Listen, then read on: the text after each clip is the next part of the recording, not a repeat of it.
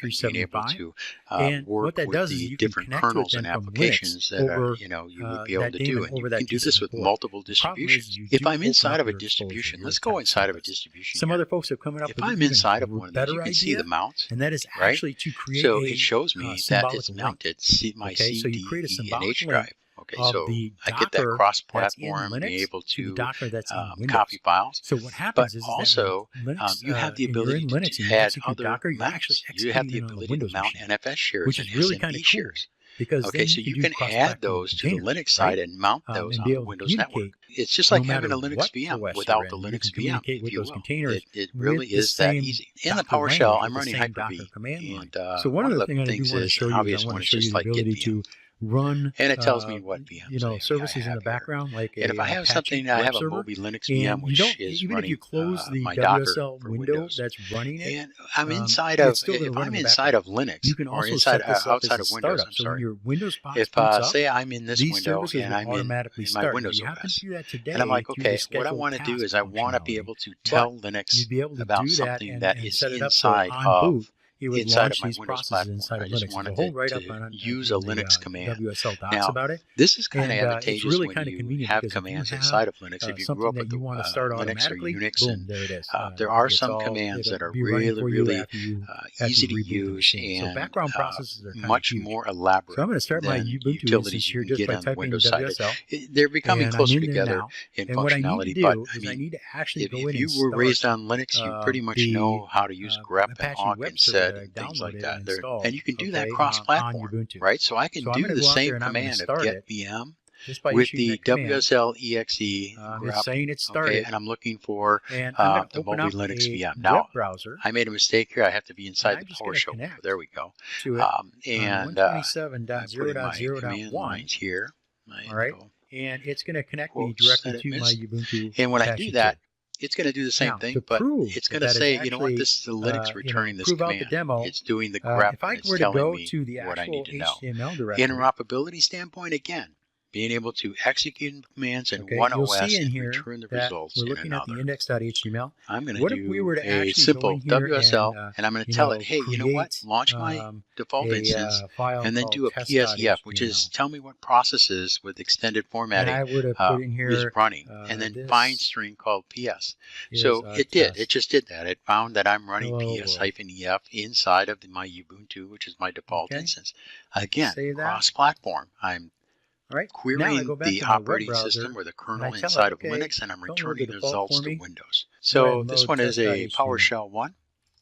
And I'm doing a get process, and I'm repping WSL host because that's the process that runs it. Sure enough, Ubuntu instance, which going is really cool. get process. So that's about all I have time for. But I do want to impress on you, if you had time to think about how this could help you out. I really want to impress upon you that this I open up a command prompt here, and I'm in the Windows System 32 directory now. If I go into the WSL from here, the mount path of the Windows System 32, right, inside of my default distribution inside of Linux. Now, I'm sitting here and I'm going, okay, I'm going to do a bunch of stuff in here, and what I need to do is I'm like, oh, I got to write some notes, but I don't want to use a Linux editor, I want to use a Windows editor. So, really, what I can do here is I can just type Notepad. Without having to power up VMs okay, I'm and inside have of the mess Linux. I type that Notepad launches. another application you can do that with on any top of the OS utility. You can write type VS Code. Implementing Hyper-V and having them Notepad++ manage if all you're, that, in the that right as well. directory now. Look at the WSL, play around with it, being able to launch that from try the Linux, different distributions. If you have specific custom distributions, import those, take your distributions, import them, export them, change them around, do all kinds of fun stuff with them. I highly encourage you to go up to the WSL documentation, to show you that it actually watch works, more videos about the WSL, and learn as much as you can about both Linux web server operating system and close your Windows WSL window, and it'll still continue to run. Why? Because the WSL subsystem is actually a service in Windows, so it'll continue to run. Thank you very much for your time today. Now, if you want these to start up, when WSL starts up, you have to do that as a scheduled task today. That's going to change, and maybe by the time you hear this, it has changed already. But for now, you need to add it to your startup task in order to do that. And there's an explanation in the WSL docs for that.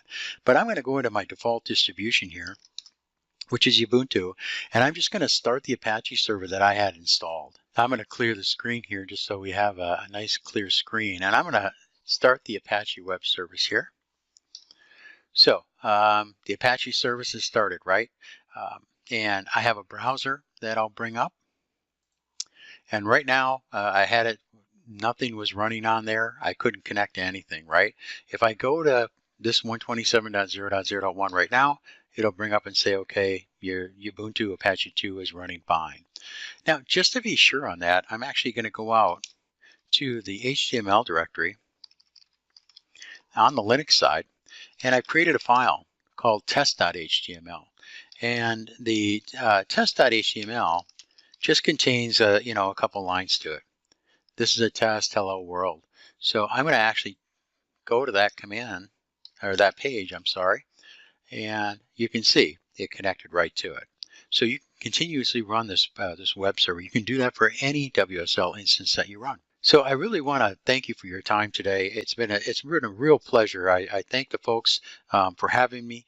I really hope that you embrace what you've seen here today. You've got that mindset. Yeah, you're thinking about all these different things that you can do with the WSL, and I encourage you to go out and play with it and test it and let a couple other folks, maybe some of your users, play around with it a little bit to see what you can actually utilize it for. I think that in the long run, this will be a great thing for system administrators and developers alike, and it'll be a real time saver and a really great use of existing resources that you can use in your daily work. Thank you very much, and have yourself a great day. Hello there, and welcome to Getting Started with Azure DevOps. My name is Gregor Sutty, and I live near Glasgow in Scotland, and I have 20 plus years dev experience. And now my main focus is around Azure and DevOps. And it's my absolute pleasure to talk to you today about getting started with Azure DevOps. I'm here to show you around Azure DevOps for the next 30 minutes, so please get comfy and let's dive right in. The agenda for my lightning talk today covers the following. First up is what is Azure DevOps. So I'll talk about firstly what is and what you can do with Azure DevOps, and then I'll set the scene for making use of the product. You can do many things in this one tool, and we will dive into them going forward. I have some demos to show later on which cover the 5 main areas of Azure DevOps, and I'll cover a couple of them in some detail. Thirdly, I'll talk about why you should care about this product. Wouldn't you like it if you could manage the backlog, manage your boards, whether it be Kanban boards or Agile boards, build, test and deploy your code from one tool, not to mention the repos and code reviews. Next we'll cover demos, so I have a couple of demos for you today to show you some example projects and how to go about creating builds and deploying code. I'll also show you some of the add-ons available from the marketplace. Azure DevOps is very extendable, and last but not least, where can I find out more? So what is Azure DevOps? In a single statement, Azure DevOps is everything you need to build your software product from beginning to end. You can learn how Azure DevOps helps you plan your project with Agile tools, manages your code using Git, and deploys your code through the best CI/CD system on the planet. That quote is from Donovan Brown, who's the Microsoft DevOps manager. So in a nutshell, Azure DevOps gives you the tooling to plan your work and then work your plan. No other tool out there allows you to do everything from one place like Azure DevOps. So why would you want to use Azure DevOps? Well, with Azure DevOps you can deploy any language. Whether you work with .NET, Java, Python, Ruby or Node.js, you can deploy any of these languages. You can also deploy to any platform. Maybe you want to deploy to Android, iOS, Docker, Azure and even AWS and Google Cloud, etc. You can also develop on any operating system, so you can write your code using Linux, Mac or Windows. So as you can see, there's a huge variety in the applications you want to deploy, what you can deploy to in terms of platforms, and also what operating system you want to use. Choices are pretty much unlimited. Azure DevOps is also free for open source projects with an unlimited number of users. You also get unlimited CI/CD when using it for an open source project. You also get unlimited public Git repos. So why should you even care about Azure DevOps? Take control and manage your entire project from this tool. Whether you're a Scrum Master, or a team lead, tester, or a developer, Azure DevOps will make your life easier. Microsoft uses it for a vast number of projects internally, and actually use the tool to build out new features within the tool. You can do everything in the browser, things like see who's working in the team, view the ongoing work on your Kanban or sprint board, view the burn down chart, view the number of pull requests outstanding, view the status of deployments. But don't take my word for it. Let me demo some of them and you can see for yourself in just a bit. So here I've broken down the 5 key areas of Azure DevOps. So first up, we have Azure Boards. Azure Boards allow you to track your work using interactive, highly customizable backlog and boards. Next we have Azure Repos. You can use Git repos, and with your Git repos you get pull requests, and you can integrate that with your CI/CD to build and deploy the apps you and your team are working currently on. Azure Pipelines. Here you can manage your CI/CD with high performance pipelines that work with any language platform, and cloud. Next, we have Azure Test Plans. With Azure Test Plans, you can improve the overall code quality of your apps by using manual, exploratory testing, or load-based testing services. So next up, we have Azure Test Plans. You can improve the overall code quality of your applications by using manual testing, exploratory testing, or load-based testing services. Lastly, with Azure Artifacts, you can share code with others across teams or across your company and support CI/CD for your apps.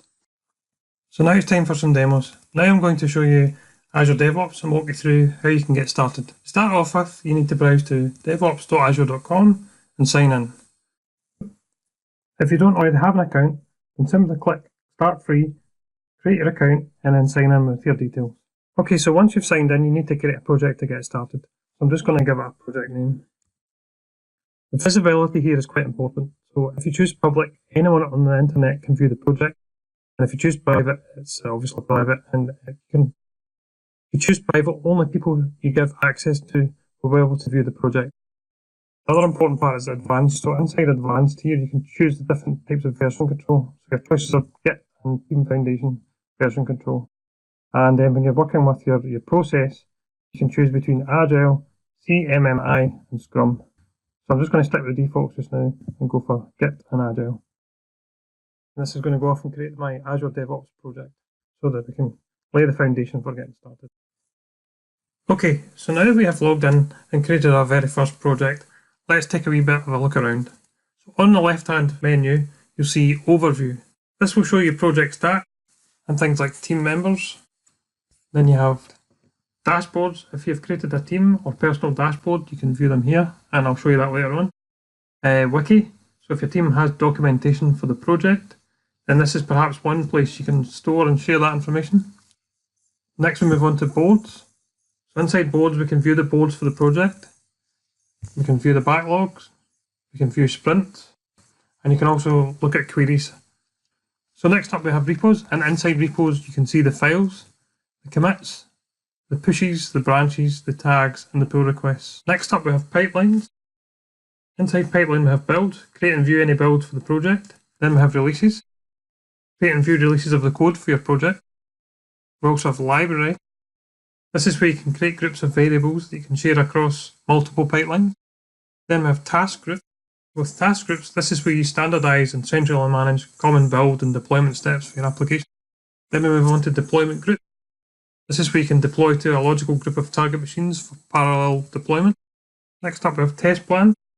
This is where you go to create, run, and track tests within your project. Things like load tests.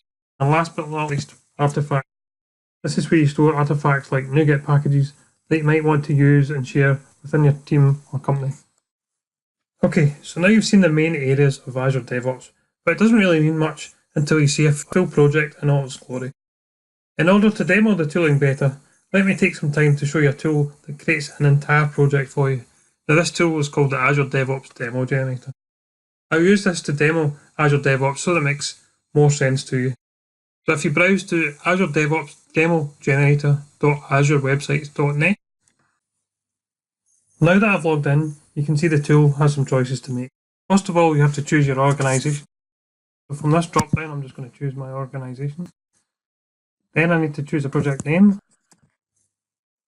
Next up, I need to choose a template. So I'm just going to click on choose template. So here you'll see there's 5 different example templates. Some are written in ASP.NET Core. MyShuttle, you'll see here, is written in Java.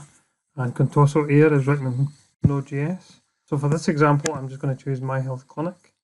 Just select template. The tool will go off and create this entire Azure DevOps project for me. Okay, now that the project's loaded, you'll see a bit more information in the project stats. You can see things like the boards, the 121 work items created, 13 work items completed, 2 repos, and 15 commits by 5 authors. Next, I'll click on dashboards. The project has an example dashboard, so if I click on overview, you'll see an example of what a dashboard could look like. So here you can see things like unfinished work, you can see active bugs, you can see the work assigned to me. These are all widgets that you can add in. So if you go into edit, you can add all sorts of widgets. So there's things like assigned to me, build history, code title, displays a number of recent changes in the code repo, deployment status, other links, pull requests. There's all sorts of widgets you can add in here. There's also the wiki on the left. You can create a demo wiki here. This is using Markdown, so this is a really good place to put all your project information. Next up we have Azure boards. So at the top you'll see work items. This shows you a list of the most recently updated work items. Next we have boards. So here you can see a typical Agile board. The columns at the top of new, develop, build and test, and done. You can also view these items as a backlog by just clicking here. So here you can see all the backlog items. These are user stories with bugs at the bottom. On the right hand side you can see planning. So these are the sprints that we have planned. So sprint 2 is the current sprint. Starts on the 26th of December, finishes on the 16th. So that's 16 working days. You'll see that the planned effort is 50. You'll see that there's 3 product backlog items in this sprint and 8 tasks. If you want to add a new item to the backlog, you can click on New Work Item. There's also a number of settings up on the top right hand side. So you can view by epics, you can view by features, and again you can also view by the backlog items. There's also some view options up the top, so you can basically turn on parenting and forecasting. You can change the side panel to be mapping, planning, or you can turn it off altogether. I usually leave it on planning. You can filter the items, so you can filter the items by who's assigned to. So say I want to filter the items out assigned to me, I can just do that. I can just clear it. Configure team settings, so I click on that.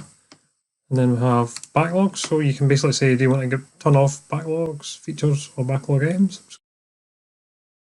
Working days. And then with bugs, so working with bugs, you can set your team's preference for how they manage bugs. So bugs are managed with requirements, bugs are managed with tasks, or bugs are not managed on backlogs and boards.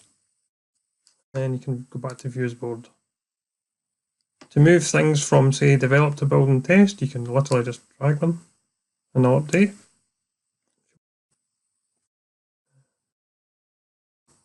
The velocity, you can see the velocity up here, and you can also see the cumulative flow.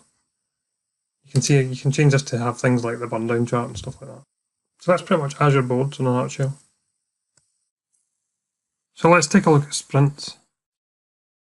This is the current sprint here. It's December the 24th to January the 14th. There's 16 days in the sprint. I can see this task is assigned to me, so I can go in and edit it. I can see that the state is to do. I can move it to in progress. I can add a description. I can add a discussion. I can add a link to other stories. I can view the history of the task, and I can link it to other tasks and add attachments. Okay, I can move that into in progress. And then if I've done that, so once I've done that bit of work, I can move that into done, and then I can move the next story into in progress. That's how you can use the boards. Okay, so now let's take a look at Azure repos. This is where your code base lives for your project. I can see all of the files for my particular project. I can click on history and see the historical changes to the project files, and I can also view the README. If I click on commits, this will show me the list of commits, also showing me the author of these commits and the author date. If I click on pushes, I can see I have an updated push waiting to be merged. If I click on branches next, I can see the available list of branches. This particular project only has master. Next is tags. Here you can create and view tags on your commits. And last, pull requests. This shows all of the pull requests and defaults to mine, but you can also view active pull requests. From the entire team, and you can also see completed pull requests, as well as any that were abandoned. So if I go back to my pull requests, I can then go in and see details on the pull request. So this is where people would go in, review this. This is where you do the code reviews. So if I was doing this code review, for example, I would come in and I would have a look at the files. I can see the changes. I can comment on the changes. So I can basically say, this needs fixed.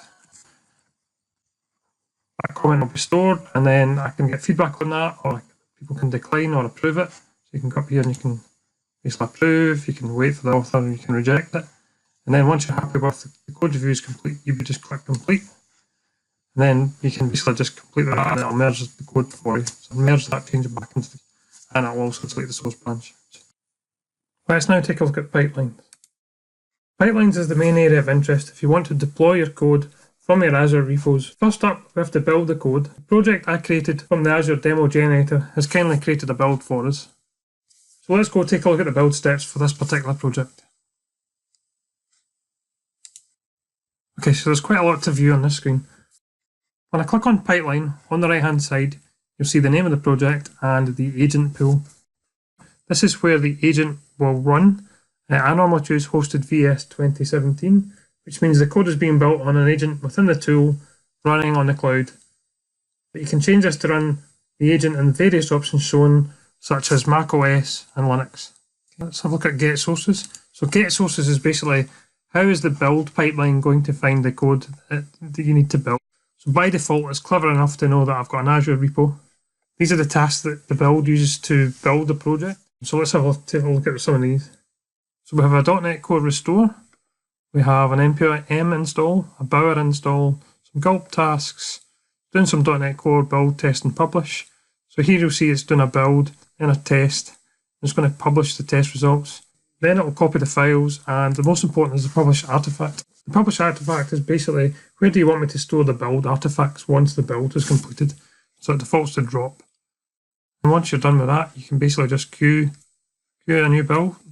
And then I'm just going to click queue, and that's going to queue my build. So if I click on that, I can watch the building. You can see all the steps. So this is the build for this project, building just now, on the agent hosted in Azure. Okay, and now the build's finished. Now that the build is finished, you can click on summary. You can see there was no deployments. You can see that the build artifacts have been published to the drop folder. The tests have 100% succeeded. If I then click on tests, I can have a look at the tests. So there we go, had 6 tests, 100% passing, and it's given us a nice little, hooray, there are no test failures. So on this screen, let's take a look at artifacts. This is from the build. So let's go to the drop folder, and we set up the build. When I click on the drop folder, you see the contents of the drop folder, and basically the contents of the build is in this web.zip file. So let me just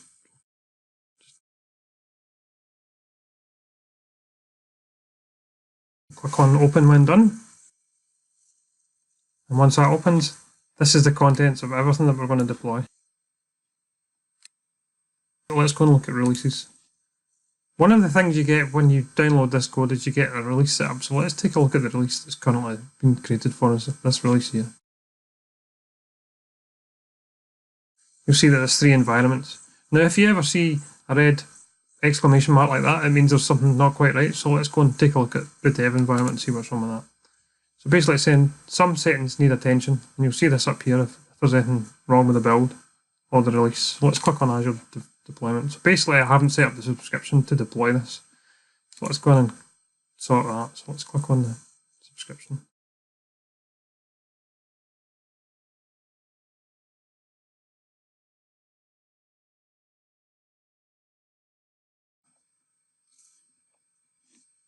And it's defaulted to choose the templates.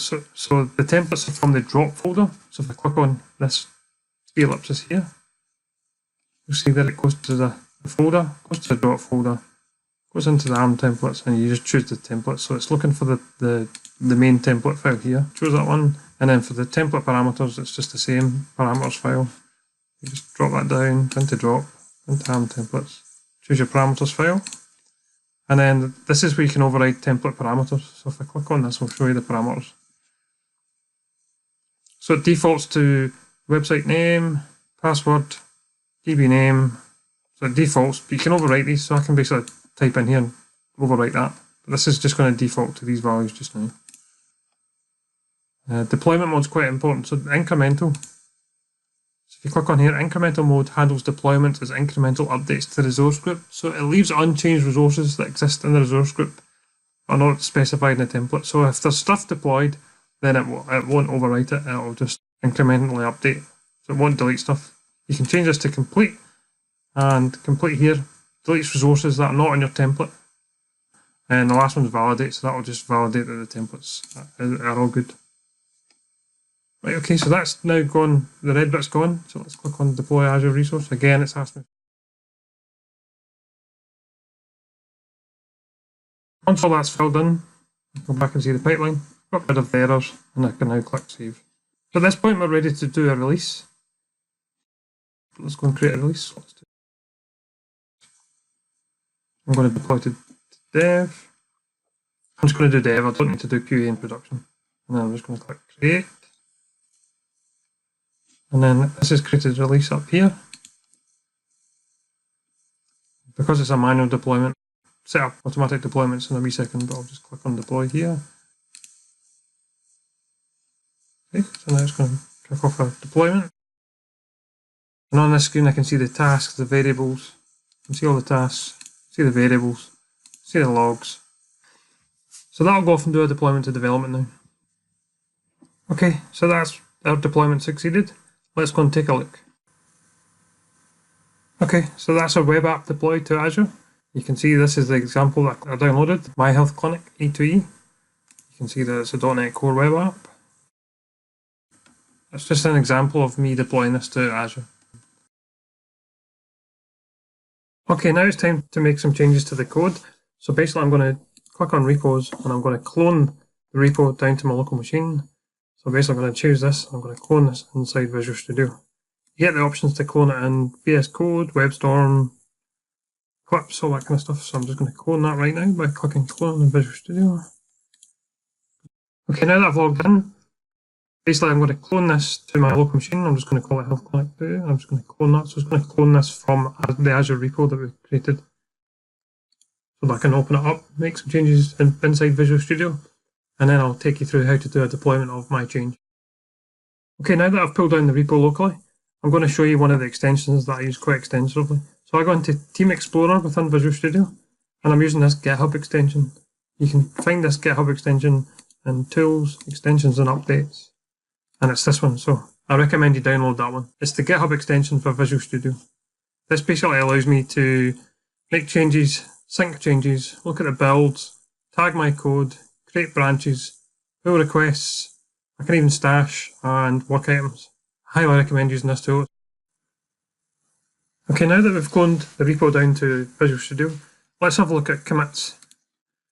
So as you can see, I haven't made any commits of late. So I'm basically going to go back to the website and I'm going to change this text to say, come in, join us and be healthy in 2019. So this is the web solution within the project. So if I go back to Visual Studio and I've located the web project and I've found where this and be healthy is. So all I'm going to do is change this to say in 2019. I'm going to save that. Then I'm going to go back to Team Explorer. Then there I'm going to click on Changes to do the changes. So before I continue, I'm just going to run this locally in the Visual Studio just to check that the change shows up as expected. Yep, there we go. So this is a commit that I'm going to check in and then deploy to Azure because currently it's running locally. So I'll go back to Visual Studio and I'll put. So here you get to choose commit all and push, commit all and sync. So I'm just going to do commit all and sync and that'll basically check my change in and push it up to the Azure repo. So you'll see this syncing using Visual Studio. I go back to my repo and go back to commits. There we go, there's my new commit. Now one thing I didn't do is set up a continuous deployment. So let's do that just now. Let's go back to builds. The aim here is that when you make a change in Visual Studio and check the code into Git, it automatically builds and deploys the code. So let's sort that just now. So if I go back to my build for the project and go to edit, I want to enable continuous integration. So to do that from your build, click on triggers and it's simply click enable continuous integration. So just to recap, when I make a change in Visual Studio and I commit that change, it will now automatically kick off a build. And all I need to do is save. So what I'll do now is I'll go back to builds. You can see there's 3 builds here and I'll make another slight change. Save that. Change this to commits. Change that to changes.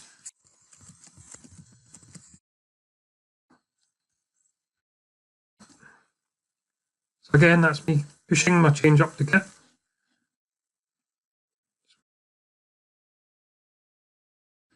Build, you should see an automatic build. There we go, an automatic build.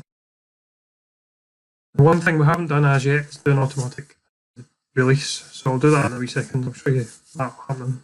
I'll just show you the build kicking off. So it's going to run through the build and do all the build steps for us. So it's doing the checkout from the repo, and it's going to do all these other steps. Okay, so that's the build finished. If I go back to releases. Now you might have noticed I got rid of QA in production. I just wanted to make things a bit easier, just to have one environment. So if I go and edit this release, so if I edit the release here, what you'll see is this, if you look at this bit here, continuous deployment trigger. Now I actually had that one, so automatically, we set up an automatic build, and it's actually went and automatically did the release. So if I go back here and then click on deployment trigger, this is basically where you can turn off continuous deployment. So it was already enabled, which is good, which means that if I go to releases and I go to release 5, it's already deployed it to dev. So this is the text change. And if I refresh this, and there we go. So that's just got continuous deployment.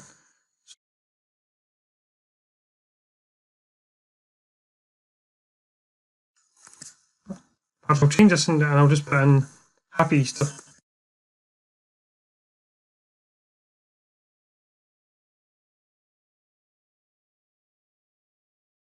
Okay, so if I save that, and I go back to changes again, it shows me my one change.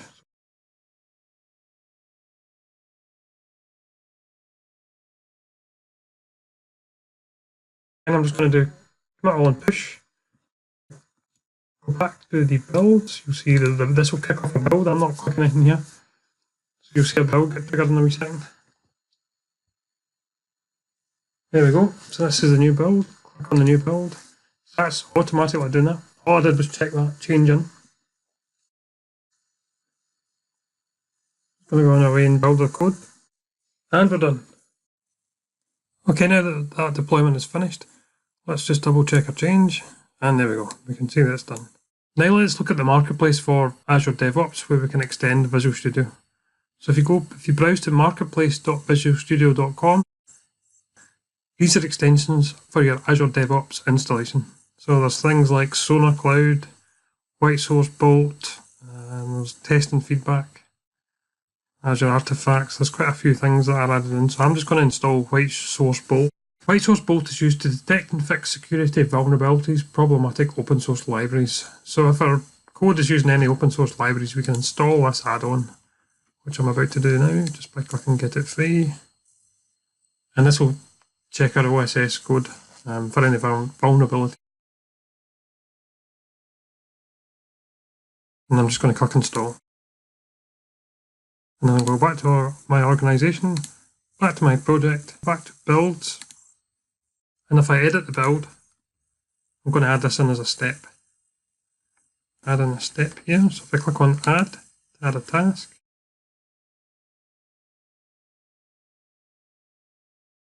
And White Source Bolt, and I click Add. So it's going to add a step. I'm going to move this step up before it does the publish. Find the working directory. So I'll basically just go, yep, I want the source as my working directory. It's going to scan it for me, and then I just click Save and Queue. That's going to save my changes and queue a build.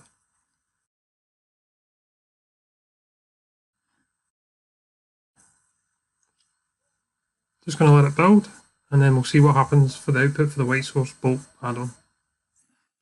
So let's click on White Source Bolt Build Report. This will look at your project and tell you that there's 4 security vulnerabilities. It will give you the age of the vulnerabilities. It will tell you if there's high, medium, and low, and it will also tell you there's a kind of license risk and compliance. And you can also click on outdated libraries. So it'll show you which libraries in the project are out of date, and it'll give you an inventory, and it'll show you all the licenses. So this is White Source Bolt add-on, which is one of the ways you can extend Azure DevOps. So now that we're coming to an end, let's find out where we can find out more.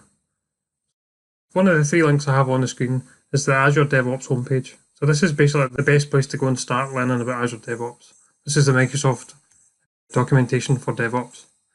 Another place you can go is actually my blog, where you can see all the Azure DevOps blog posts that I've got. And number 3 is an article that I read that was published. It's a professional grade configuration for Azure DevOps services. So this goes above and beyond the quick starts. So if you have a look at this article here, you'll get a really good in-depth of how to extend Azure DevOps beyond the quick starts. So my name's Gregor Sutty. You can follow me on Twitter at Gregor_Sutty, and you can find my blog at gregorsutty.com. If you have any questions at all, if you want to catch up with me about anything, looking for some help or some advice, then please just get a hold of me there. Thank you for listening. Hello everybody, and welcome to MVP Days 2019. In this session, we talk about blockchain, and we do it with the new Azure Blockchain Development Kit, and we will see how we can automate blockchain workflow that spans across supply chain, IoT, and a few other use cases. Before we start, let me introduce myself. I'm Stefano Tempesta. I'm a Microsoft Regional Director and MVP on AI and Business Application based in Switzerland. And as said, today we talk about blockchain workflows. Alright, so I'm not gonna start saying what is blockchain and where it came from. I'm just assuming that we all have at least some basic knowledge of what blockchain is.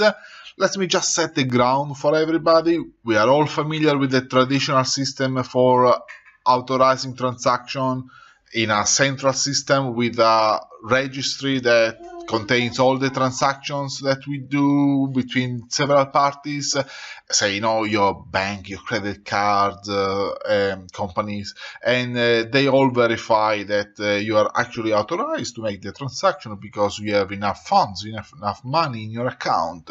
Now, blockchain is a decentralized and distributed digital ledger where there is no central authority for governing, authorizing your transaction, and everybody has a copy of the entire digital ledger. So this information is distributed to everybody. Everybody has a copy of it. No one owns it. That's an important topic because we understand immediately this represents an evolution from the initial incarnation of blockchain as a Bitcoin network that we are all familiar with the more recent enterprise blockchain, which this session is all about. So, blockchain as it started 10 years ago as a Bitcoin, as a decentralized network for cryptocurrency transaction. That's not enough for current needs in the enterprise. What Bitcoin lacks is that level, that tier of business logic for applying some conditions where a transaction, not necessarily a monetary transaction, should be valid.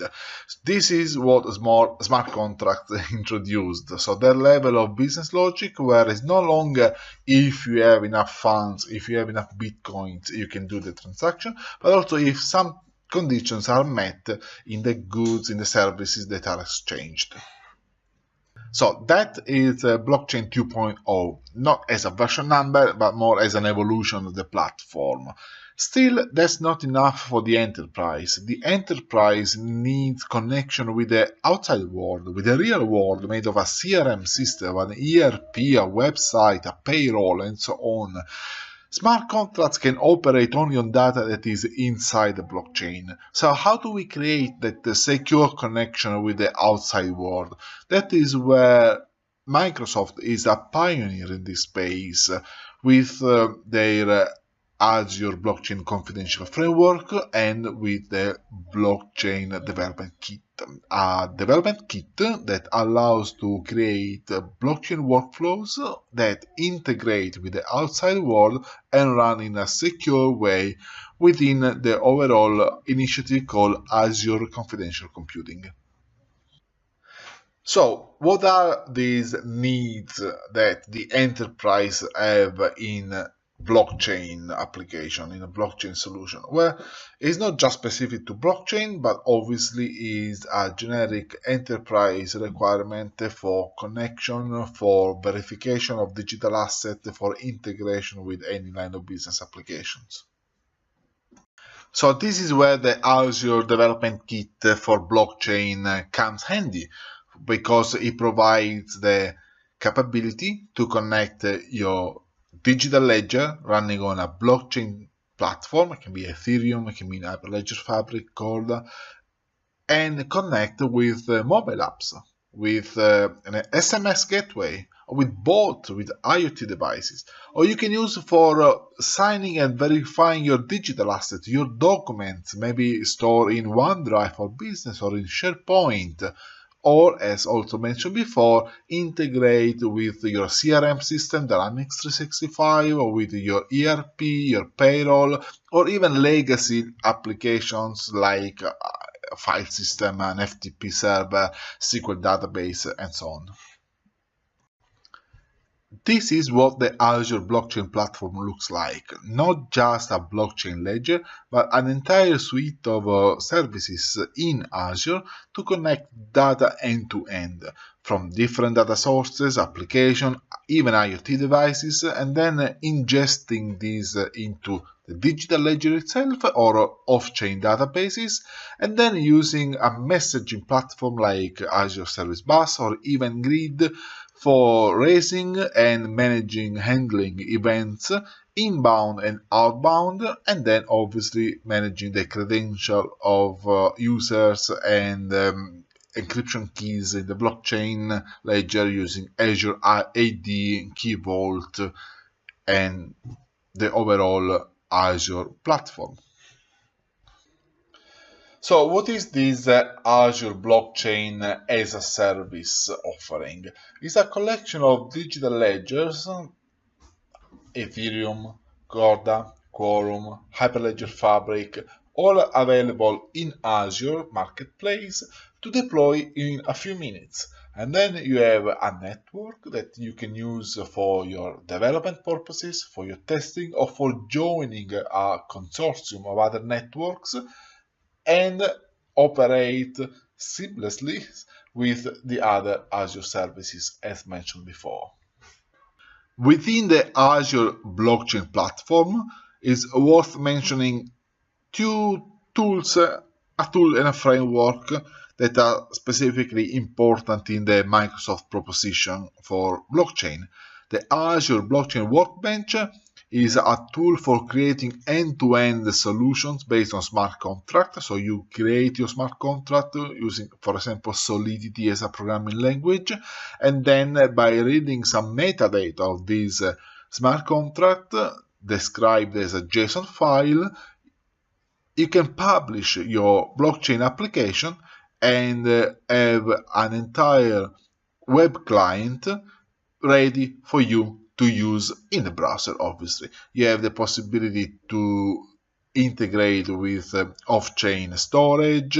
You can have messaging. You have a messaging API for communication with external systems, and obviously all users are authenticated and their identities are managed in Azure AD. And now let's talk about the Azure Blockchain Development Kit. The Azure Blockchain Development Kit integrates blockchain with Microsoft applications and also any third-party software. It is based on a set of serverless APIs that you can run and use for connecting to any other APIs or data platforms, IoT devices, mobile and web clients, SMS and voice gateways, even chatbots. You can also use for integration with SharePoint, OneDrive, for document and media assets in general, for legacy FTP, files, emails, and also for deployment across platforms, in a DevOps pipeline, and overall any form of transactions where multiple technologies are involved. Okay, so now time to jump into a live demo and show how we can automate workflows that are running using Azure Blockchain Workbench for visualizing the interaction with the smart contract, logic apps for the automation process itself, and then we'll explore a few other things as I'm gonna show you in a moment. So I talked about integration with SMS, voice system, or file system in general. That is quite interesting actually, because there are different ways we can do that, and I'm going to show you this in logic apps. Also the possibility to create some alerts based on information that happens in the blockchain. So an event is raised in a smart contract with the blockchain, and we want to take some action based on this event. Now, for example, pretend we are in a supply chain context. We have this flow that we built with logic apps. Now, it is very user friendly for designing this in a graphical and visual way. And you can see when an event occurs, and there is a message that has been posted. So let's go ahead and send, for example, an SMS alert. And here we got our great partner Twilio, who has a connector that allows you to go ahead and plug this and a couple of lines of code. You can do this easy. So now this is a fairly generic alert, but we got some dynamic content, and if I had this information that was available, like customer number or some details about the specific case, then say pretend that we have some temperature reading, then we can just put in there and configure this alert. You can obviously configure this to send an email, with Outlook, with Gmail, and you obviously connect the proper connector in the logic apps accordingly. Now the beauty of this that is completely serverless, and you don't have to configure any virtual machine, any SMS gateway, any Exchange server, or any SMTP server. It just works because it's a flow that you build in logic apps, and you don't have to manage also the performance. It runs when an action is triggered.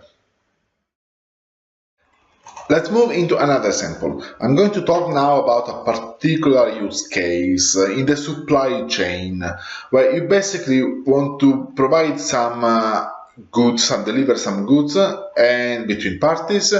And this is a particular samples that is available online for refrigerated transportation, and we want to verify that conditions for humidity and temperatures, and perhaps also GPS location is correct at any time of the delivery.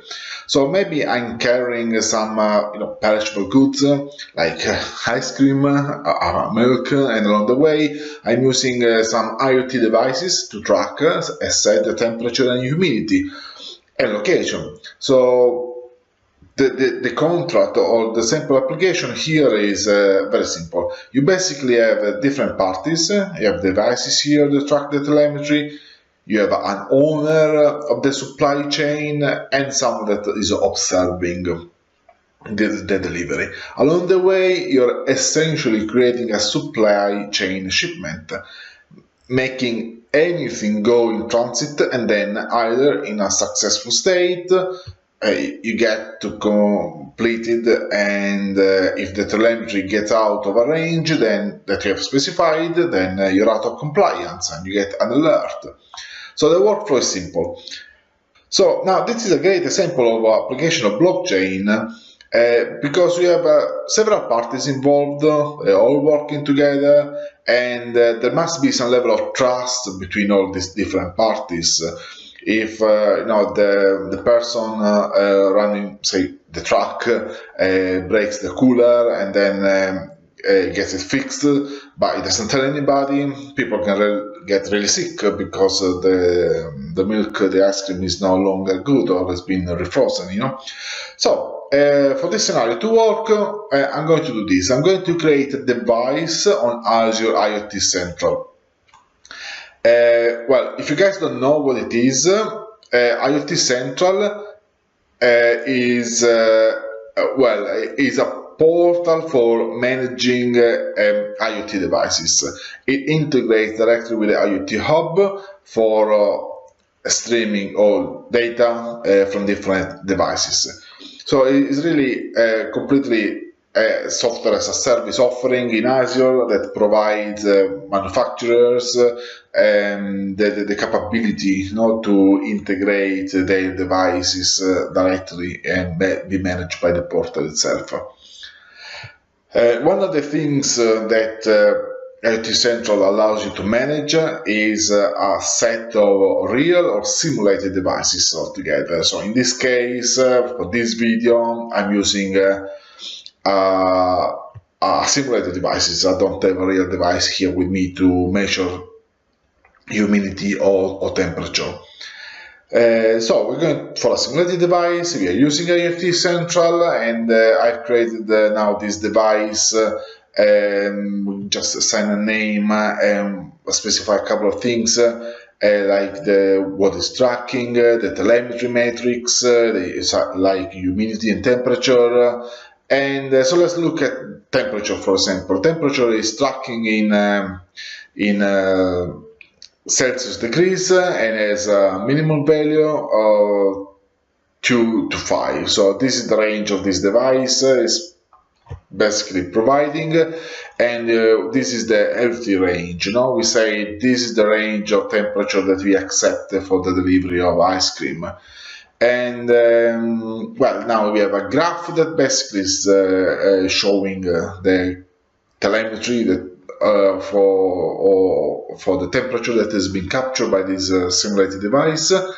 And the device is also based on some time frame, so you can see the evolution of temperature over time. So one of the things that you can do with IoT Central is specify some rules for when an alert should be triggered, when the measured temperature, in this case, exceed the boundaries that we have set.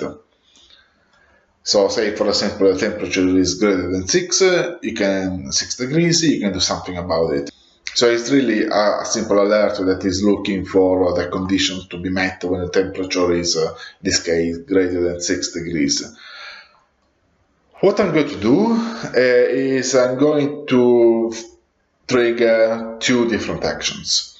One action is going to be a custom action where I'm going to fire a transaction on the blockchain, and I'm going to use Azure Blockchain Workbench. So let's go over this flow to show you that how things looks like, basically. So when I look at this flow, basically it has several steps. The first steps is you get this alert, they get fired from my IoT Central application with some specific rule. So if I go and click on the drop down, you'll see it's coming from IoT Central. And with the rule of temperature greater than 6 that I showed you before, the next step now is going to pull in the timestamp.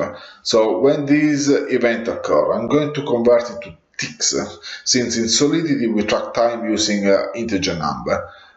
What it's going to do then is going to look up the device in our SOAP procedure that's connected to the database, is connected to Workbench, it's going to parse the information, so getting the information of basically what ledger, the connection ID, the smart contract, all the information necessary so that we know how to push this information to the appropriate smart contract. And that's one of the great things about Logic Apps. You can do all these things in sequence. So it has all this capability to read data, parse data, do transformation, things like that. Right, so the next step is we are just going to create a request ID. So that makes up for a unique ID that you're going to push. And in the case of Workbench, blockchain Workbench, we can use this to trace a message all the way through. Very useful also if you're using application insights for monitoring the application itself. All right, so the last step then is to push the actual transaction.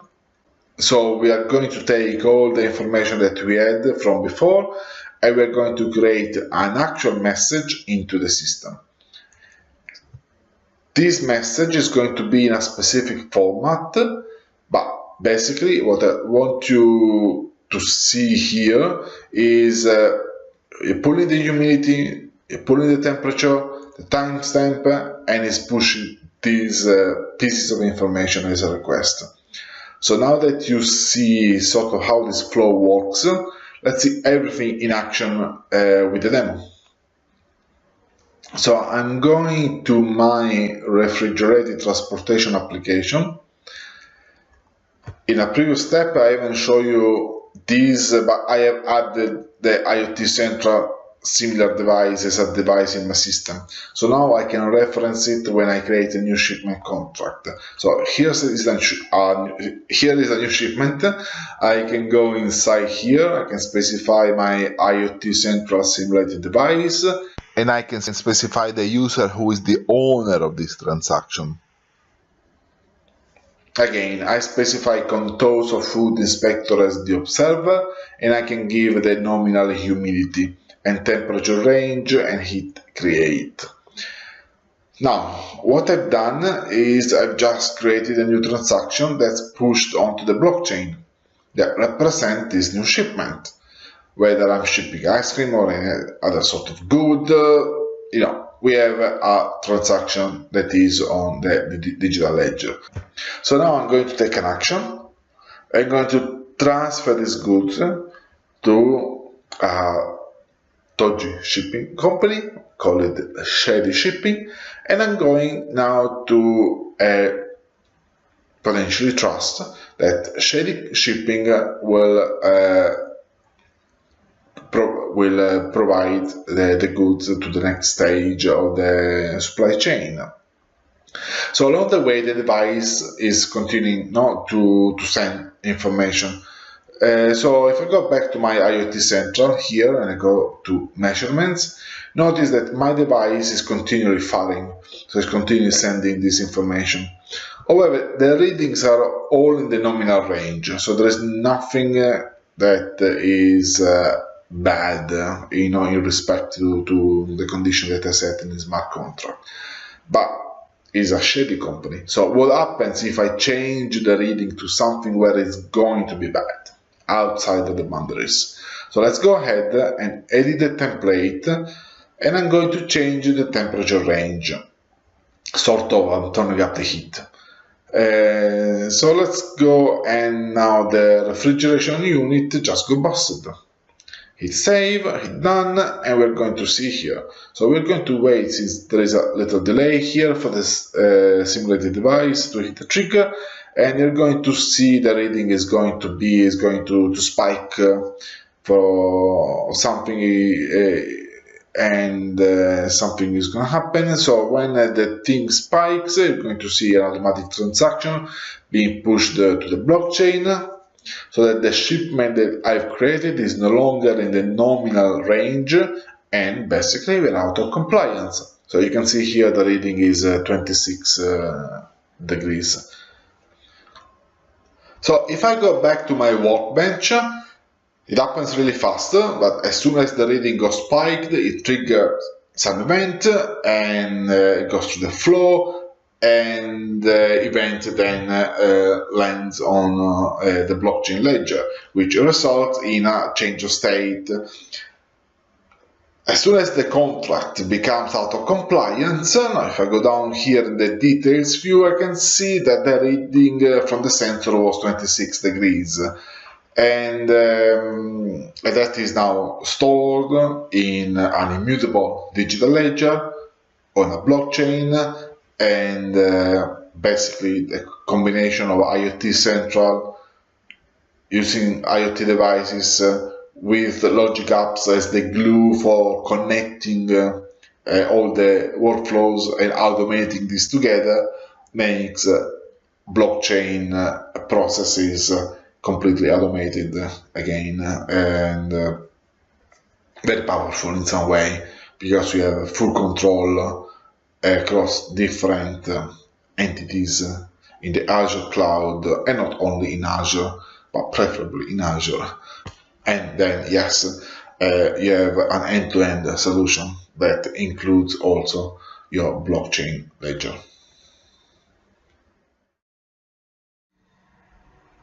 All right, so we are at the end of this session. Thanks for watching. Hope you find it interesting and inspiring in some way to look into blockchain as sort of new technology in the enterprise space that helps build trust among organizations. And as you can see with the Azure offering, we can easily integrate different systems within the blockchain ledger itself and outside, make them talk to each other, exchange data. If you want to know more, feel free to get in contact. My social coordinates are on screen here, and enjoy the rest of the day. Ciao. Hello everyone, my name is Bruno Capuano, and I am happy today because I have the chance to talk with you about machine learning. For this session, we are going to talk about specifically Windows machine learning and machinelearning.net. There are two big topics, so 30 minutes is kind of a challenge, but I hope that I can give you a high-level overview about what we can do with these new technologies. And that's me in the picture, that's my little girl. Of course, if she is with me, you are going to find that at some times I'm going to do some face recognition. I'm going to start to work with her. And if you want to follow me, if you want to contact me, you can do this via my Twitter handle, which is @elbruno, or in my blog, elbruno.com. So we've been talking a lot about machine learning. We've been talking about artificial intelligence. And when, in example, a couple of months ago, we were part of the Insider Dev Tour talking about these technologies, we started to basically encourage people to realize that even if they are doing machine learning or not today, we are using this technology during these days. For things like, in example, when you pass by and use your phone to do a face recognition and you take a picture, your phone draws a frame in top of it, one of the faces, it's basically detecting faces. Other things like in Amazon, Netflix proposing you products are recommendation. And there are full scenarios, there are tons of scenarios. I don't want to cover all of them, but these are stuff that we are using today. So it's important for us to understand as a developers that we need to understand how this works, and we need to move forward to see how we can embed these capabilities into our application. And to be honest with you, it's very, very, very easy, because most of the people are afraid of machine learning. Most of the people are afraid of artificial intelligence. They think that they are going to take over the world. But let's start with something simple. Let's start with something easy, like an example. Let's create an operation to detect chihuahuas in a photo, in a picture. So the first thing that we are going to do, of course, is going to somehow detect a circle area here with the light brown colored with the face. Then we are going to aim for the eyes and the nose. So we are going to try to find 3 darker points, and at the end of the day, when we create a function to do this, we are basically going to create a function which allows us to detect chihuahuas or muffin, because this is what we have right now. This is what we are doing. Machine learning is an amazing technology. Artificial intelligence is very advanced, but still we are in a stage that we need to basically have someone looking at these things to see how they are going to work. And I don't have time to share a lot of scenarios here, but you can basically figure out how you want to do this. And the first thing that I want to share with you, I'm a coder, I like to program, is to share with you how we can use this. So let me move forward and show you how WinML, Windows Machine Learning, works. So WinML is a technology that was embedded in Windows 10 in the April release on 2018, And basically, it's a set of APIs, part of Windows 10, which allows us to use machine learning inside of application. And the way that we can use this is to train machine learning models or to use machine learning models. If you are a developer, you need to think that the machine learning model is kind of a package that you can use. You embed this package, you use this package in your application, and you can start to use it. And a nice place to go and start to look for package is, in example, the Azure AI Gallery.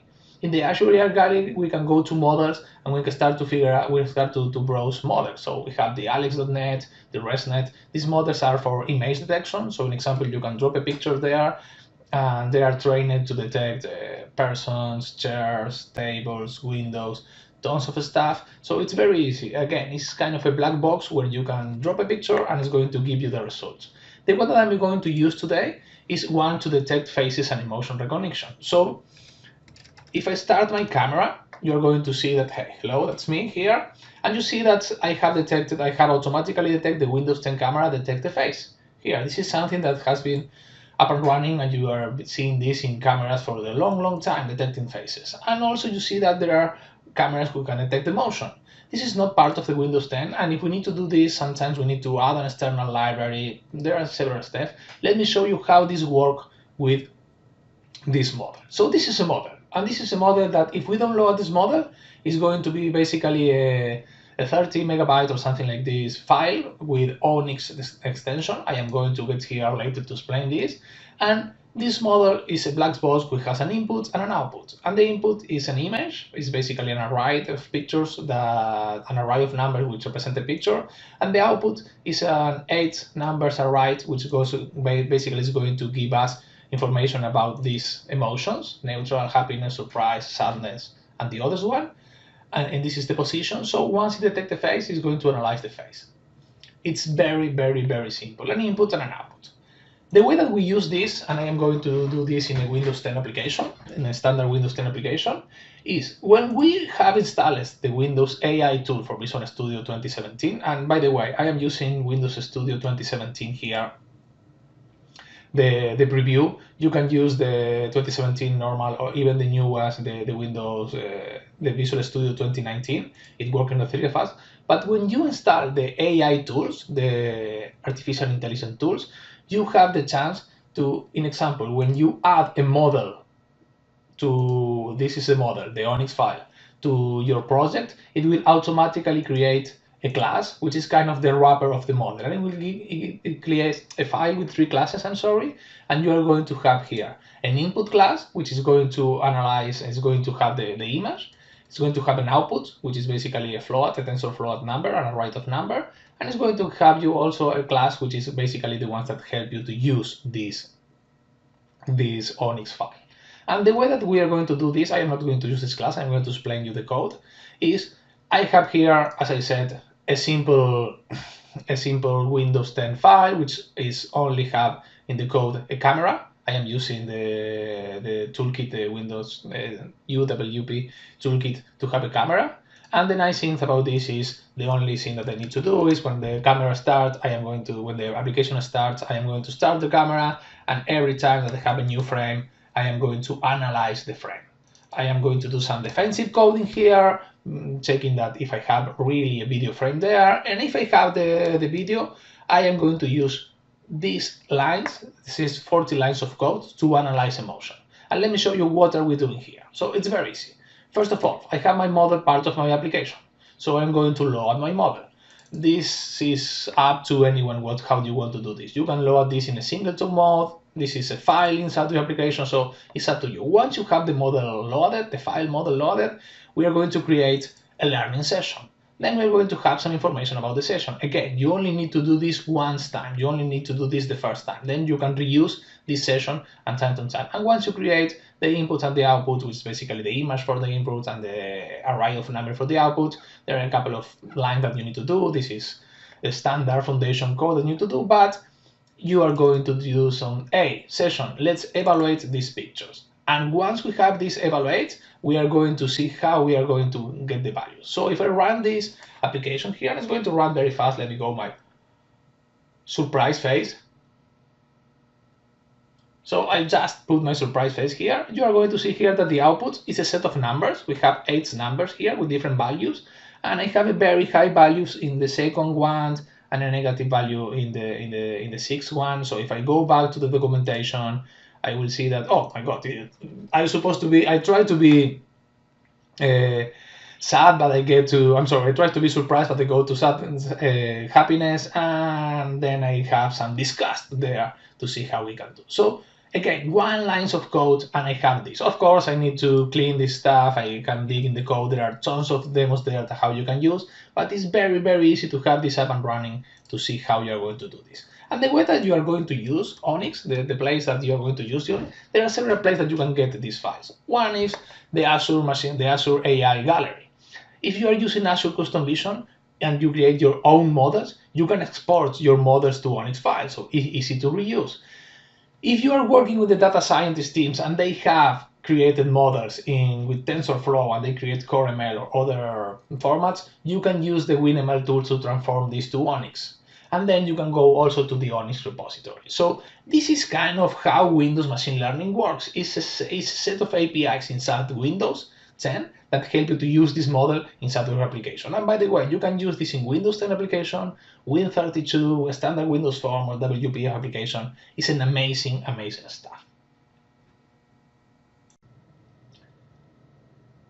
And how about machinelearning.net? So machinelearning.net is a new set of tools that we have for .NET developers to do machine learning. And if you are a .NET developer, this is an amazing place to start, because this is a different way to program things. This is a new way to do software. So in a standard way, we need to create some operation or functions to detect faces in images or detect or predict the price of a share, these kind of things. We, as developers, we know the deals and we know the inputs, we create the logics for the output, and we work on the logic until we have the desired output. In the machine learning world, this is completely different. The way that we are doing this is we are starting to work on what we call is the machine learning training or model, which is we create a model, and based on, and I am not going to go deep here, we don't have time for this, but we are going to use a standard model and trainers that are part of the machine learning community. And we start to train this using this trainer standard model, dropping images and saying, hey, this image has a face, this image has a face, this is not a face, this is not a face. And we do this so on, so on, so on. And at some moment, the model will be smart enough to, if we drop to the model a new image, it's going to say back to us, hey, I am 25% sure that this is a face here. 25% is low, so we are not happy with this, so this is not a face. And if it says something that I am 95% sure that this is a face, hey, it seems to be a face. So it's a different way that we can create an application. We are not going to program the logic.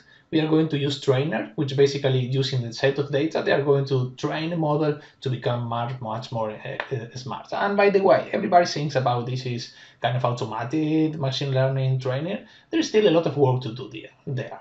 And the type of thing that we can do with machine learning, there are several things. We can do classification, A or B. An example, if I have a picture, this is a face or not a face. We can do predictions, weather prediction based on history information. We can say, hey, this is the weather is going to be tomorrow. And we can also go for, there are a couple of ways that we can do training, machine learning, supervised training, where we have data and labeled data. And if we don't have labeled data, we have kinds of disorganized data. We can do unsupervised training, which is basically a couple of trainers which are going to detect pattern in our data, and they're going to use this for clustering. So this is very useful for security, because if you have users which always do ABC, it's at some moment one of the patterns changes and you have ABD, hey, you might raise a warning there and say, this is not what we are expecting. So this is the type of things that you can do. And the ABC of how machine learning works is, of course, data. And with data, we spend a lot of time, because the accuracy and the quality of the model, it's all going to depend on the data that we choose. So we need to work on the data, clean the data, understand the data, make the data very, very relevant for us. Once we have the data, we are going to build the model, and we are going to use machine learning for this. There are tons of applications there, tons of frameworks and tools like TensorFlow, Cognitive Toolkit, Kefi. There are tons of stuff there. If you are a .NET developer, machine learning.net is an amazing place to start because you don't need to learn the framework.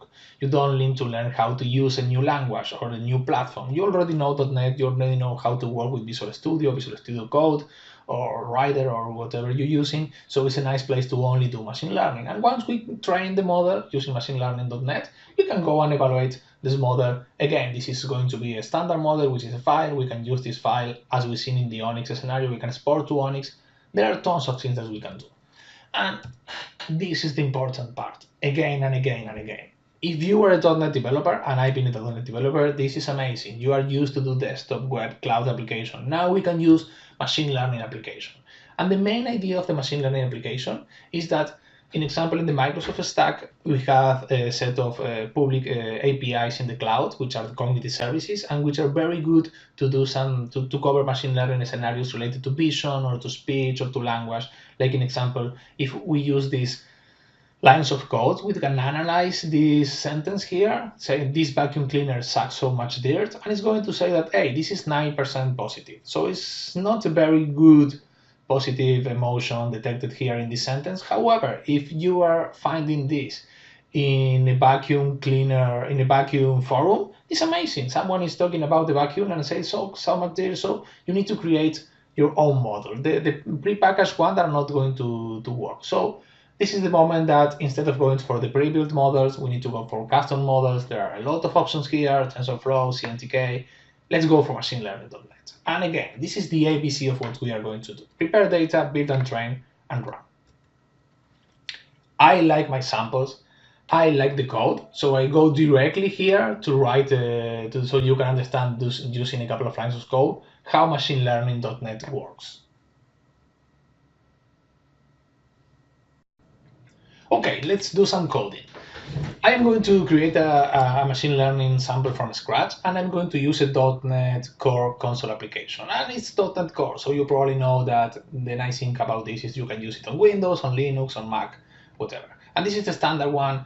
If you want to use machine learning.net, the only thing that you need to go is you need to go to a NuGet, and you are going to see that if you search package for Microsoft.ml, you see a lot of packages here from Microsoft Machine Learning, and you have ones to work with Onyx, which just talk about Onyx, or with TensorFlow, or doing some specific CPU activities. And this is a standard application that we have. It's only have machine learning.net and .NET Core installed. And I added here a couple of classes. I am going to get here soon, and I am going to start working with this Excel file. And this Excel file has a couple of lines here, and it all started when I was doing one of these demos for machine learning, and there was a lot of background noise, and my kids and a couple of friends were in the swimming pool, so I decided to use this as a standard sample for this. So what we have here is 12 rows, 11 rows because we have the header here,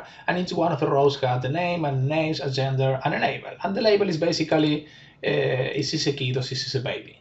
And it's right now, we are going to get this a little more complicated later, but it's basically the background business rule for this is 3 years old or younger is a baby, anything else is a kid. So we're going to train a model. We're going to write a couple of lines of code to train this model, and then we're going to change the data here so you can see how with new data the model is becoming much more intelligent or intelligent. So the first thing that I need to do, and I am going to do some copy paste here, we don't have time to write this from scratch, is we are going to create, remember that the first step is load the data, and I am going to load the data directly from my file. My file is here, it's already defined into, it's already part of my project, it's going to be copied to the output project, and I am going to create a machine learning context, and then I am going to, using the context, I'm going to use a text reader.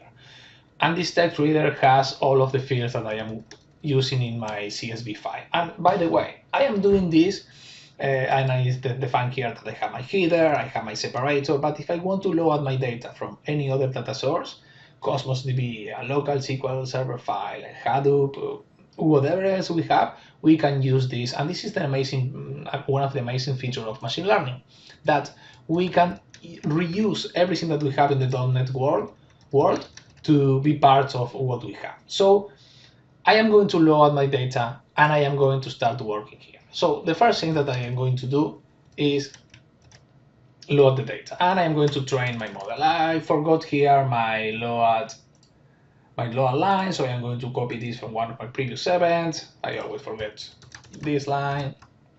It's just 2 seconds.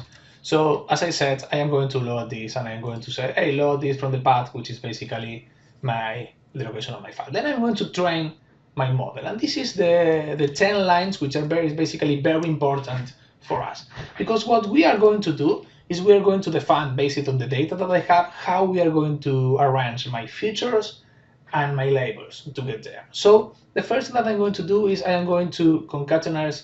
I'm going to define that my features are going to be my age. Remember that in our set of data, I am going to get a label. I am going to identify a label based on the age, and the age is a number. So that's fine. Then I am going to map a value to a key of the value of the column label. That's because each one of these values, kid, baby, kid, is a text. And in machine learning, we need to transform everything to numbers in order to move forward. So I am going to transform each one of the values of the key, of the label, to a key. And then I am going to choose a trainer. In this case, I am going to use the SDCA, which is a stochastic dual coordinate Gaussian for this, but there are tons of trainers that I can use here. And this is all the ones that we have for multi-class classification. I can go here with one versus all, the SDCA, I can even go farther here, and instead of doing multi-class classification, I can do binary classification. If I only know this scenario, so probably is binary because it's kid or or baby, because we are going to change this later. I'm going to leave like this, but there are tons of trainers. So what I am doing here, I am using the concept of a pipeline, and this is each one of the steps that I am using in the pipeline.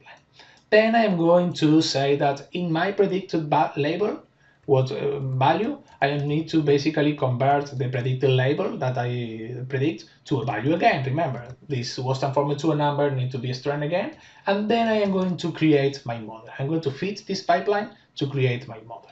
And I also have here, I didn't talk about this, but I also have here a couple of classes which the type of elements that I am using, which are the ones that I'm going to use in the final part, which is, hey, let's do some predictions. Let's try to predict some values, some new values based on the information that I have.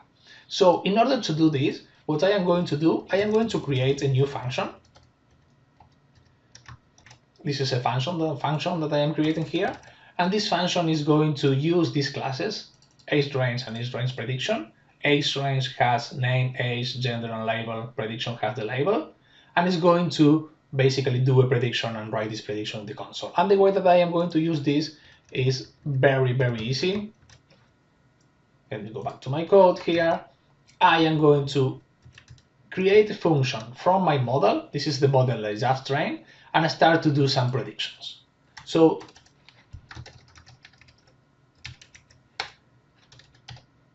let's finish this. Let's put a stop there, and let's debug step by step to see how we are working on what we have here.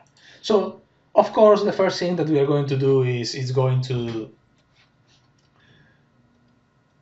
train, to load my data. It's very easy. Then it's going to add each one of the steps that we have here in the model, and it's going to train the model. And the train model action is very fast. I have a powerful machine here, but I am only working with 12 rows. If I pick up a data sample scenario where I have tons of rows, millions, billions, or terabytes of data, you need to think how we are going to do this. But again, this is 50 lines of code to do this. So I have my function here, so I can do prediction here. So what's happening if I have a new kid, which is going to be Jeff, 2 years old, or as a male? So let me go here and see what it's going to do. Let's step in here.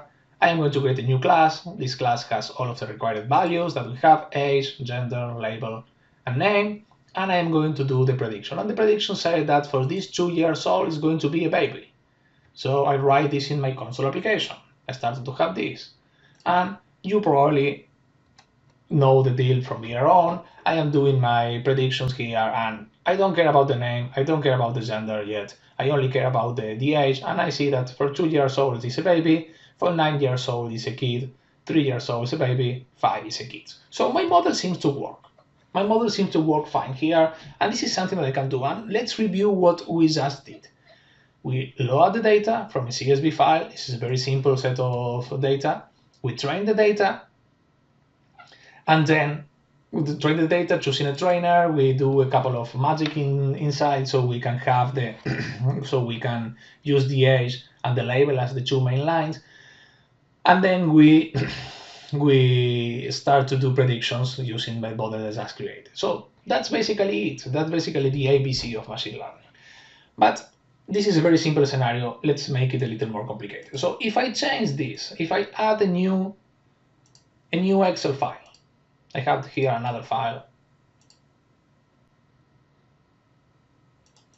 And this file has a couple of differences here. This file has, instead of talking about babies and kids, we have babies, 3 years or younger, and instead of talking about kids, we have boys and girls. So here I can say that a male 10 years old is a boy, 8-year-old female is a girl. So I have to keep a little more complicated scenario here to work with. And I also have somewhere here teenagers. So I can do some kind of teenagers information. So teenagers categorization. So let's do this. Let me change my CSV to use the second one, and let's use also the gender, because we are not using the gender here. We are only using the age to do the training. So let's change these lines to use also the gender, so we can see what we do. So again, this is what we are doing right now. The first thing that we need to do is convert the gender to featureize the gender, because remember that the gender is a string, and we don't work with a string. We work with gender is an M or an F or whatever, and we work with numbers. So we basically said that we need to featureize our column gender. Then our features to work here are going to be the age, it's already numbered, that's fine, and the new gender, the featureized gender. And this is going to be the feature that we're going to have. We do again the map label to key, we use the same trainer, and we use here the fit. So it's basically the same model, but if I go here and start to add a couple of sample lines here, I will do just one. I will put, I don't know, 8 years old male, 8 years old female, and I will put here 3 and 4, and I will put here a baby again, and I will put here somewhat 15 years old female. Let's see what is happening. I am going to run directly here. All my project is going to be the same as before, very fast, very forward. Let me go here. Oops. Step by step, train, model.pipe, train. Oh, I am probably not copying my file to the, yes, I need to copy my file to the location. So let's do this again. Faster. Fit. Couple of seconds later.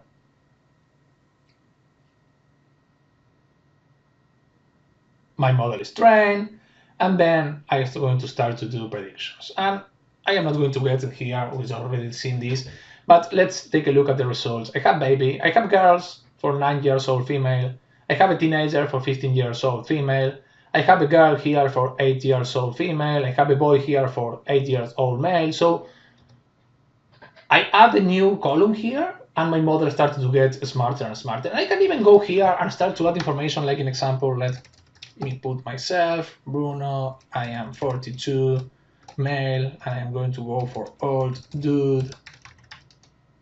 Let me put here, I don't care about the order. This is my brother. This is my other brother.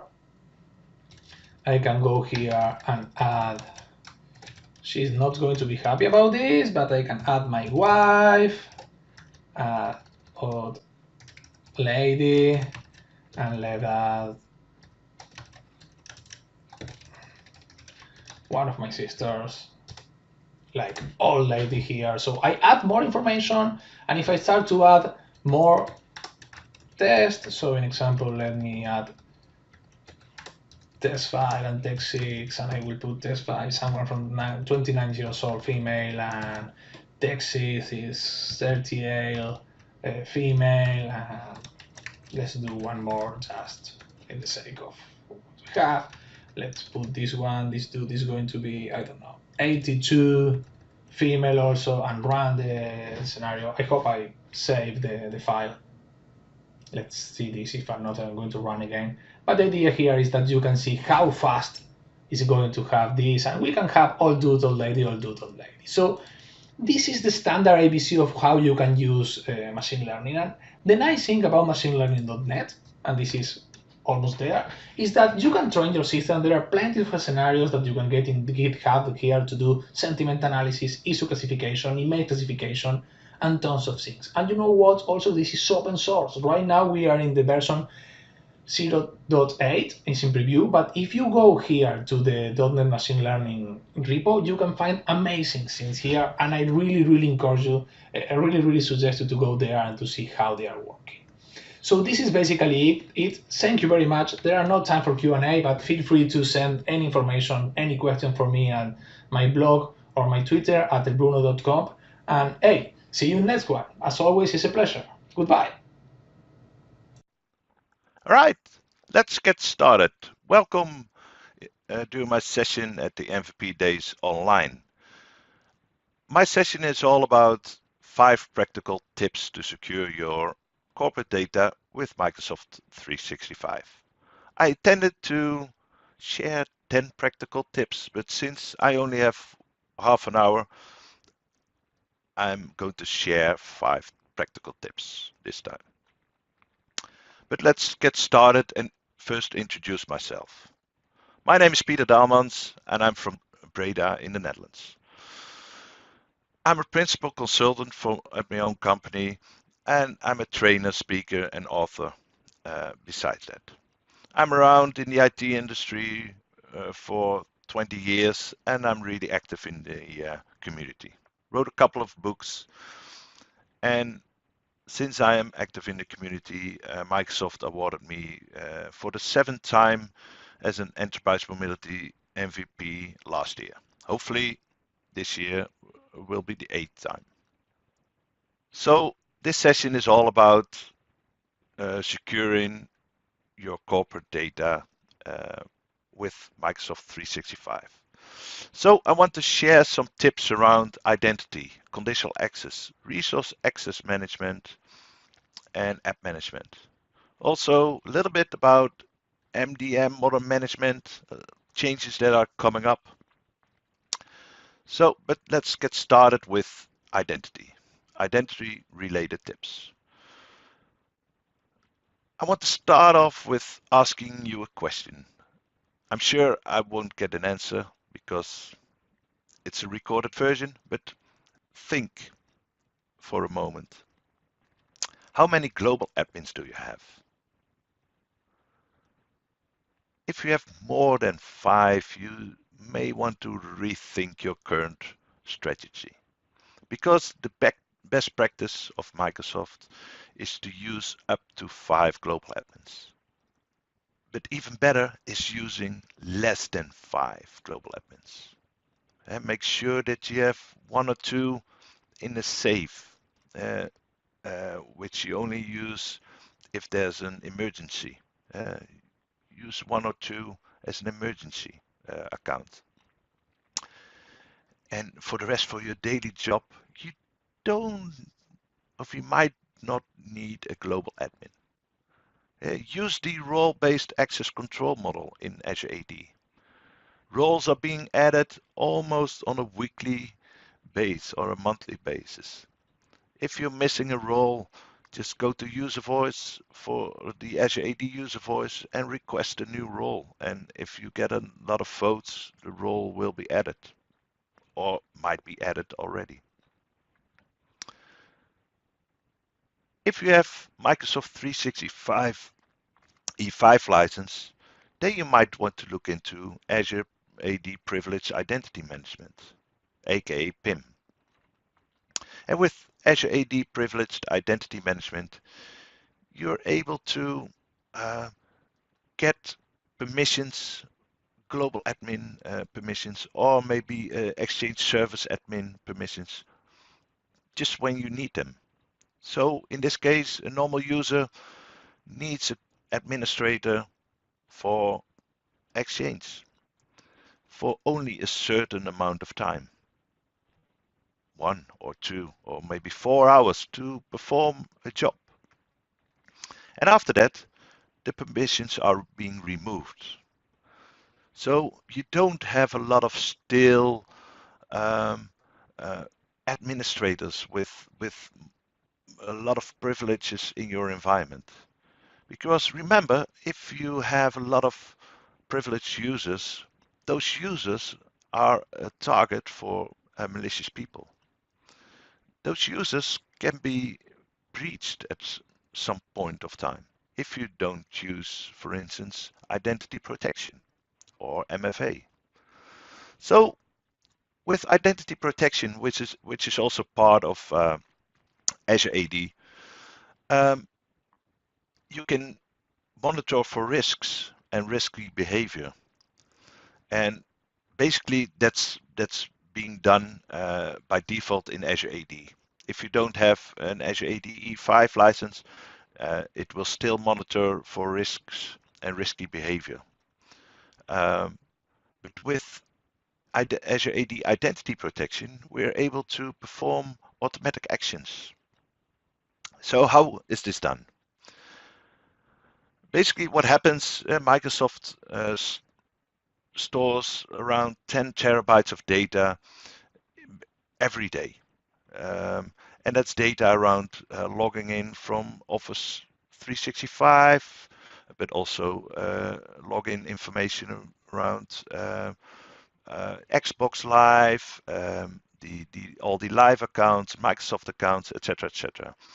And that information gives a lot of knowledge about where people are logging in from and what they are doing. And this is all anonymized, of course. It gives Microsoft also gathers information from the dark web. For instance, they can identify if they are looking for accounts which are part of an Azure AD of their customers. So with identity protection, we are able to identify and inform the customer if accounts are being found in the dark web which belong to their users, which belong to their company. We are able to identify if an IP that is being used is detected as a botnet, is part of a botnet. And if it's part of a botnet, then the device might be breached and the device might be using the identity also. Are they using an anonymous client, anonymous proxy client? Impossible travel. I'm logging in here now from Breda, and in 5 minutes from now, I'm also using, if somebody is using my account from Calgary or China.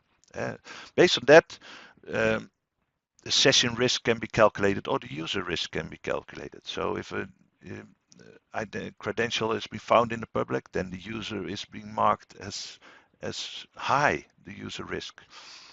If the impossible travel is being done, then the session risks may be high, or anonymous client is being used, then the session risk may be high.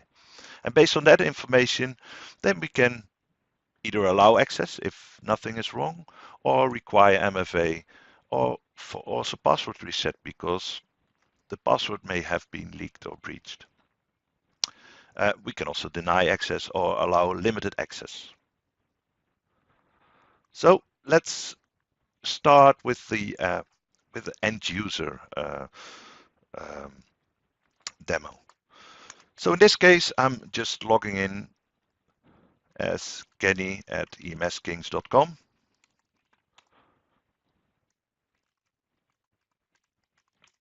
And I'm adding my password. Of course, I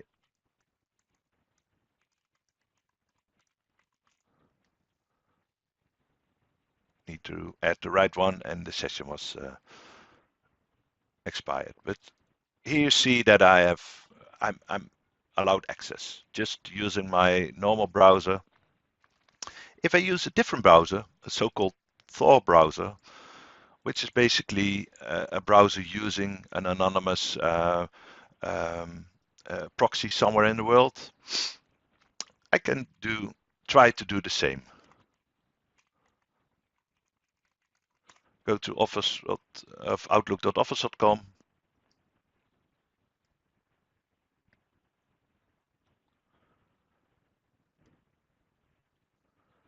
And provide the same credentials again.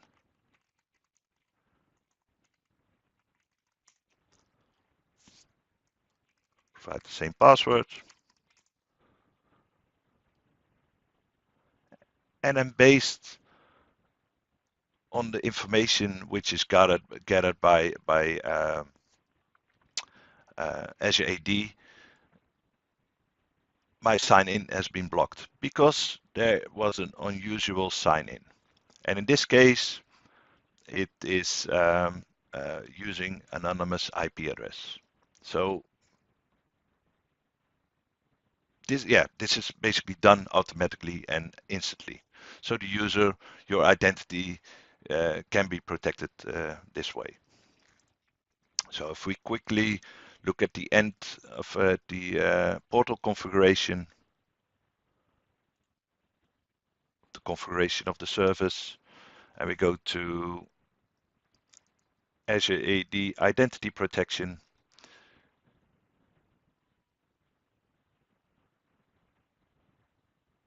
we see that a lot of users are being flagged at risk currently, mainly because I don't have MFA enabled in my accounts.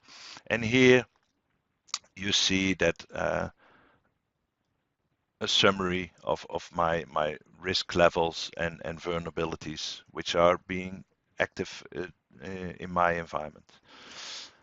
The policy which enforced the block access was basically this one. I targeted this policy to only one user, Mr. Kenny 3, and if my risk sign-in is medium or above, then I block access.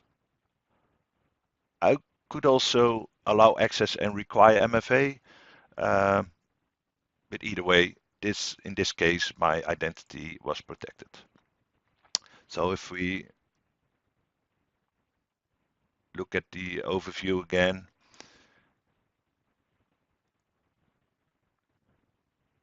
then you see that earlier attempts are also being locked. Sign in from an anonymous IP address, and you can dig into this and see which user is being used. So in this case, in November, an anonymous proxy was used from Montreal, a couple of days earlier, Budapest, etc., etc. So it gives you a good view on how your identities are doing.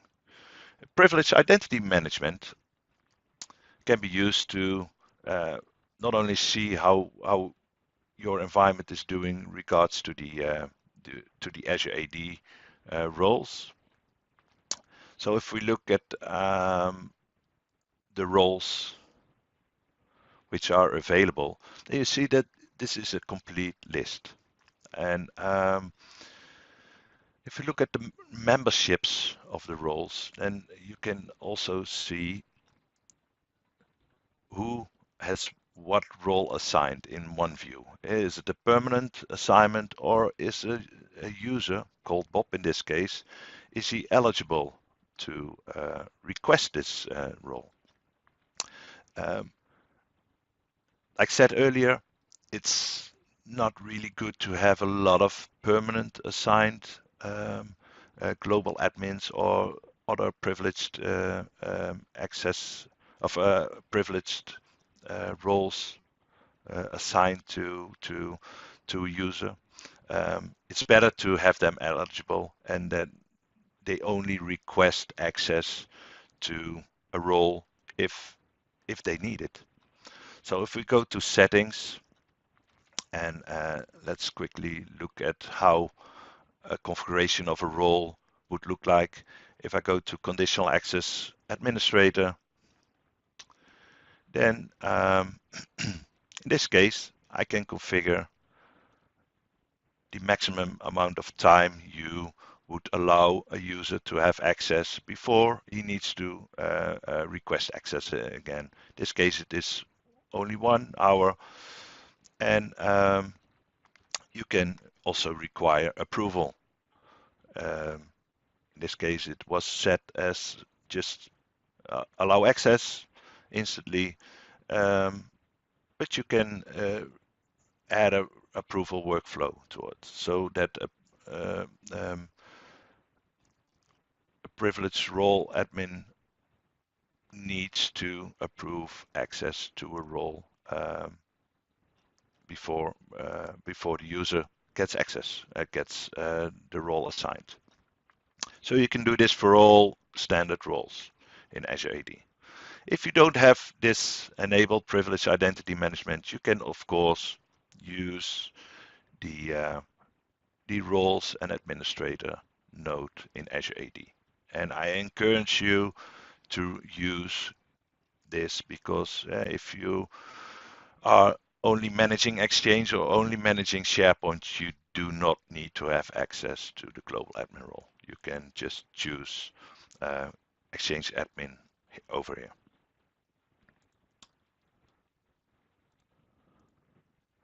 So a couple of conditional access tips. Use app-based conditional access if you want to control data leakage to either Exchange or SharePoint Online. You can enforce access to Exchange Online, for instance, that the Outlook app is being used, or the Edge browser, or the SharePoint app, etc., etc. Enable device-based conditional access, so you can manage what kind of devices are being used to get access. For instance, only managed devices. Be sure to look at and block legacy protocols like POP, EMAP, EWS with legacy authentication, because legacy authenticated apps are being bypassed by conditional access, because conditional access is all about modern authentication. If you are using apps for EWS using legacy authentication, this will be deprecated in Exchange Online in 2020. If you're using conditional access, always exclude one or more global admins from conditional access, because if something breaks or you don't want to lock yourself out, and if you lock yourself out because of everybody is being blocked by all users, all apps, then you need Microsoft to get access to your tenant again. And this, believe me, this happens a lot. So the general recommendation from Microsoft is don't use all users, all apps together in a block rule. Be granular. So if we quickly also look at conditional access, we have one EMS Kings website. We are protecting via conditional access, and here you see that it's conditional access doesn't apply to only Microsoft services. I have my own app here, but I can choose from a lot of different apps.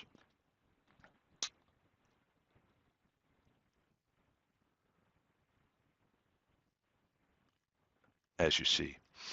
So based on the conditions, in this case, I've configured device platforms for only iOS and Android, and we're only targeting this for modern client apps and the browsers. And then if we grant access, we require an approved client app to be used. And an approved client app to be used is basically what I just described. One of the apps being supported by Microsoft and supporting the full Intune SDK and supporting conditional access. So based on this, those requirements, conditions, we grant access.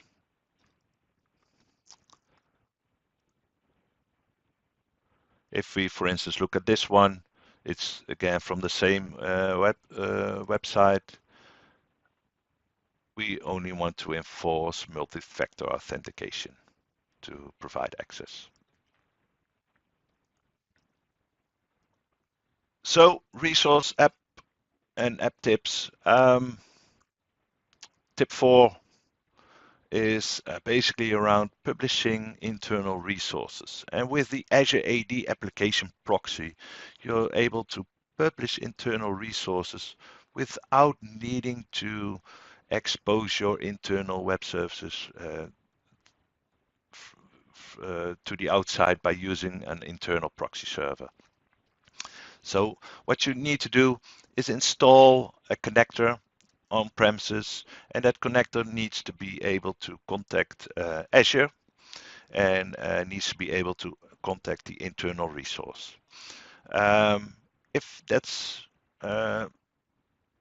if the connector is able to do so, then we need to configure an Azure AD Enterprise app where we define the internal DNS name and the external DNS name, and then we publish the internal website accordingly. So by doing this, you're out of the box prevented by DDoS attacks. You can add conditional access to your applications which are being used internally. It integrates with the managed browser and Edge, and you can allow wildcard access if you have a lot of internal websites built under one DNS name. So let's have a quick look at the backend. Also, if we go to Azure AD, back to Azure AD, then we have a then we click the application proxy, and you see that one application proxy is being installed. And if we go to the enterprise applications, then you will see that EMS Kings, the same app being used in conditional access, is being configured with the application proxy support. So here you see the internal URL. It's basically a website on my domain controller in my lab. Don't do this in your in your own environment. It's your work. Always publish a different website. And this is my external URL. And basically, pre-authentication is done through Azure AD in this case. If you choose to use pass-through, then you allow access without any authentication. If you have more connectors, then you can divide them in groups servicing different parts of your environment, or creating some kind of fault tolerance. If you have internal using internal URLs, they can be translated also in the headers or application body if necessary. So if we add the public URL to Google Chrome, log in,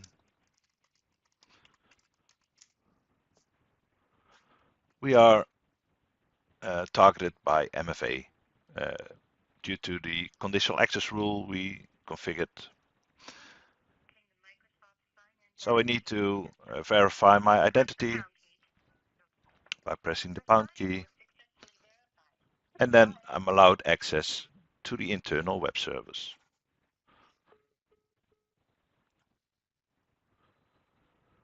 Which is pretty cool. So a couple of MDM related tips to finish off this session.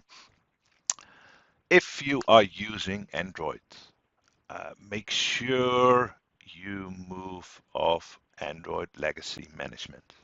Basically, Android legacy management is managing the device completely by activating device administrator. Google announced in December last year that basically legacy management will be deprecated in Android version 9 and will be removed in Android version 10, aka Q. Be sure to move to Android Enterprise. And with Intune, we currently support the bring your own scenario where a work profile is being created, and we only manage the work profile, so we can separate business from personal.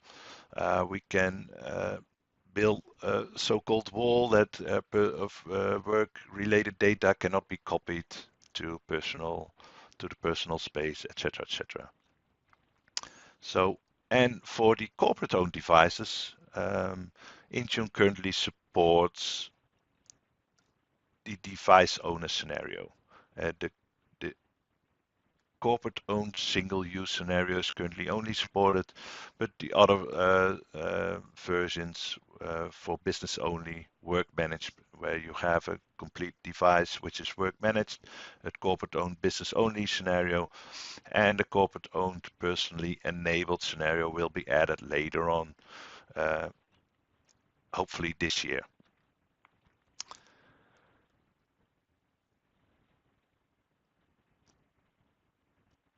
So how are you migrate to Android Enterprise? Because this migration will impact the users. Definitely. For the bring your own scenario, the users need to unenroll their device from Android Device Administrator and re-enroll the device into Android Enterprise with the work profile. For Kozu, Kobu, and Cope, the device needs to be resetted via factory reset, and then it needs to be enrolled through or via QR code or a QR code, a code, or NFC. So let's quickly have a look at how this looks like in the console. If we go to devicemanagement.portal.azure.com, which is pretty new, we can go to device configuration and then device profiles.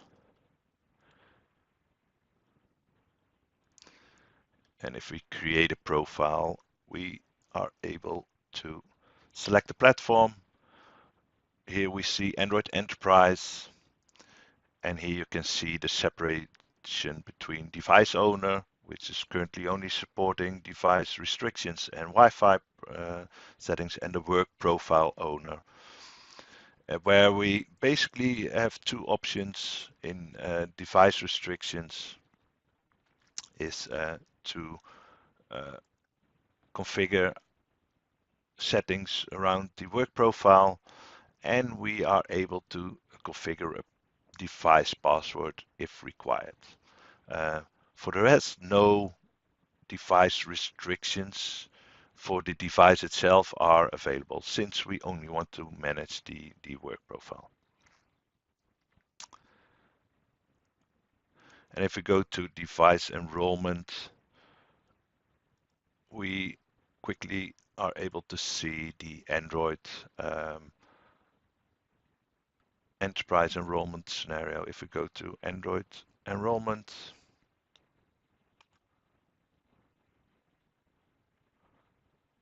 kiosk and tasks, then we are able to create or view a QR code or token, which is being used to enroll the device in the out-of-the-box experience.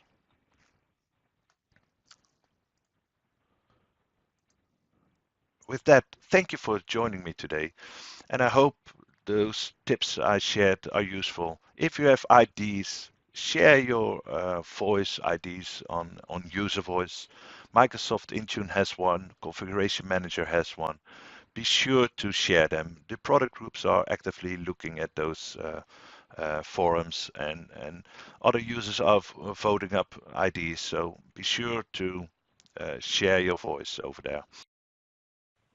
So thank you very much for joining me today.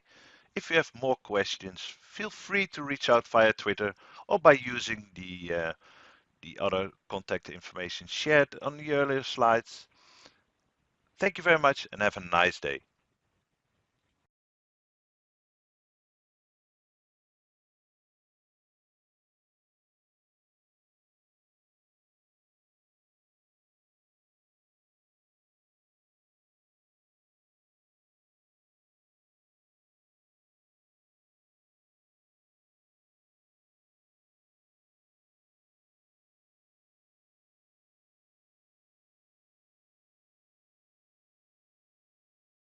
Hey Teams admins, welcome to the first 5 things to getting started with Teams, the IT Admin Edition. So there's been a lot of articles and presentations on getting started with Teams, but most of those are geared toward what you can do with the application itself. And as I've been deploying and testing Teams, I felt that it was important to talk about the things from the lens of an IT administrator though. And with the speed that Microsoft releases all the different technologies and updates, sometimes I think, and maybe you do too, that we have to immediately go out and take advantage of these tools or start using them before we're really even ready sometimes. So it's good to take a step back and think about if our organization is ready now. And maybe you are, and you can go ahead and just roll things out like this immediately. But also maybe you're not, and you need to think about who can create groups and who can create teams and how you actually want to use these tools. And that's fine. It's better to do that up front than to come back in 6 months and realize, oh no, what have we gotten ourselves into and how do we dig ourselves out of this mess? So at the end of the session, just a heads up, I'm going to have links to resources that you can use as a companion to the things we're going to talk about today. But before we get too far in, I just want to do a really quick introduction. So I'm Jeremy Miller, and I'm an enterprise architect in higher education with a lot of my focus being on Microsoft-related technologies. I'm from Kentucky, land of fast horses. We have delicious bourbon and amazing basketball. So if any of those interest you, Kentucky is a great place to visit. If you want to connect with me after today, I'm in the Twitterverse at Millhouse. That is a 0 because back in the day when I was getting 1,000 free hours of internet from an AOL disk, I guess I thought that was cool. So it stuck. I also have a blog at itspartlycloudy.com, so feel free to check that out and give me some clicks there. A lot of stuff about cloud-related technology, specifically Teams and Office 365, Azure. Here's my LinkedIn URL as well, so feel free to connect there as well. If you do connect on LinkedIn, maybe mention that you saw this session. That way I know who you are and where you know me from. And finally, I run the Central Kentucky Microsoft user group. So if you're ever out in the area and want to come out, we'll definitely welcome you in with open arms.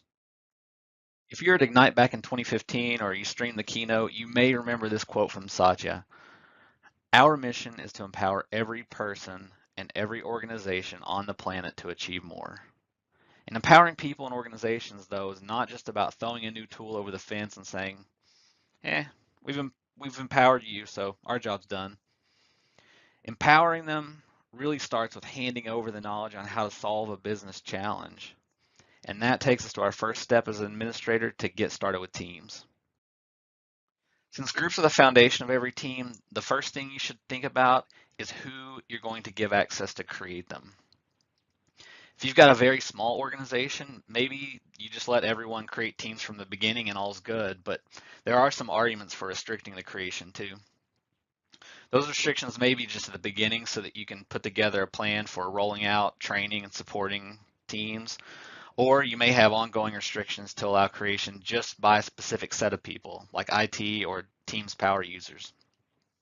One thing to keep in mind, and this really mainly applies to really large, extremely large organizations, is that there is a limit per tenant of 500,000 groups. And that's a lot of teams, so it's unlikely, but still possible that you'll run into the limit if you don't have some restrictions in place. You need to be aware that this does affect the ability not only to create groups and teams, but it's also going to apply to other Office 365 applications like creating new plans in Planner or groups in Stream. So if you put those restrictions in, then be aware of the kind of the side effects that you're going to get from that. As of today, one thing to know, the administrator that sets up these restrictions has to have an Azure Active Directory Premium P1 license. And you're going to have to use PowerShell Azure Active Directory module to set these restrictions. The restrictions don't apply to global admins and a couple of other Office 365 admin roles. So you can even have the creation completely turned off, but then admins can still do testing and create teams for others to pilot. If you'd end up deciding that it doesn't make sense to open creations to everyone or even just a subset of people, there are about 40 different graph APIs that have GA'd that you can then use to programmatically do things like create new teams, automatically add channels and tabs to those teams, or deploy apps in the teams or channels, and then a few other things. All right, number 2, decide the domain or domains that teams are created in. By default, they're going to be created in your default Office 365 domain. So in the case of mine, it would be created in itspartlycloudy.com. But you can use email address policies to put them in a different domain. So a common example is to put everything into a dedicated groups or teams domain. So then that would be groups.itspartlycloudy.com. Or if you need to even separate them further, you can do that with multiple domains by using those same policies to look at Azure Active Directory attributes. So a common example of that is in EDU tenants, where you may want to separate these by the type of person that created them. So maybe all of your students go into one domain and all of the teams created by faculty and staff go into another. Before you can use the extra domain like that though, you're going to have to set it up in Office 365 as an accepted domain. And the link that I'm going to give you at the end of this session will have a good tutorial on how you can accomplish all this. All right, number 3, will you use naming and expiration policies? So having a naming policy can give you some level of standardization and also kind of helps find relevant teams that are public that people want to join. And then the expiration policies are a way to kind of keep a clean house. And we'll talk about both of those, but we're going to start with naming policies. And you can configure these in a variety of ways. When you set them up, you're going to either be able to apply fixed strings or use attributes from Azure Active Directory when you create that name. The supported attributes you're going to be able to use from Azure AD are department, company, office, state or province, country or region, and title. So you don't have all attributes available, but you do have a pretty good sampling that you're going to be able to use. And then fixed strings, they're good for if you don't have an attribute that you can use that's going to meet your needs. They're a good fill-in that you can add to the name, and you can even combine the two. So you can have a fixed string at the beginning, and then maybe you postfix that or put a suffix of an attribute like department onto the name. So as an example, let's say that you want to prefix all of your teams with MVPDays and then a space dash space. And you can see in this example that I'm creating the Enchantment Under the Sea team. And if there are any Back to the Future fans here, you're going to get that reference, which I love those movies. Anyway, you're going to see that the prefix of my team is going to have that fixed string that I talked about, MVPDays space dash space, and then the team name. So that allows your user that's creating the team to see this is what the team name is actually going to be. kind of like with the creation restrictions we talked about a little bit earlier, you're going to either need to have all of your users that use these groups or teams licensed for Azure AD Premium P1, or if you're in an EDU tenant with an Azure AD Basic license, then you'll be able to use these naming policies too. So now that we saw what it looks like to use a naming policy, I want to show some examples of a tenant that has no naming policy. And so looking at these examples that are pulled up here, you can see that it's really hard to tell what the purpose of these are, or maybe what department or what area they go to, or who created them. And while they could be legitimate names, especially the ALMAO and Chipotle groups, I'm probably going to join those later. I like to laugh almost as much as I like eating delicious queso burritos, but they kind of highlight some examples here of why you would want that policy. And if we look at specifically the school and research groups, you can see that in the case of the school group here, there are 5 different ones that have the exact same name. If we had a naming policy there, we could have some extra context, either by maybe including the department that created that, or the title of someone, or the region that was created in, so that we get an idea of where that belongs. The other thing that it can help prevent is someone trying to masquerade as maybe a VIP or even a department, like a distribution group for HR or something, to capture emails that should not go to them. If you look at this Madison Thomas group, if you consider maybe that you have a CIO or CEO or some other VIP that has that name, someone could have created that, and then another person may inadvertently send mail to that group thinking they're sending it to a confidential location to a specific person.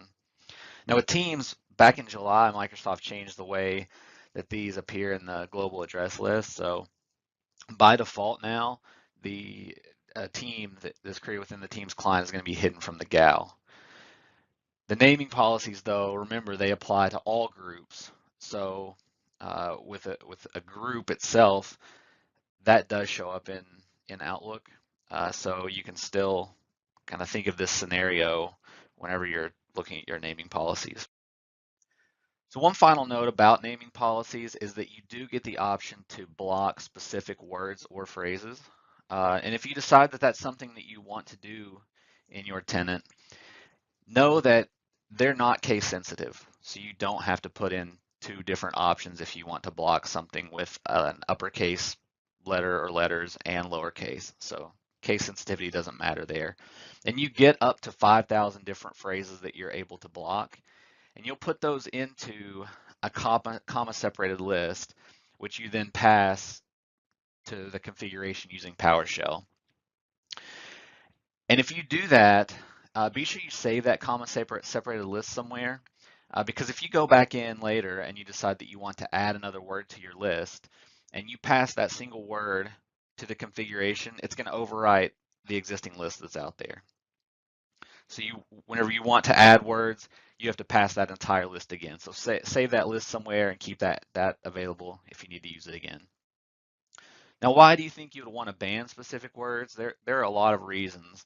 Some of those are maybe you need to ban offensive words or curse words. And I work in education, so I know how creative people can get.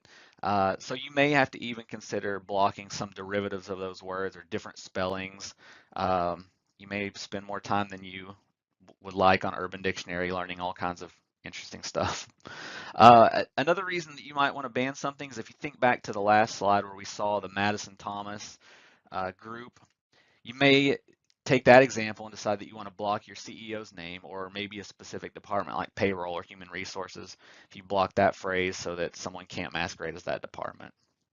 Now in a tenant I have, we were piloting Teams when that first came out, and I had a small pilot group, and the very first team that they decided to create was simply named Everyone. It was great for that person because that meant everyone to them that they had in that team. They thought that just meant everyone.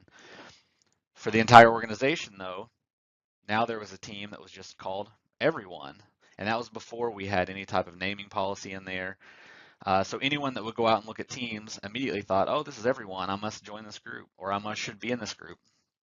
So we went back and actually blocked everyone in that tenant. And you may need to do things like that too as you start to roll out teams and find the things that people are naming them. The other thing we talked about was expiration of teams. And one of my biggest reasons for setting an expiration policy really is to just kind of keep a clean house out there. If you've ever been an Exchange admin, or maybe you are now, you've probably been asked 100 times about whether a group or a public folder is still used or needed any longer. And when that happens, you can take a guess based on a little bit of data, but you may not even know who originally requested that distribution group. And to prevent that with teams, we can use the expiration policy. Today, in most cases anyway, talking about distribution groups or most resources in IT is in charge of provisioning those. But when we get into teams and we go from funneling requests through IT to allowing large amounts of non-IT people to create them, the numbers are going to quickly get out of hand. You're going to have test groups and groups that are only needed for a few days, and so those can grow exponentially. With that expiration policy, though, we're going to allow the owners of the team to decide if they still need the data instead of putting all that work back on the IT group. Now, one of the fears that I've heard is about the loss of data. But Microsoft really does a good job of giving the owners plenty of notification and time to renew the team before it expires.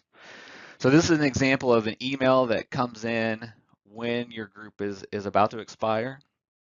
You're going to get these, the team owner will get these at 30 days, 15 days, and then again at 1 day.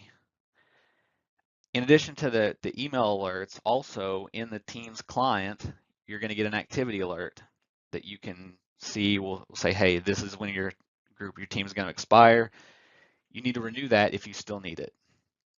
All they have to do is simply in the email, click renew group, or within the Teams client, they can renew it there.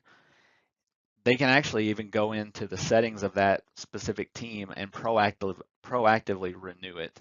There's a setting at the bottom that shows the team expiration, and they can just renew it ahead of time.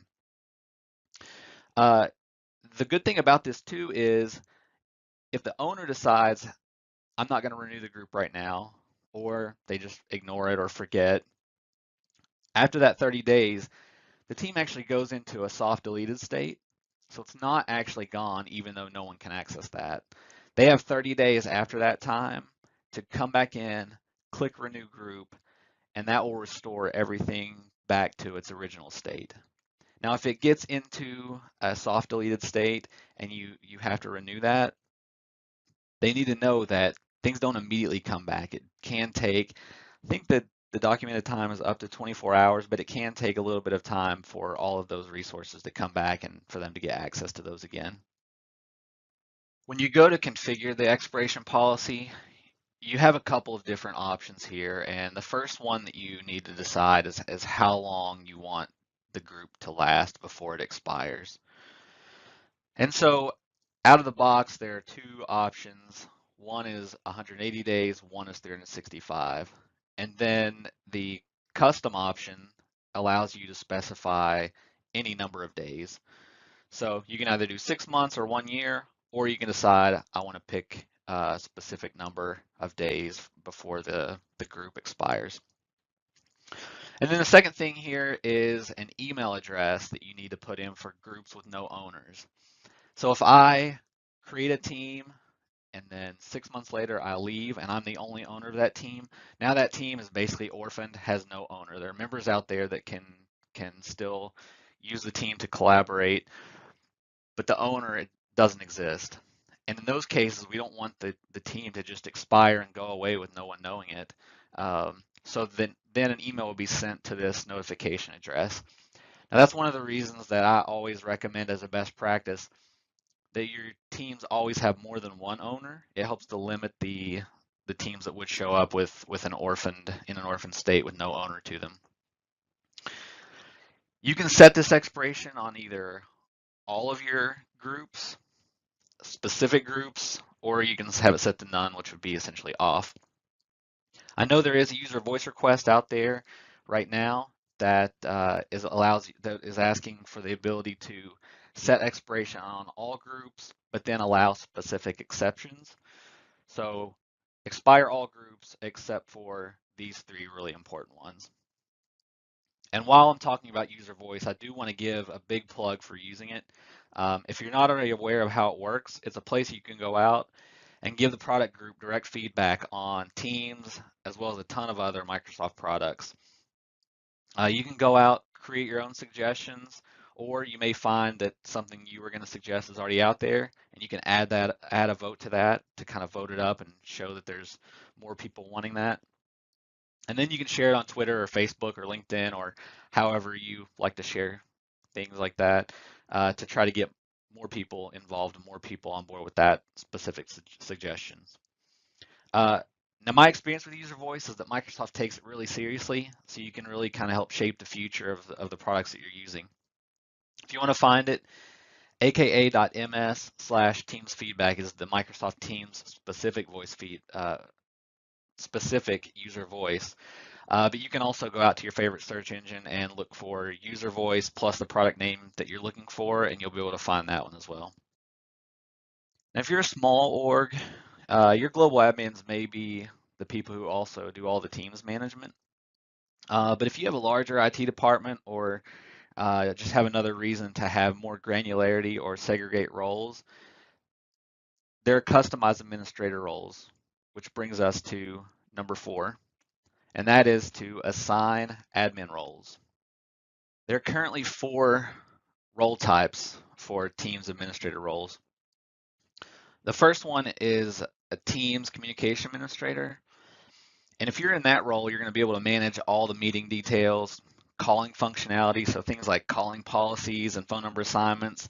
And then you also get access to call analytics to help with troubleshooting.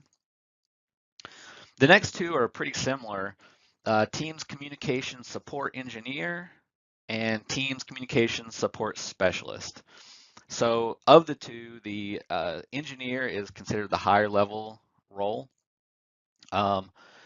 With these, you're going to get access to do call analytics for troubleshooting with both roles. The engineer is actually going to be able to see the full details of all the calls, while if you're in that specialist role, you have to search for a specific user, and then you only can see the details of that specific user you're searching for. And the last one here is Team Service Administrator, and that's basically what your full Teams Administrator is going to be. That gives you all settings, all configurations, basically all of the things that the communications admin, the support engineer, and specialist will get, plus the ability to do the full configuration within the Teams and Skype admin center. All right, number 5, will you allow guest access in your teams? In almost every organization, you're going to have a project or work group that you need to include people who don't work at your company. So you're going to collaborate with those people in some way. And so today what you may be doing is you're working in an internal team and you decide, oh, hey, we need to bring this other vendor in to help with X. Maybe you send them an email or you send them data some way that they then respond back, probably via email. Then you have to take that back to your team and relay the information. With guest access, you can bring those people right into the team and make that collaboration more efficient. Not only that, but you're going to be able to keep your data inside your tenant, inside your team, and keep control of that instead of sending it out externally. And all you need is an email address.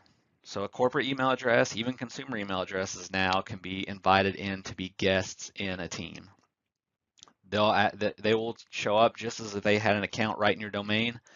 So they're going to be able to have that same access to the chats and files and meetings that an internal team member would. This kind of makes sense, but by default, guest access is disabled. So you're going to have to make that decision. Does guest access make sense for my business? And if it does, then you have to go turn that on. The good thing is it's not just an on or off option.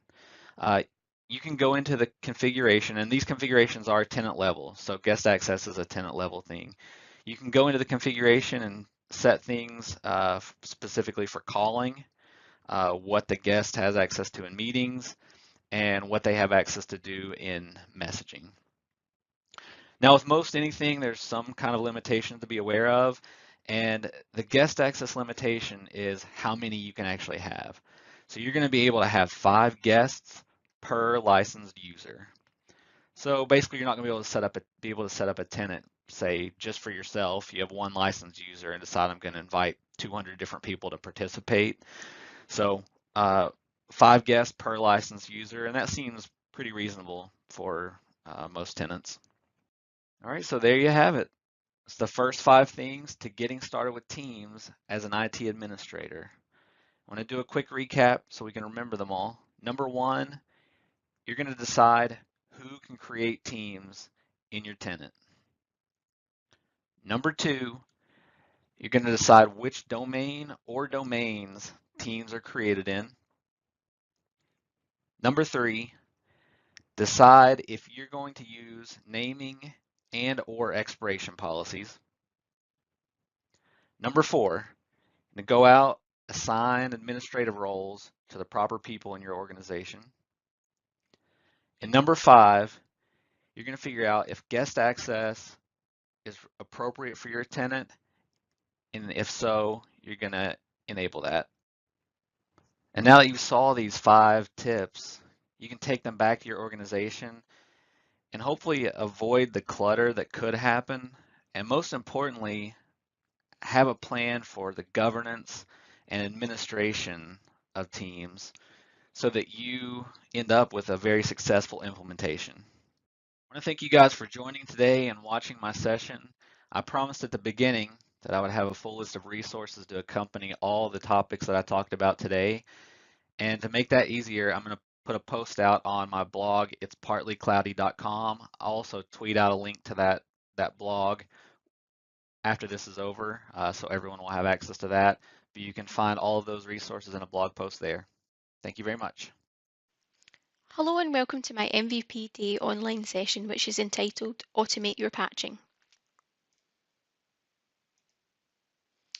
My name is Sarah Lane and I'm a Cloud Solution Architect at Microsoft. I've been with Microsoft now for a year, and in my role within the Customer Success Unit, I speak to customers about data center transformations and how they can begin that journey into the cloud. When I'm not doing all of that though, you'll find me blogging and speaking at events like this or at user groups or conferences. You'll also find me in the winter months on the ice as I like to curl, and recently I've started taking up photography at night, taking the night skies and trying to get some astrophotography under my belt. If you want to get in contact with me via social media, my Twitter handle is @techieLass, and my blog is also linked there below. It's techieLass.com. So please do reach out to me. I'm happy to answer any questions or happy to make new connections with you. In my previous roles, I spent many a night and many a weekend inside data centers working away, trying to apply patches to servers, waiting for them to reboot, panicking when they didn't reboot, trying to work towards that 100% patch compliance and troubleshooting why we couldn't get the patches to apply or why something didn't work. So it quickly became one of my specialties to help build out our customers' patch schedules, group machines together and how they all interact with each other, and understand their startup and shutdown procedures, understand which patches could be done during the day, which ones were only available at night for rebooting, how applying patches or reboots affected the applications. And I learned very quickly how to architect and actually build out WSUS infrastructures, and laterally use System Center for patching as well. So patching is something I'm extremely passionate about. And I'm also extremely passionate about saving other IT professionals from having to spend their nights and weekends in the office, in data centers, applying these patches. It's not fun, and we shouldn't always have to be doing this. We should be using automation techniques where possible in order to save our IT professionals from having to give up their nights and weekends where possible. So today I'm going to introduce you to Azure Update Management. So during today's session, I'm going to give you an overview of Update Management as a service. I will walk you through the interface. I will show you how to onboard machines, both Azure machines and non-Azure machines. I'll take you through how the scheduling and deployment mechanisms work within update management. I'll show you how to review the results and manage that going forward, and we'll talk a bit about the pricing and how that works as well. So Azure Update Management is part of the Azure Automation toolset, so you'll find it embedded within Azure Automation. And what it helps you do is manage your operating system updates for Windows and Linux machines. As I previously mentioned, it supports machines in Azure, and it also supports machines on-premise and where the machines live in other cloud providers. So it's fairly flexible and fairly agile as well. It can work as a standalone solution, so you can use it entirely separate, or you can use it to integrate with your System Center or your WSUS implementations already. Again, it's fairly flexible and agile for what you need it to be. So let's have a quick look at the update management interface, and I'll walk you through some of the features within it. So as I mentioned before, the update management solution is actually part of Azure Automation. So in order to access it, we have to click into Automation Accounts. So if we click on All Services and search for Automation, and click on Automation Accounts. I've got several automation accounts within my subscriptions, but the one we're going to concentrate on is a lab one that I have set up for my home lab and some of my Azure VMs. So if we click into that, we'll see various different blades down the left-hand side here, but what we're concentrating on is the update management one. So this is the view that we have of my update management solution. And as you can see, I've got several servers connected, a lot of non-Azure ones, some Windows ones and some Linux ones. Because my lab hasn't been on for a wee while, a lot of them aren't compliant at the moment. So it's just working through trying to do that. But as you can see, we can get a quick overview of whether they're compliant, non-compliant, what patches are missing and how many patches are missing. So under missing updates, we can see all the various different updates that are missing as well and try and evaluate them. Under the Update Deployments tab, we will actually see the jobs that are running or have failed. Again, in this case, I've had my lab off for quite a while, so a lot of the jobs have failed because it hasn't been contactable. But you can see when the jobs do work, we get some success, and we get the maintenance window about how long they're actually running and the jobs have been running for. And the last tab is the scheduled update deployment. So these are the schedules that I have in place around when I want my machines to be patched and for how long the maintenance window I have. Up the top, you'll also get some buttons here. If you want to click on Add an Azure VM, you click on in here and you'd be able to onboard them. The Add Non-Azure Machines actually takes you through to the documentation describing what you need to do.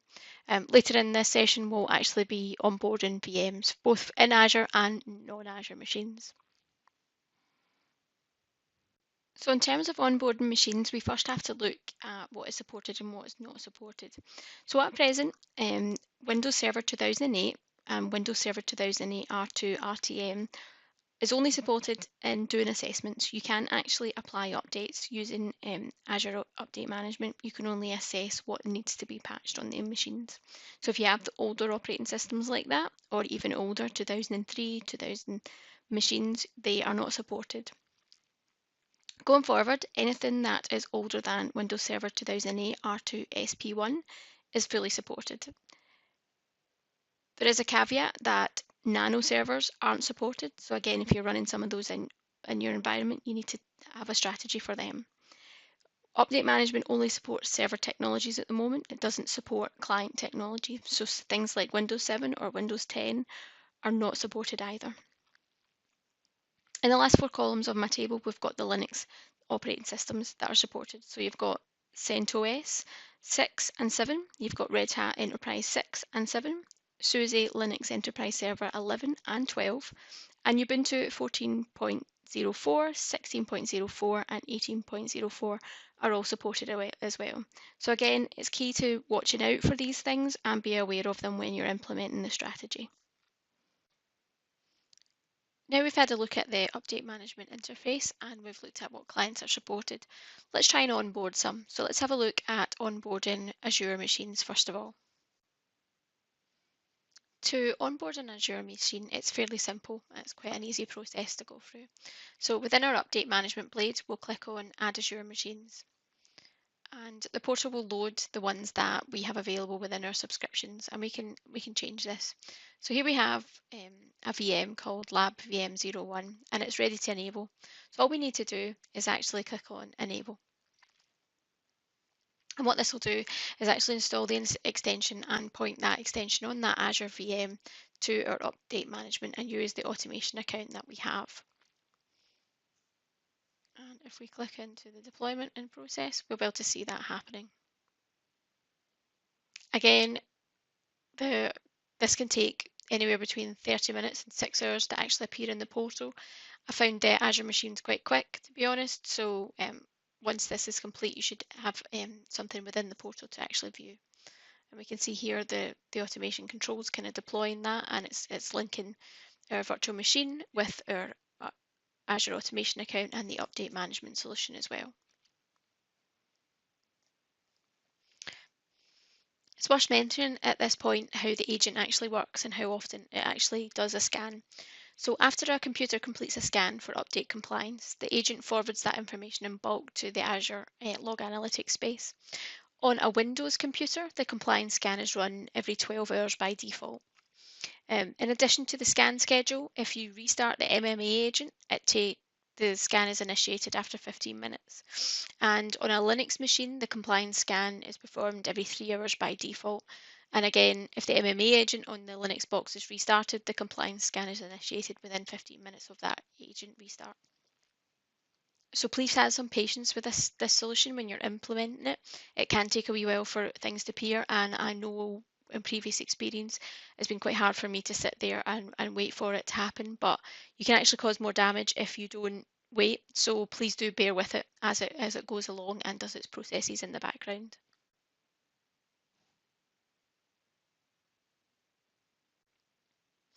So now that we've learned how to onboard machines that are within Azure, what do we do for the machines that aren't within Azure? The ones that live on premise or the ones that live in another cloud? We can still onboard them, and in order to do that we have to download an agent and install that agent. Now to get a hold of that agent, what we do is we go into the Azure portal and we go into Log Analytics. And we select the workspace, the Log Analytics workspace that we want to onboard these machines into. I'm going to click on my default workspace one. And if I click on Advanced Settings, I will be taken to the download page. Now, under Windows servers, you'll see there's several different options. There's a Windows agent for 64-bit machines, or there's a Windows agent for 32-bit machines. If we click on the Linux servers ones, we get the download agent for Linux. Now, download the relevant agent for the servers that you need, whether that be Linux or Windows. So I want to demonstrate how you onboard a Linux server. Onboarding a Windows server is fairly straightforward. You download the executable and you walk through a wizard and input some data. It's a straightforward install that anybody could walk through. But what I want to show you is the Linux one. So in here, the download agent for Linux takes you through to the documentation page, which is hosted on GitHub. And it gives you some information about the latest releases, bug fixes, versions, the SHA hash, the MD5 hash as well. So there's a lot of information here, but if you click on the OMS agent for Linux header, you're taken through to the install guides and full feedback on how to install it, how to troubleshoot it, etc. So here you get the quick install guide, and it's a one-line command, and you basically have to copy and paste this. You have to input your own OMS workspace ID and OMS workspace primary key, which you would get under your advanced settings. So it's your ID here and your primary key here. What I've done is already constructed this install script into 2 lines of code. I prefer to split it up and do it as 2. So the first one would download the agent, and it downloads the latest version available, and then the second part of the script actually installs it.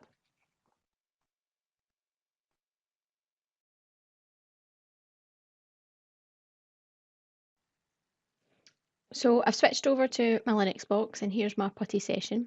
So if I take my code, which I've already done. So this first part of the code downloads the latest agent from the internet.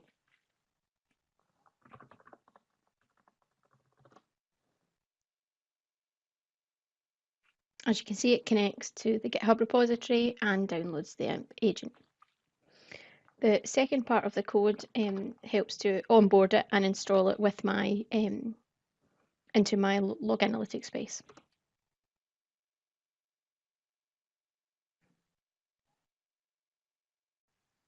So after a few minutes, the agent is now installed. You can see the different processes that it's went through, and now that the OMS agent is onboarded. It may take anywhere between 30 minutes and 6 hours for it to appear within your log analytics or your update management console, so please be patient. You can actually do more damage if you try to troubleshoot it in that period, so patience is the key to implementing update management and installing agents, so please bear with it. As I say, it can be quite quick, and I've seen it take a few minutes. Other times it can take a few hours, so bear with it. But that's the agent installed, and that's us onboarded the machine into Azure, and we can now use update management to patch this machine even though it lives outside of Azure. So now that we've got our machines onboarded, let's look at what we need to do in order to schedule and deploy these updates to the machines. In order to get patches on machines, we have to create an update deployment. Under the Scheduled Update Deployment tab, we can see that I've already got 2 jobs scheduled. So I have one that will run at 3 PM today on one machine, and it will run weekly with a maintenance window of 120 minutes, and it'll look to install the Windows operating system patches on that machine. And I'll also have one called Linux VMs. Now that's scheduled to run tomorrow at 9:15, and that will run daily on 2 machines, and again has a maintenance window of 180 minutes. Now, if we look back at this view, we'll see that some of my Windows machines are not compliant. So we need to create an update deployment for them. In order to do that, we click on Schedule Update Deployment on the top here. We give this update deployment a name, so we'll call it Windows VMs. As we're trying to patch Windows, we'll leave this tab selected as Windows. There are multiple options in terms of how you deploy the patches. You can use groups. So if you have a large amount of machines, you can actually look at using the Azure groups, which will automatically, once a machine is added into that group, apply this patch update. In this case, as I don't have that many servers, I'm going to pick which machines I want to do. We have the option to import groups, again from another external system, or we can click on machines. And this should give us a list of the machines that it can see. I'm going to click on my Windows server, I'm going to click on my lab VM, I'm going to click on legacy server and the data server, and click OK. Next box I need to fill in is the update classifications. You get a whole load of different ones that you can apply. I'm quite happy to apply all of them, but again, please have a look at what these are and what they do differently. Depending on what your systems are and how your applications are, you may only want to roll out your critical updates and security updates, and then manually look at update roll-ups, service packs, etc. I'm quite happy, as I say, to roll out all the updates that update management finds, so we'll leave that as is. You can exclude or include updates. So again, depending on your environmental needs, if you have an application that doesn't support a certain update, you can stop that from being deployed. Or if you have to have a certain update deployed, you can do it here as well. So in order to schedule this, I'm going to schedule a recurring one that happens every day, and I'm going to schedule it for later on today. So we'll say 10:30 today. I don't want it to expire. I want it to continue on and keep my environment up to date. You do have the option to run some pre and post scripts, so you can look at starting and stopping services on your VMs, or starting and stopping machines on your Hyper-V hosts, etc. There are a whole bunch of script templates and scripts out there on the Marketplace gallery as well, if you want to have a look at that. For my maintenance window, I'm going to give it 2 hours, so 120 minutes, so as that update management has that time to schedule and install the updates. And I'm always going to say reboot. Again, suit this down to your environmental needs. If you want to do the install of the patches automatically, but then reboot your machines manually, that's absolutely fine. Just schedule that as appropriate. Pick the solutions that are best within your environment, and we'll click create. And we should see this now within scheduled update deployments. Yep, it's provisioning and setting up that schedule to happen for our 4 machines. So what I'll do is I'll let that job get provisioned, I'll let it get scheduled, and I'll join you guys back once the patches have been applied. So here we are back in the update deployment schedule, and you can see that my Windows job that I scheduled is running, and it has been running for the last 16 odd minutes, and it's currently in progress. So if we drop into this, we can see that it's trying to patch these 4 machines, and it's trying to apply these 3 updates, and it's saying in progress at the moment. And as that goes along, that job goes along, we'll get more information. There is logs here,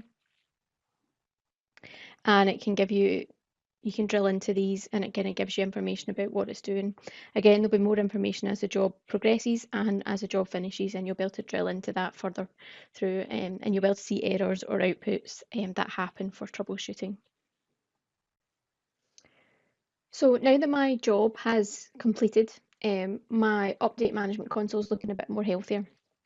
But I have a non-compliant machine here. There's a patch was missed from here. So if we go into update deployments, we'll see on our Windows job it's marking it as failed. So if we click into it, we can see a better progress update, and we can see that 3 of the machines were happily patched and succeeded, but 1 of them failed. So if we click onto the legacy server, we can drill down, and we've got this big red exception message up here, and if we look through it, we actually see the system has tried to shut down. So while the patches were applying, the server was rebooted.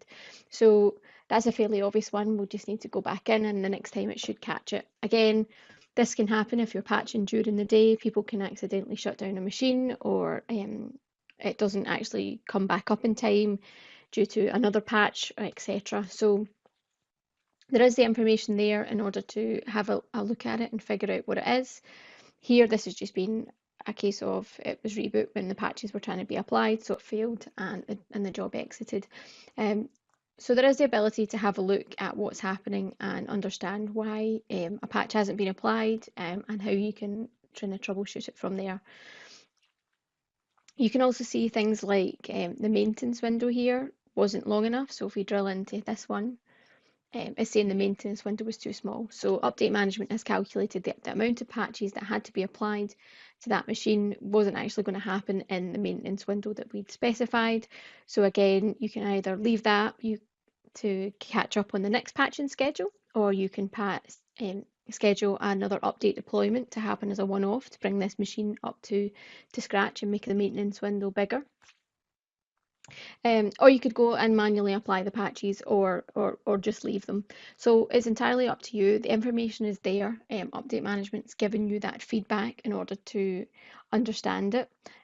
So use the feedback, investigate it, and build your patching schedule up from there. The first time you schedule something, it may not be successful. You may get a lot of failures, you may get a lot of error messages, but again, just use the information that it's feeding you back and build that back into your patch schedule and automate it and make it a lot better for each time and each iteration that you get to. So now that we understand how the product works and how we can use it, I just wanted to take a minute to have a look at the pricing. This is taken from the official documentation page, and you can see that update management is actually a free service in terms of using it. The only thing you will pay for is the log data that's stored within the log analytics service. So in terms of the log analytics space, you can see from this pricing detail as well that the first 5 gigs per month is generally free, and then onwards going from that, you're looking at probably £1.71, that's UK pounds, per gig per month. So again, it's not a costly service, and a data retention isn't costly either, but it's something to be aware of, especially when you're looking at strategies for your IT organisation. So the official documentation can be found on the first link. There is also a user voice website where you can suggest features or you can vote on other suggestions from other users. And the product groups generally take note of this and look to implement these features where possible. So now that we've had a look at the interface, we understand what the product does. We've onboarded some of our machines, both Azure and non-Azure, and we've scheduled some deployment and had a look at what that looks like. I wanted to talk about best practices for a few minutes. And throughout my career, I've spent a lot of time trying to refine this process and understand how to make it better. And I'd always say plan your patching. And that seems like a bit of an obvious step, but a lot of people forget to do it and do it on the back of, you know, a matchbook. It's not possible to do it that way. I tended to get a big Excel spreadsheet and use lots of color coding and different methodology around that. And I found that was most useful. It gave people a visual idea of how we were doing it and kept us all right on the way that things were linked. So when you're doing that plan, try and group machines together. So if you have a web app and a SQL database backend, keep them together and patch them together so that they're in sync and you understand where the processes are. If you have machines that have multiple front ends and are load balanced, patch them on different days, patch them on different nights, but try and patch them quickly together. Don't leave one getting patched 1 week and then another for 3 or 4 weeks down the line. You're going to end up with disparity, and if you have issues, it's going to be harder to troubleshoot. So try and patch them one after the other in different nights. And automate as much as possible. Try and schedule things so that they are happening without human interaction where possible. It's not always possible with some applications, as you need to do some manual steps in order to bring them down or bring them back up. But again, look at automating as much as possible, especially in your dev and test environments. Try and take that load off your teams as much as possible. Schedule reboots as much as possible. As we saw, update management has the ability to send that that reboot command when it's patching. So if you can reboot a server and not notice the downtime, or you can schedule the downtime during the day, again, dev test environments, please do. It kind of takes that load and that extra burden off your team. So schedule things as well as much as possible during the day. Do the reboots, do the patching during the day. That means that if there is something goes wrong, you have a full complement of your staff there. You're not relying on one person who's standing in a dark data center or sitting in a darkened room in their office, trying to troubleshoot themselves and trying to reach out to colleagues and wake people up in the middle of the night. If you schedule it during the day where possible, then if something does go wrong, you've got that full complement of your team behind you and you can troubleshoot it as quickly as possible and as easily as possible as well. So that's my learnings from the years that I've spent patching machines.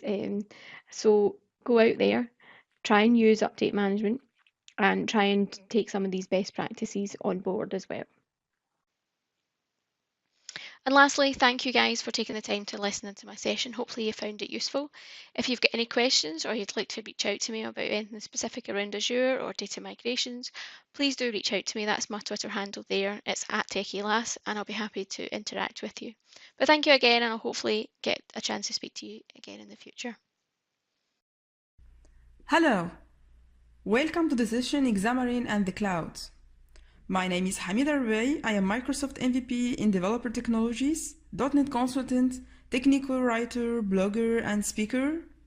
You have my email here, and you can follow me on Twitter or LinkedIn if you have any questions.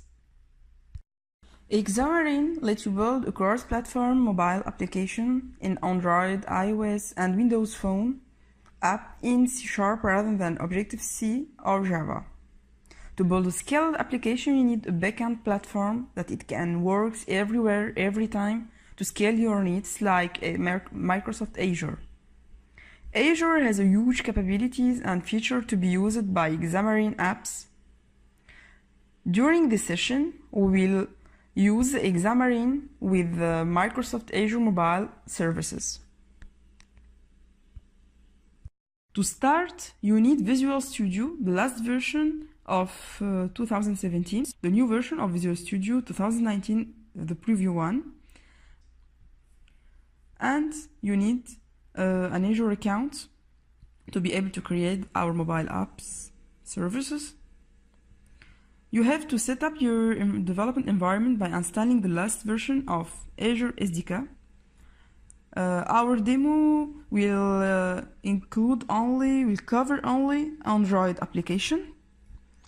But if you do like to use the same for iOS, you need only to use Mac with the last version of Xcode and Apple developer accounts. So let's start now. Today we will learn how you can create mobile app services. You will enable single sign-on for your mobile application with user authentication. After, we will demonstrate how we personalize push notifications to millions of users in short time. We will talk about Azure storage, offline sync, we will use some cognitive services, and we will finish by mobile DevOps. We will start here by creating a new mobile apps. So we'll type mobile app, and here we will create our mobile app services. So we will click here. We can find the documentation for Xamarin or Android native language, and we will find different steps to create it in Azure, to create the database for Android, for iOS, and how we can integrate that in Visual Studio. So let's click on create. I will give a name to our app. I will create a new research group here, and we can enable the InSign application. I will keep it in disable for now, and we will click on create now. Now our mobile app services is in creation and it starts to be deployed. Here, as you can see, deployment in progress. So we need to wait few minutes to get our app. Here we find our application, our mobile apps. So we will go to our research to check if it's deployed or not. Here our URL. As you can see here, our app is up and running, so it's okay, it's deployed with that success. Here we find all information related to the FTP to be able to upload our web application, all what we need to communicate with our mobile application, the backend part. And here we can find many information related to database, the course, for example. We have the activity log here, and we can find application settings. We can find many options, many features. Now we will show you how to configure Azure App Service to use Google as an authentication provider. To complete that, you must have a Google account that has a verified email address. Now we will go to Azure portal to check again our app service. Here in the settings, we will find authentication authorization. We will click on to enable that. As you can see here, we can find many providers to authenticate our application. So Azure offers us connection with Active Directory in Azure, Facebook, Google, Twitter, Microsoft account. So for our case, we will click on Google. We need to produce a client ID and a client secret. Here, I will try to use my authentication. So this is the link that we can use it to the console developer Google to create a new authentication. So we will type my email here, click next to get credential, and when we get the credential we click on OK. Now we will navigate to the Google API's website. We sign with our Google account credential. We will create our project. I'll give a name to this project. After I will click on Create button. Once the project is created, we will select it. After, we will go to the project dashboard. I will click to go to APIs overview. After, I will select Enable APIs and Services. Search for Google Plus API and select it.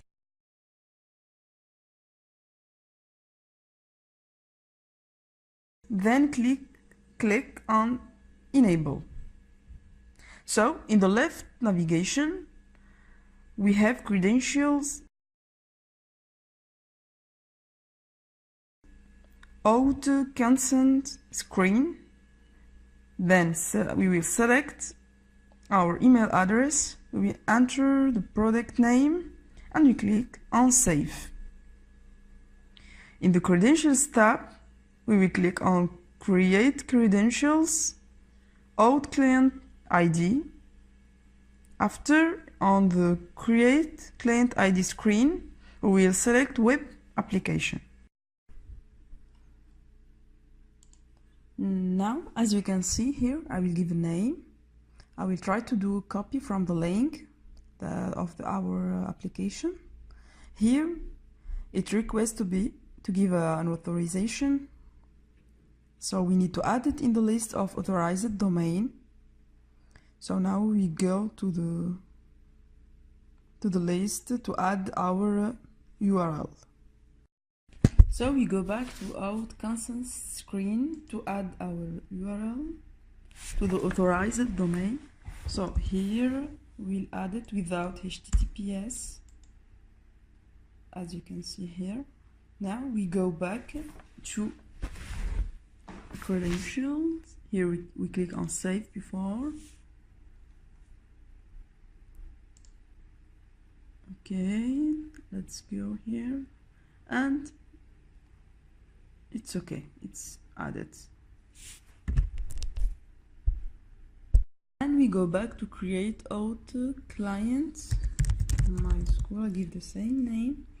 I will add our URL. As you can see, it's now accepted as a link.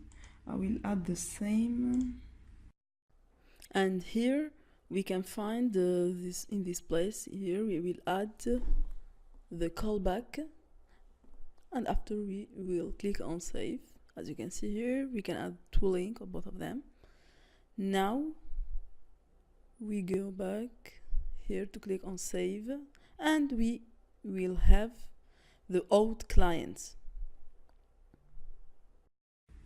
Now here, as you can see, we have our Auth client. So I will copy the client ID to add it in here in Azure. Okay.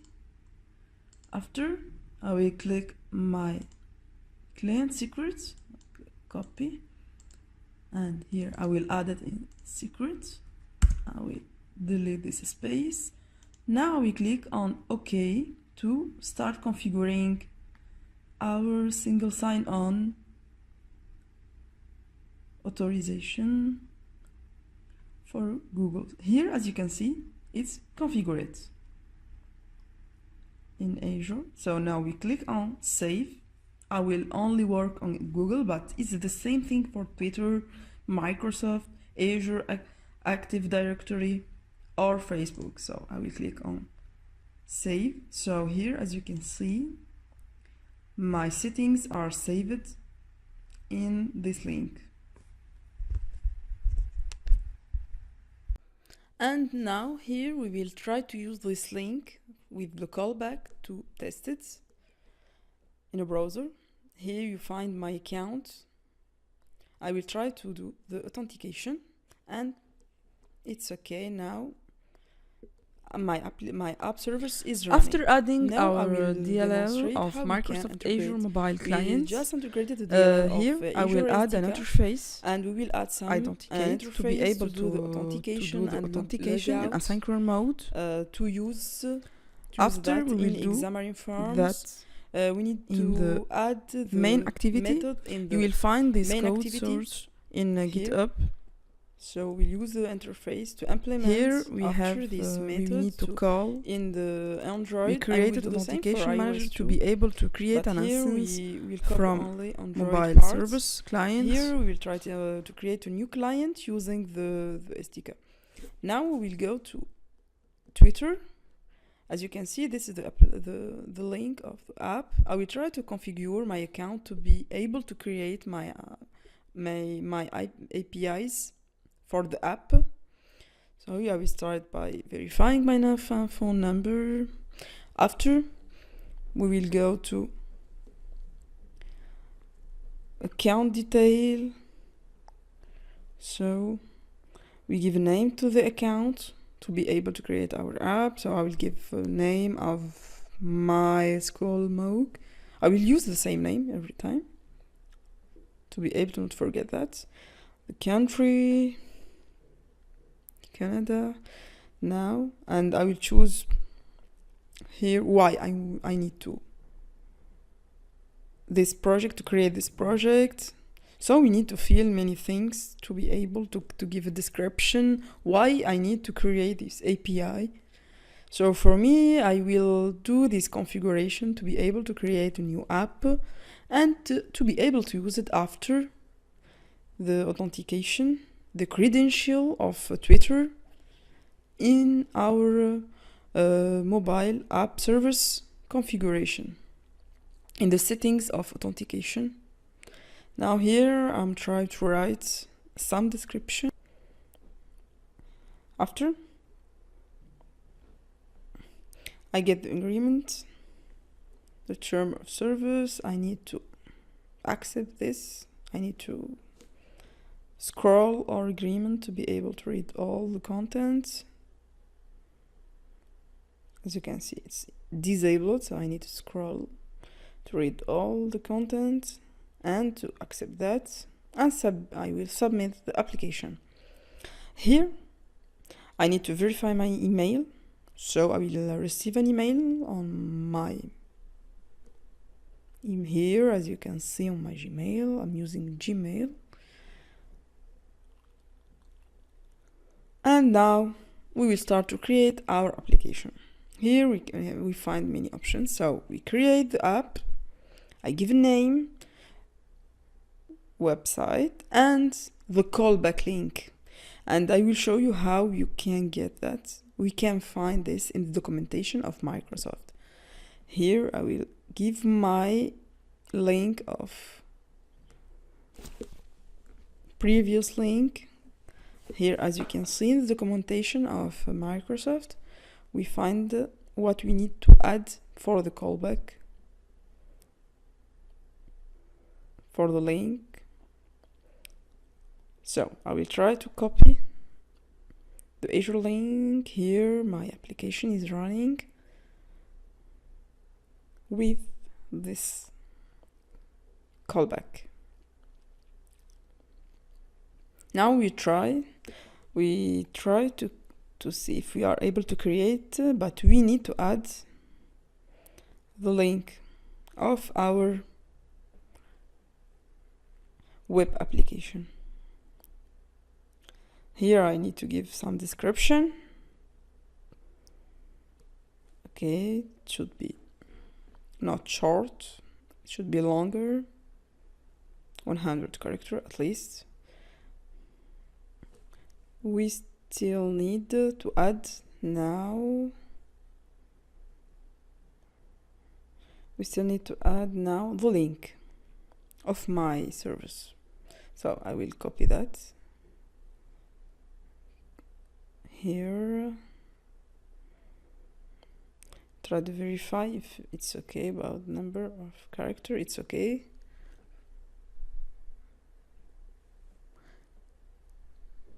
it's required. Here we will add the URL. So I will take the link, we'll copy that, paste that. After I will create my app. We'll click on create button. Now it's created. So we'll go to keys in the tab keys and tokens, and we will find our API key, API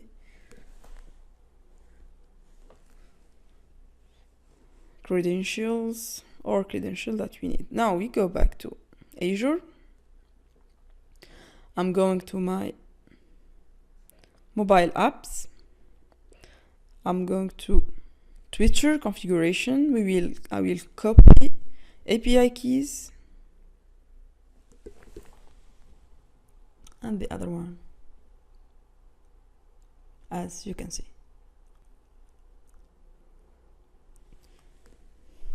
So we have to click on OK and save. And now, as you can see, Twitter is configured as Google.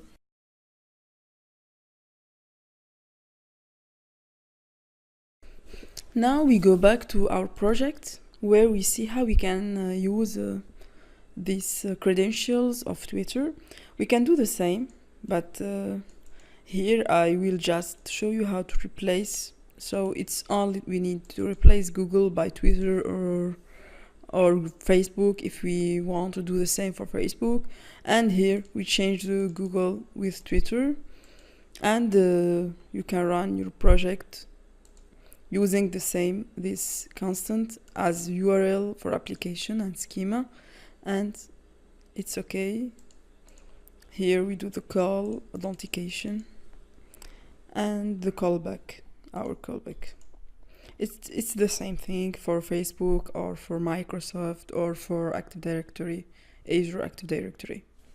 Now we will move to the push notifications. Azure Notification Hubs provide an easy-to-use infrastructure that enables users to send mobile push notifications from any backend in the cloud or on-premises to all major platforms, including iOS, Android, and Windows. In the next part, we will see how we can configure the notification in Azure. Now we will try to create a new notification hub. So we click on create research here. I will try to make search here. And we find notification hub. We click. Here we have the description. It's why we use it to send push notification to any platform, as we explained before. And after we click on create, we give a name. I will say my school mock notif. Create a new namespace, notification school, for example. I will try to see East US. I will use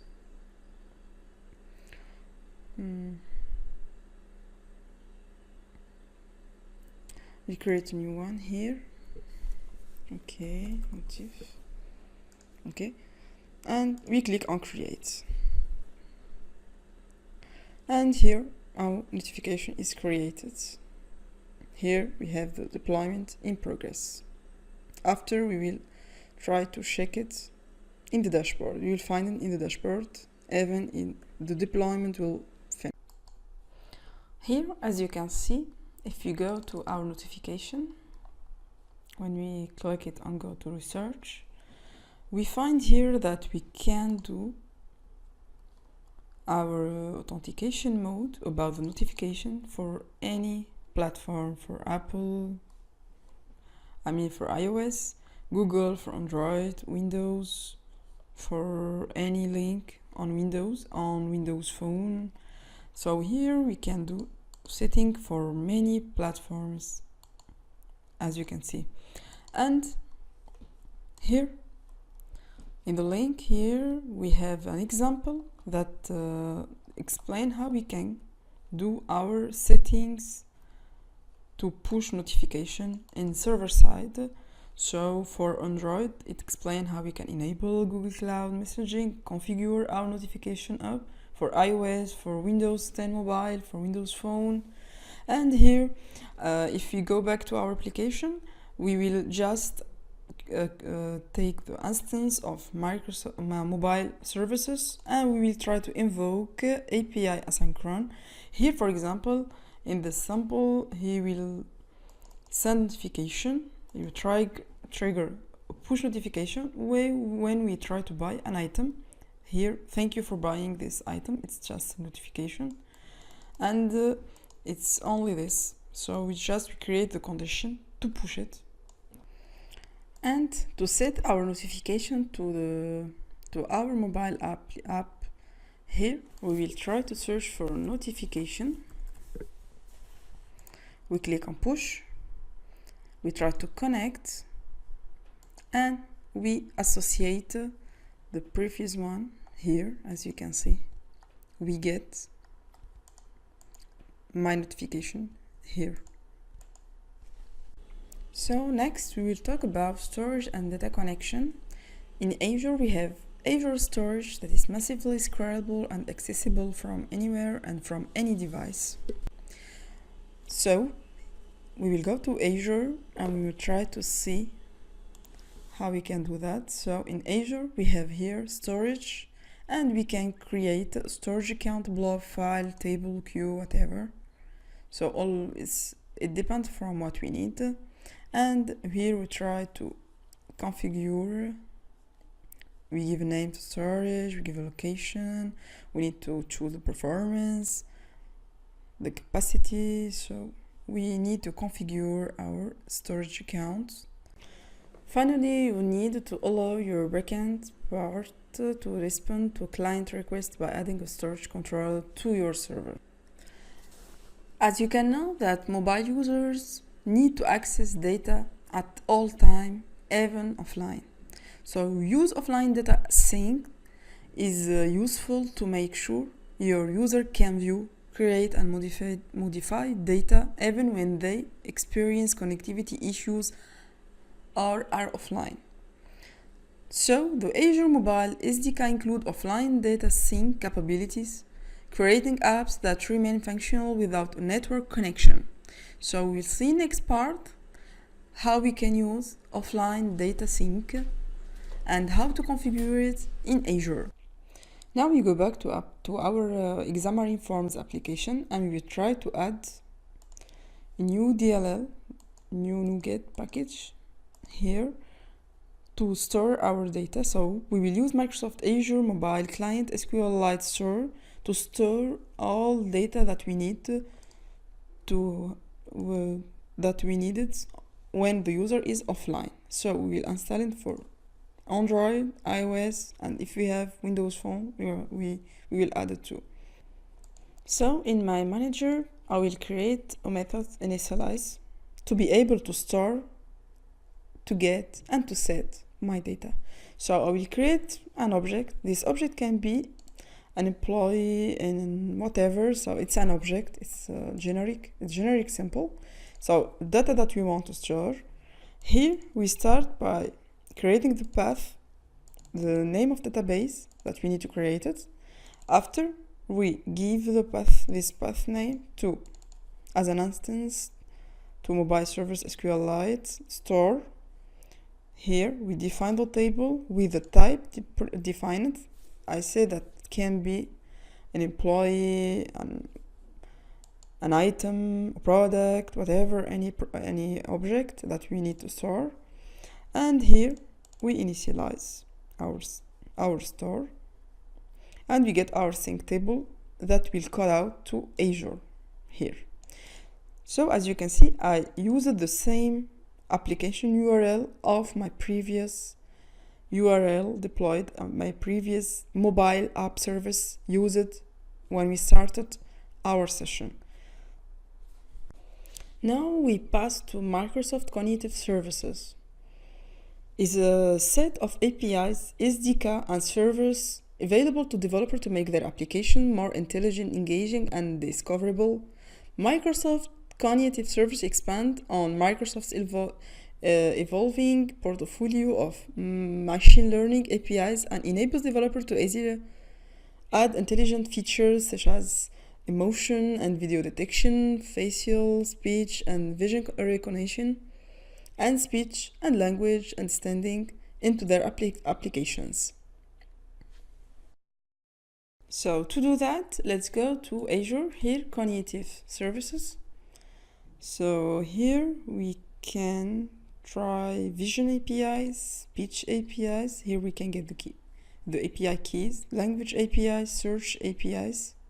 As you can see here, we use Bing search.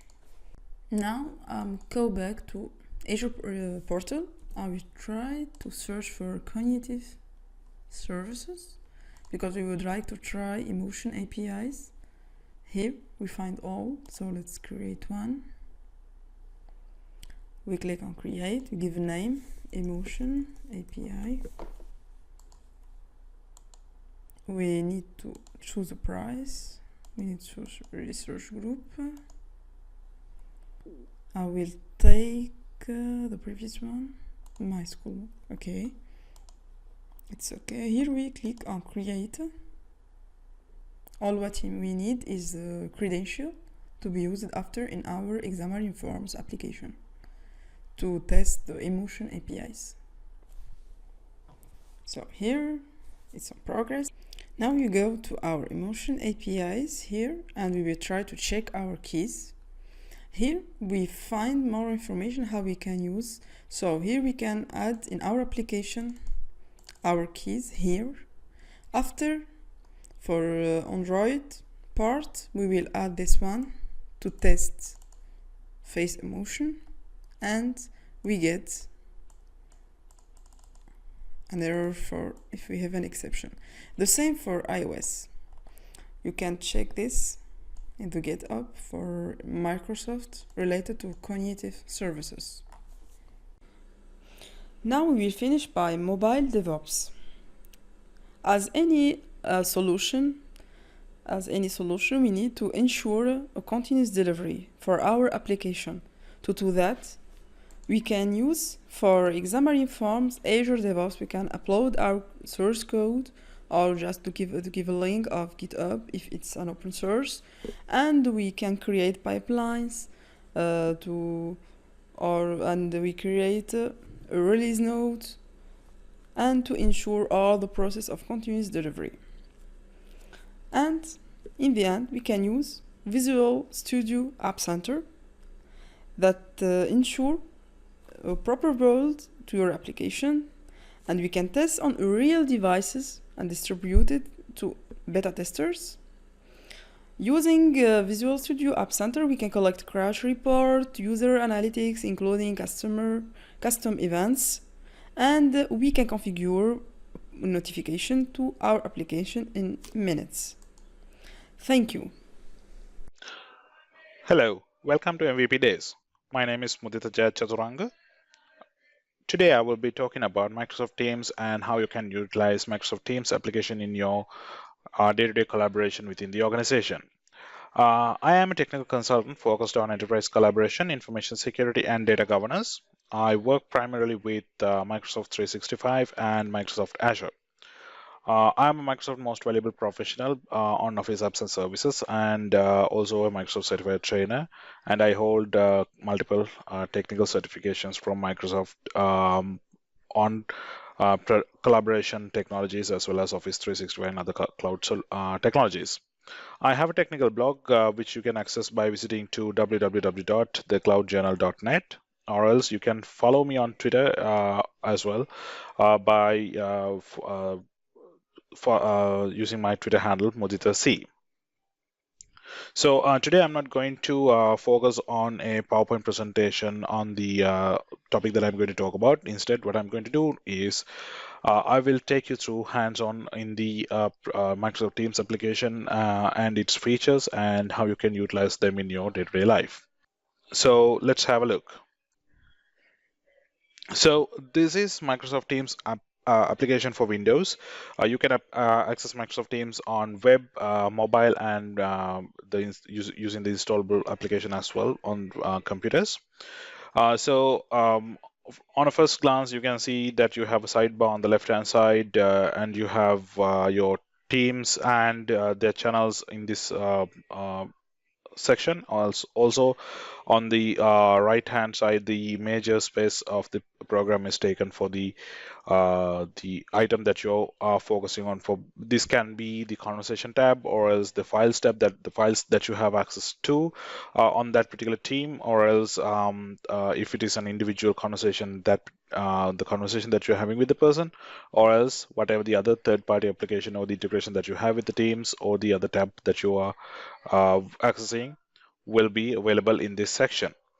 To talk about Microsoft Teams and channels, so basically a team is a group of people who are working together on a certain a project, or it can be similar job role. For example, there can be a team for the whole finance department.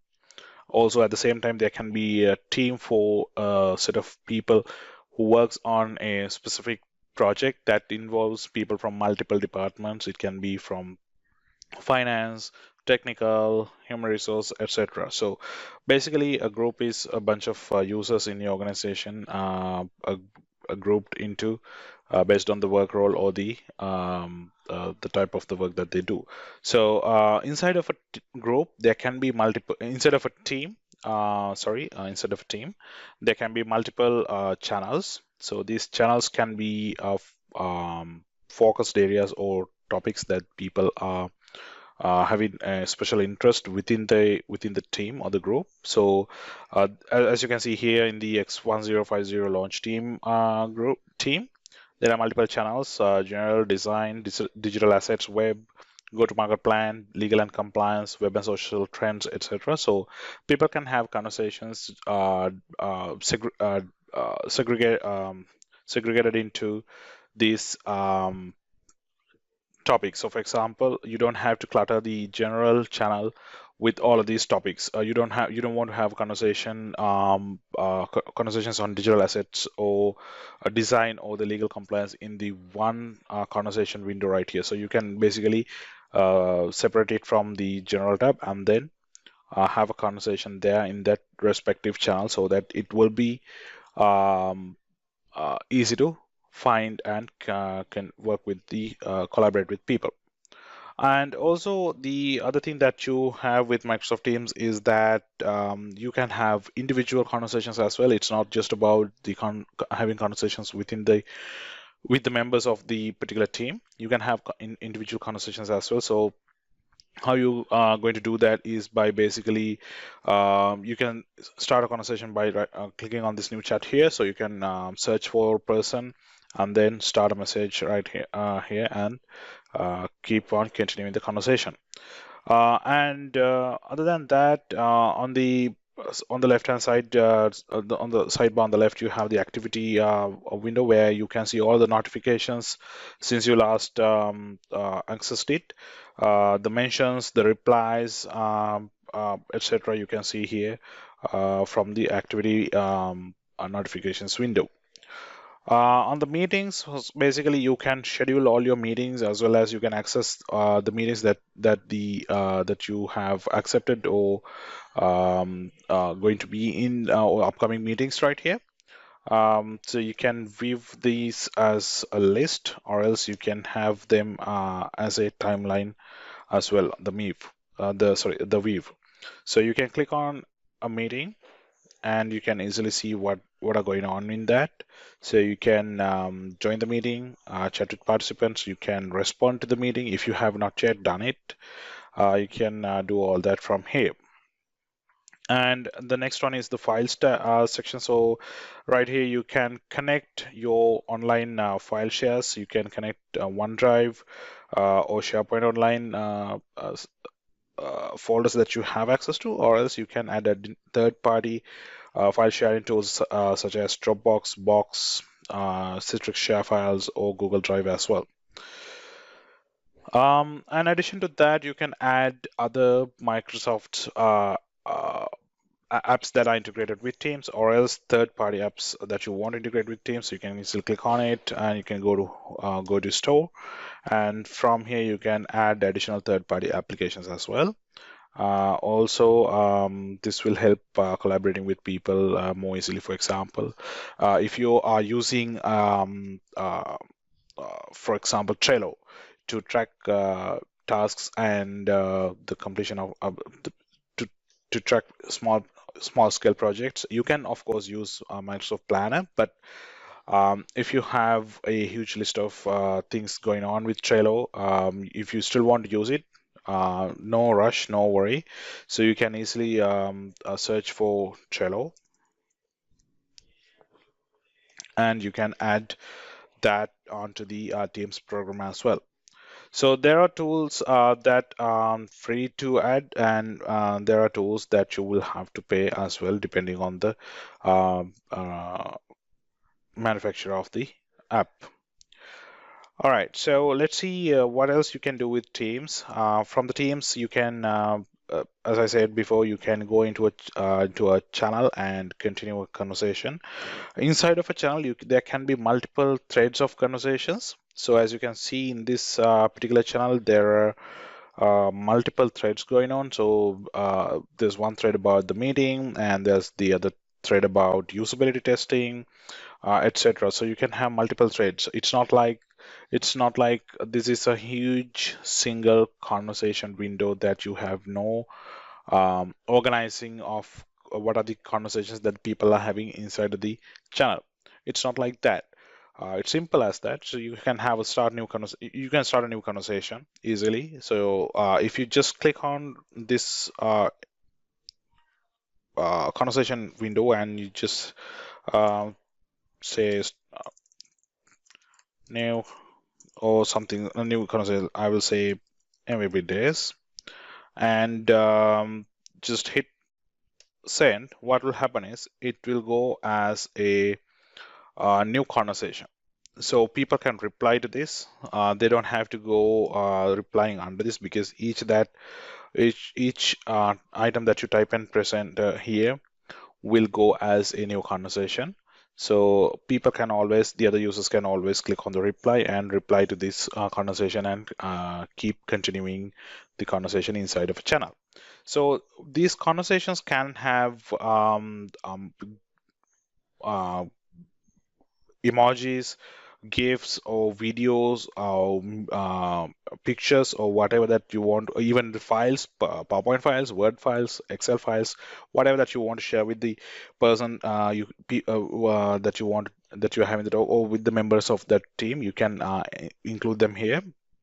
You can easily click on the attach item, so you can browse the teams and channels and attach files from there, or else you can attach files from your OneDrive, or the files that you have already uploaded OneDrive, or else you can easily upload from your own computer as well.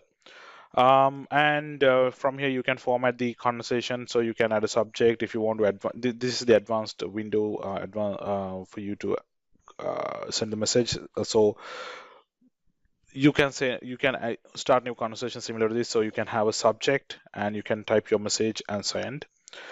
So this is the text formatting window comes up like that, and you have your emojis. You can add whatever the emoji that you want. You can search for an emoji and add that, and then you have your GIFs.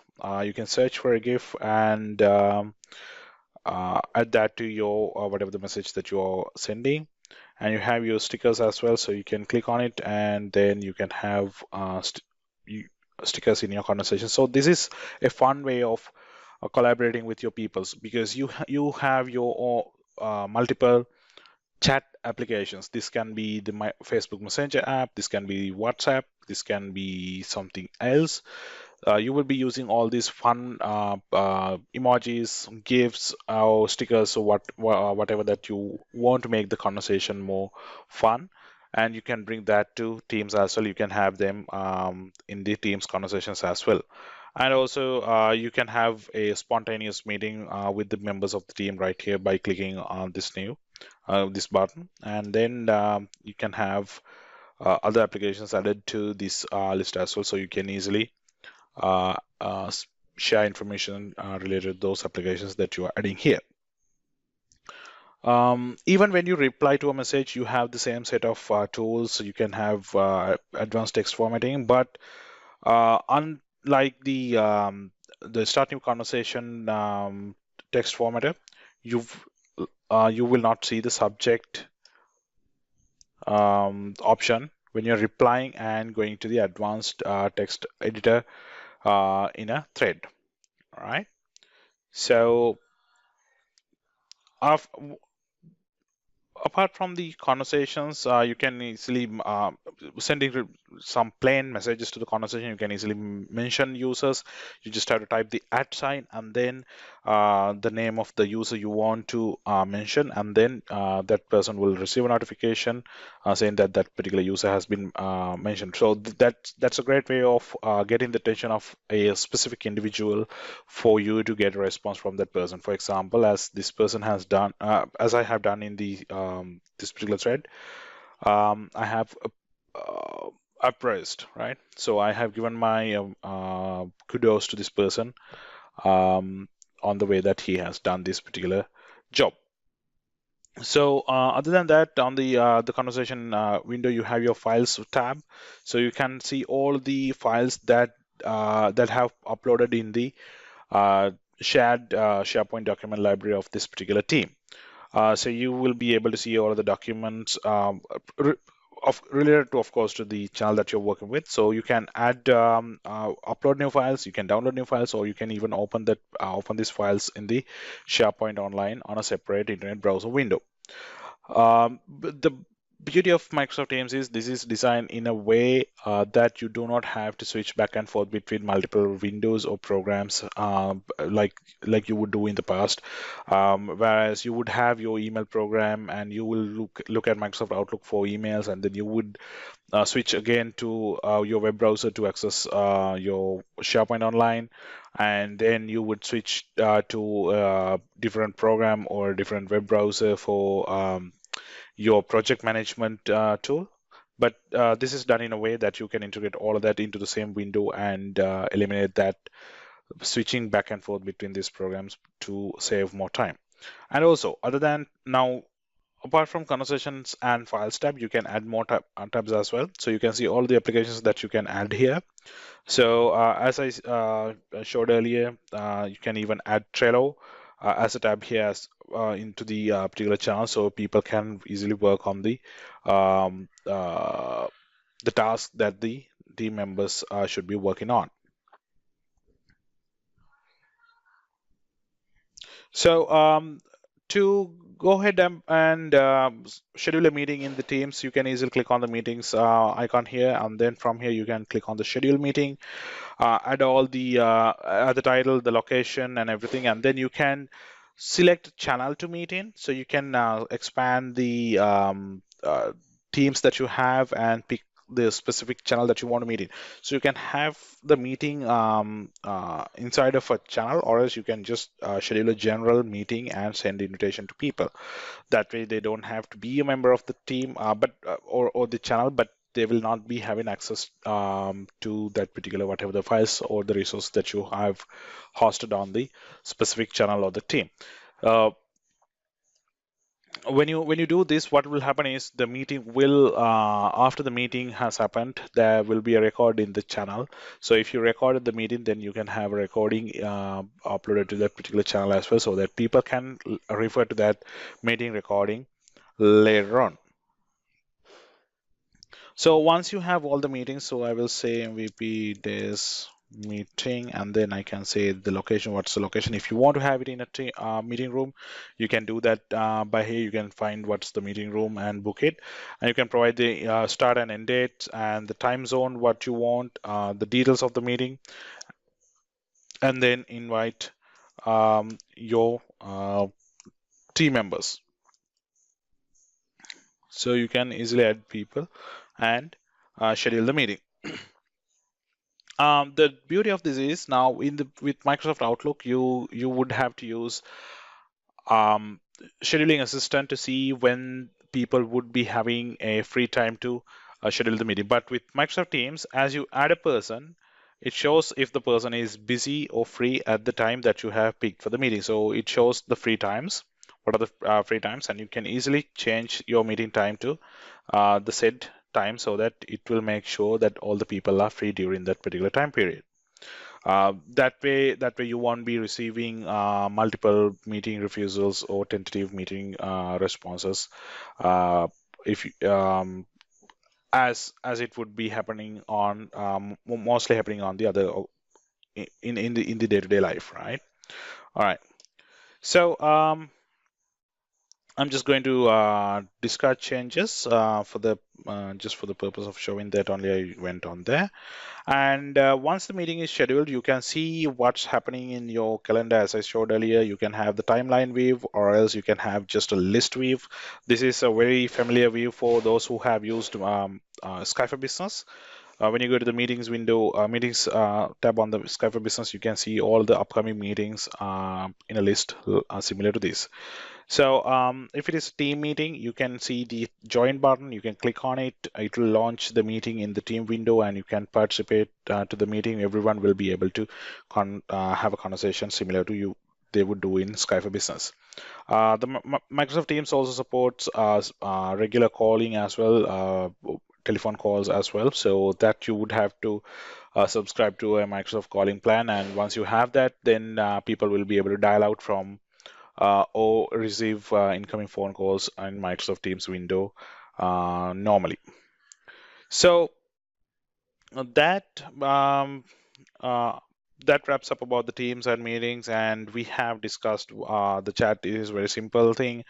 You can easily start a chat with the suggested people, or else you can even search for a person from the new chat window right here and go ahead with the conversation. So it will be private between you and that person, or else you can have multiple people as well to chat. So for example, if I want to chat with Alex, and then I can add Alan as well if I want to chat with him as well. So this particular conversation will be between Alex, Alan, and myself, not with other people or other users in your organization. At the same time, the conversations that you have in teams or channels will be visible to all the members of that particular team, right?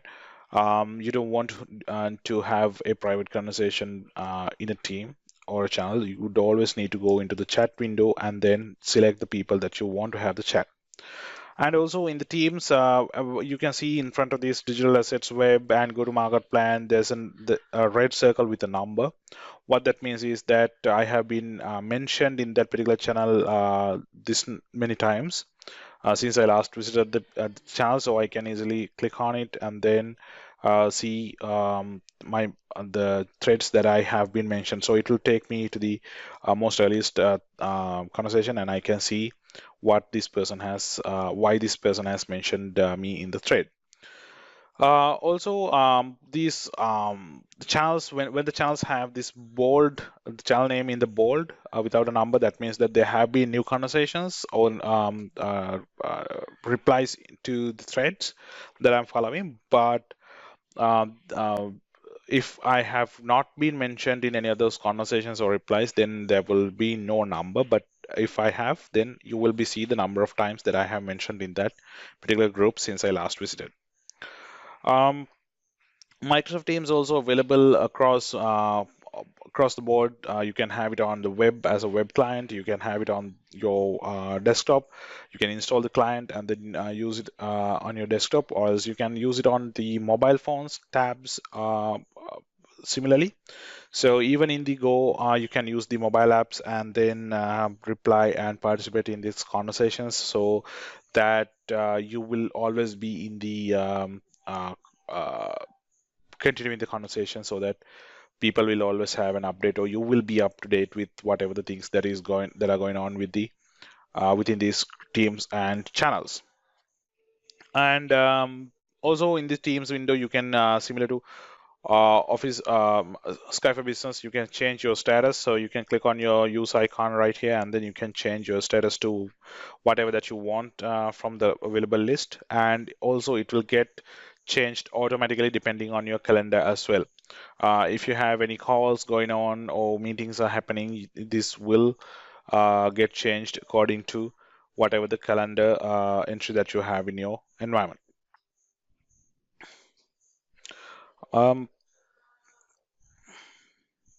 So if you want to get the app, so you can easily click on the Get app right here, and you can enter your email, and it will send out a URL for you to download from the respective app store of your mobile device. It can be either the Apple App Store, or the Android Google Play for your respective mobile device.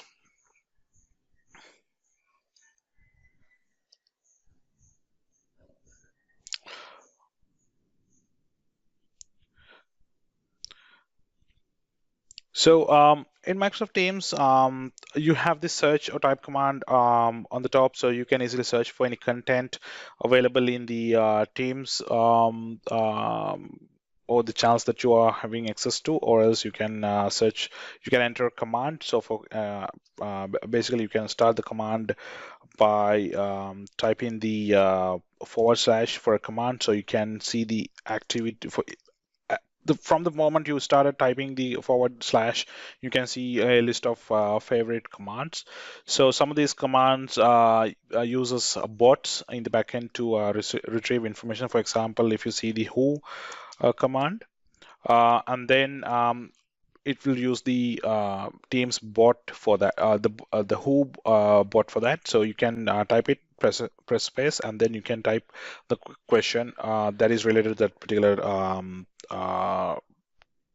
command. So for example, if I need to know who is Isaiah, so I will say who is Isaiah, and it tells me that I need to add the bot.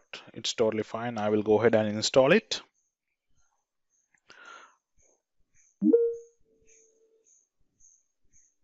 And I will just close this one, and it has sent me a card. I will open it. So right, that is fine. I'll again just go back to Teams. I'll start here. Who is Isaiah? And it will open the tab, and it will show you, ask me for permissions. I will allow it. Once that is done, it shows me who is Isaiah. It will go through the users of the company, and then it will find us who is Isaiah. It will show me he's a sales rep, works for the sales department, and his phone number and the extension or the office numbers as well. So if I want to know now, from this point onwards, if I want to know who's the Isaiah's manager, I can easily click on manager, and it will show me who is manager for the Isaiah, and shows that Miriam Graham is the manager for Isaiah, and she's a director in the sales and marketing departments. So also, if I want to see who else is working with Isaiah, I can click on works with, and it will show, but unfortunately there's no one working for Isaiah, and it doesn't show, but I will try to see who is working with Miriam. And let's see. So these are the people who are working with Miriam in the company. Now, one beautiful thing with the Microsoft Teams is that when you use this particular bot, you can easily see the organization chart in your organization. So you can click on your org, and you will be able to see the organization chart up to the point where you are. So you will be able, this is a very nice thing indeed. And whenever you need support from Microsoft Teams, you can easily look for online content as well. But if you are going to use the help in Microsoft Teams, the help section is also built in, so you can easily search for this, go through this and find out more information about Microsoft Teams. So this wraps up my presentation for today's MVP Days, and I hope you have had some knowledge, you have gained some knowledge about the Microsoft Teams application and how it works, how you can utilize it in your organization.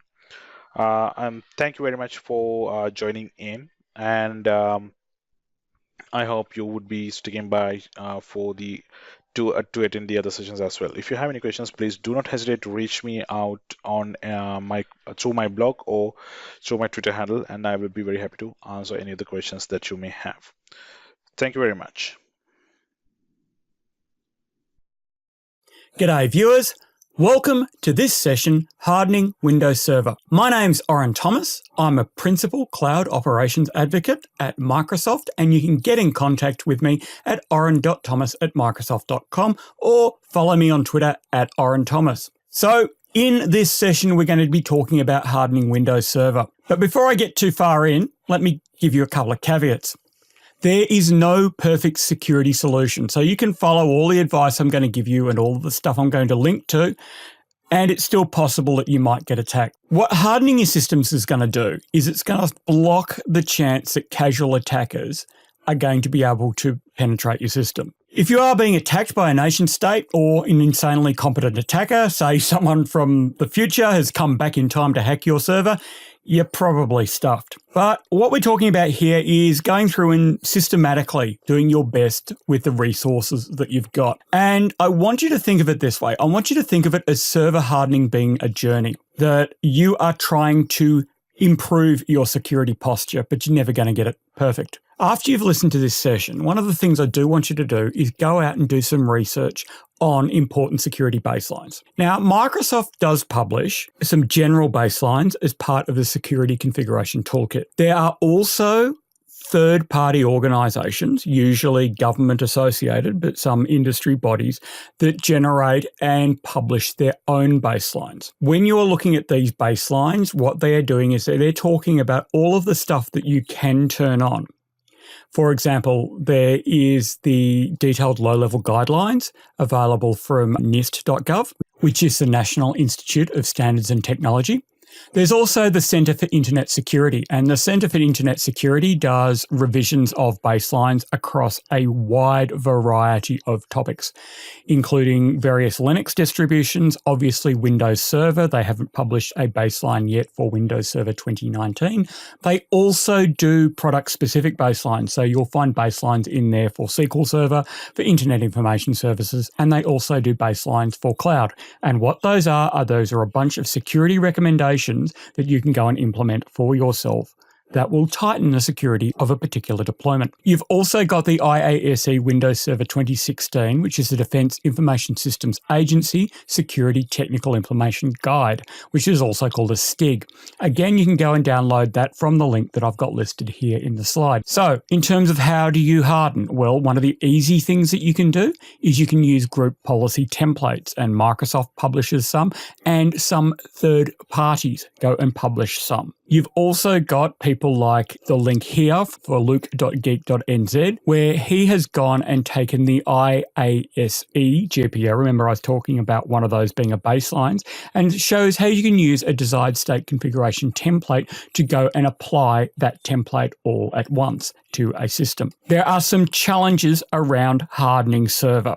And the big one is that if you harden your servers too much, things can or may or will stop working. So what do I mean by that? Well, here's an easy example, and I'll come back to this as I go through the talk. If you think about SMB1, SMB1 is something that we know that we need to disable. Now, a lot of organizations haven't been able to disable it because they're still relying on that protocol because they've got older systems that they need to interact with.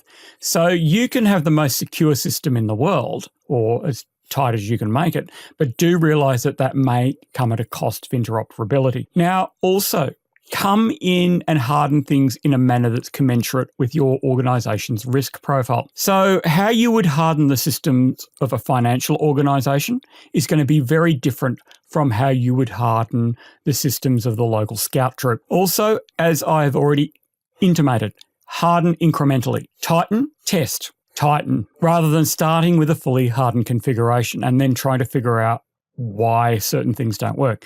If you're going through this incremental process, you go, oh, okay, I just put that setting on, and then suddenly all of this other stuff doesn't work. so that you can roll that one setting back instead of going, well, I've just turned on 500 security settings and now I've got to figure out which one of these 500s is actually causing the problem. Okay, so what are you trying to avoid? Well, there's a couple of different things. Obviously, you've heard of pwning a server.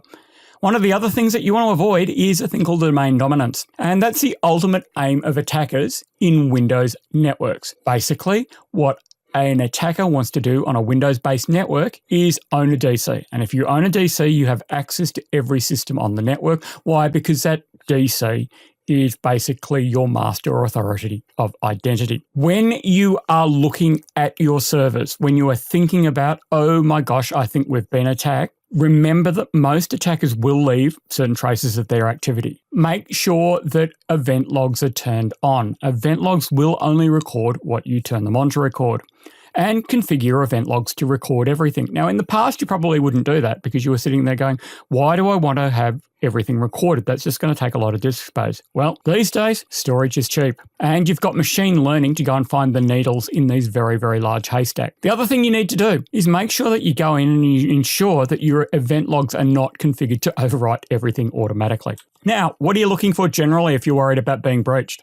Well, is there unusual privileged account activity? Is a domain admin account, for example, signing on at 3 a.m. If you've got that logged, you can go back and look at that and go, that's weird. Are there newly created user accounts on your server in your domain? Again, an attacker will go and create a bunch of accounts. They might go and create a bunch of group accounts. Has the membership of privileged groups changed? Why is there a particular service account in a privileged group? You know, if you're an attacker, you might want to try and hide your activity by making something look a little more innocuous than it is. Is there a task or process running on your system that you don't recognize? Check your scheduled tasks. Is there something new, something unusual there? And scheduled tasks are often a method used by attackers to ensure persistence of their attack across system restarts. What to look for generally involves having, for example, if you notice that there's unusual network traffic to an external host.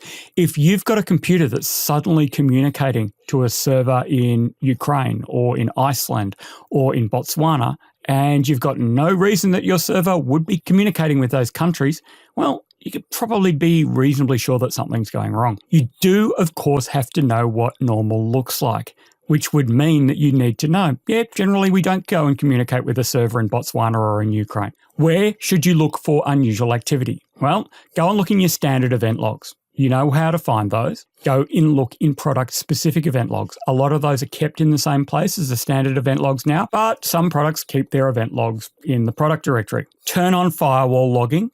Look in your firewall logs. Have a look in your file system. Sometimes there's unusual files sitting in plain sight. Why? Because who actually digs into the System32 directory and actually has a look at all of the applications that exist in that directory?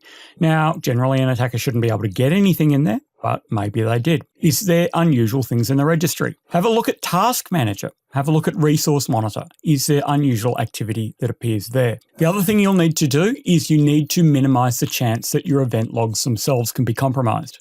Simply because a competent attacker, when they're compromised your system, one of the first things they'll go and do is try to remove evidence of their activity. They'll clear their logs. So if you forward event logs to another server or to a central location or even up into Azure, then you have got them off the server and it's harder to remove that proof that someone's actually attacking your system.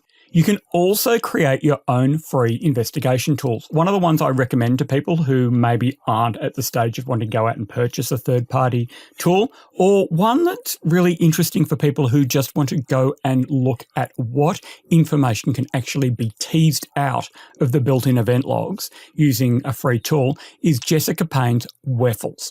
Now, that's the Windows Event Logging Forensic Logging Enhancement Services. And you can see the link here to blogs.technet.microsoft.com, or just use your favorite search engine to go and look for WEFLs and Jessica Payne. It's sitting in GitHub, and basically you download it. It's a bunch of scripts and a web interface, and it allows you to go and look for very specific forensic related events that'll be sitting in your event logs. In terms of protecting your overall Active Directory infrastructure, your domain controllers should always run the most recent version of Windows Server. Now that we're in January and Windows Server 2019 is pretty much GA, you should either have or be ready to migrate to Windows Server 2019. The most recent version of Windows Server is always the most secure. Your domain controllers should not be running a GUI. You should be running them in server core configuration. One of the simplest things that will stop, it'll stop someone signing onto your domain controller, opening a browser, and having some malware dropped on it. You should have, if possible, device and credential guard enabled on your domain controllers. Talk about those a little later. The domain controller should actually be blocked from directly communicating with hosts on the internet. So that means that your external firewall should actually be blocking your domain controller talking out to hosts on the internet. When it comes to updating them, well, you've got an internal WSUS server. And then admin sessions, say RDP, PowerShell, should only be known from specific administrative IP addresses, be they a privileged access workstation, which is a lockdown workstation, or a jump server. Your admin accounts, you should lock down all your admin accounts, so where and when they can be used. You restrict their logon times. You restrict their logon locations. You configure an account expiration policy and stagger these so that you don't lose all of your admin accounts at once. Also, ensure that your password policies are actually enforced on your admin account. You don't want to have an admin account that's got a single password that's never changed and it's a simple password that everybody knows. Consider using the protected users group. Now, this is a special group available in Server 2016 and Server 2019. Now, members that are placed in this security group aren't able to use cache credentials, so their credentials will not be stored on any system that they're logged onto. They've got to authenticate each time. They cannot use NTLM authentication, and they cannot use older cipher suites for Kerberos pre-authentication. What you should do is add all privileged accounts to this group to absolutely minimize the chance of cache credential harvesting using a tool such as Mimikatz. Consider using authentication policy silos. What an authentication policy silo does is it allows you to define a relationship between the user computer and managed servers accounts. Account can only belong to one authentication policy silo, and accounts in a policy silo are associated with a silo claim. Basically, you set it up so that only a particular silo claim has access to particular resources. You should disable NTLM. This is a big one. NTLM is an older authentication protocol. You can capture that traffic, you can decipher it, and it's much easier to compromise. Now, before turning it off, audit the use of it. Figure out what systems on your network are still using it. That'll mean that eventually you're going to have to get rid of those old 2003 servers that we know you still got. And then you go and configure the network security, restrict NTLM authentication in this domain policy. You configure that and you can see that in this particular slide. Use Credential Guard. Now, Credential Guard's a new technology built into Windows 10 and Windows Server 2016 and 2019. It uses virtualization-based security to protect cached account credentials against attacks such as pass-the-hash and pass-the-ticket attacks. Basically, it turns off unconstrained Kerberos delegation, NTLM version 1, MS-CHAP version 2, digest authentication, Cred SSP, and Kerberos DES encryption. Your requirements are that you need Windows 10 Enterprise, Server 2016 or Server 2019. It works on virtual and physical machines, but does require a virtual TPM and a Gen 2 VM if you're using it with virtual machines. It requires secure boot, Intel VTX or AMD V virtualization extensions, second layer address translation, and a TPM or a virtual TPM. Another one, if you are going hardcore with locking down your Active Directory environment, one of the things that you should consider doing is an enhanced security administration environment forest. So what you do is you actually set up a separate forest and configure a trust relationship, and the admin accounts for your production domain are actually kept, or production forest, in a completely separate forest. And that forest is in a one-way trusted relationship. So it means that if your production forest gets compromised, all of the accounts that are admin accounts are still sitting in a completely separate forest that production forest doesn't have a bidirectional trust relationship with. So you can't jump from the production forest into the admin forest. You can jump from the admin forest into the production forest. All admin accounts in production are standard user accounts in the admin forest, so they're just unprivileged accounts in the host account forest. If an admin account's compromised, it can't be used to compromise other accounts in the admin forest. Any accounts that have admin privileges that aren't hosted in the admin forest will simply be easily identifiable and suspect when you are actually investigating an incident.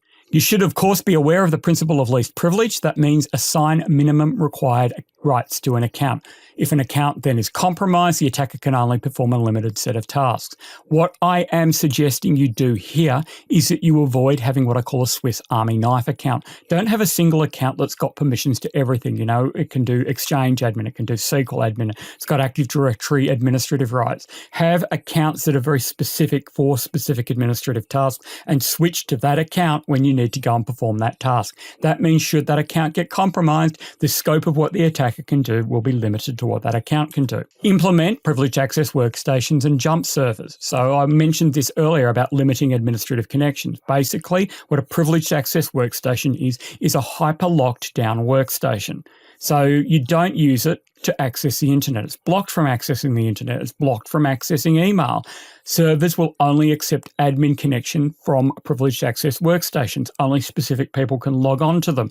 And it has complete application restriction policies so that only a specific list of authorized software can actually run on that privileged access workstation. What you say is, right, you can only admin a server from this particular box, and this box is locked down so tight so the administrator who, let's say someone sends an email to an administrator that's got a virus in it or a Trojan in it, and that administrator opens it, well, it's going to open on their personal machine, not on their privileged access workstation. And a jump server is basically a box that you connect to and then connect into another server from, and it works in the same way. It's a clean room environment from which to perform administration. Now, good admin habits. Your daily driver account used to read email, generate your TPS reports, should be a standard user account. You should not be logging in every day to your systems using an account that's got admin privileges. What you should do is you should actually sign into another machine and then get your admin account and then use your admin account from there. But don't be using your daily driver account, and it certainly should not have local admin privileges on your daily driver machine. Consider using just enough administration. What just enough administration is role-based access control for Windows PowerShell remoting. You specifically configure endpoints so that a user only has a predefined set of PowerShell commandlets, parameters, and parameter values. Actions are then performed using a special machine local virtual account. For example, you could set up a GIA endpoint that would just have the DNS commandlets available and the parameters limited to specific DNS zones. Someone can connect to that endpoint using an unprivileged account, and it's on a list of allowed accounts. They connect, and when they connect, they've got admin privileges only using those commandlets, so they can only manipulate a specific DNS zone using a specific set of DNS commandlets. Now, just enough administration doesn't work for everything. It only really works where the problem and the solution are clearly defined. That is, you know what you want to allow someone to do.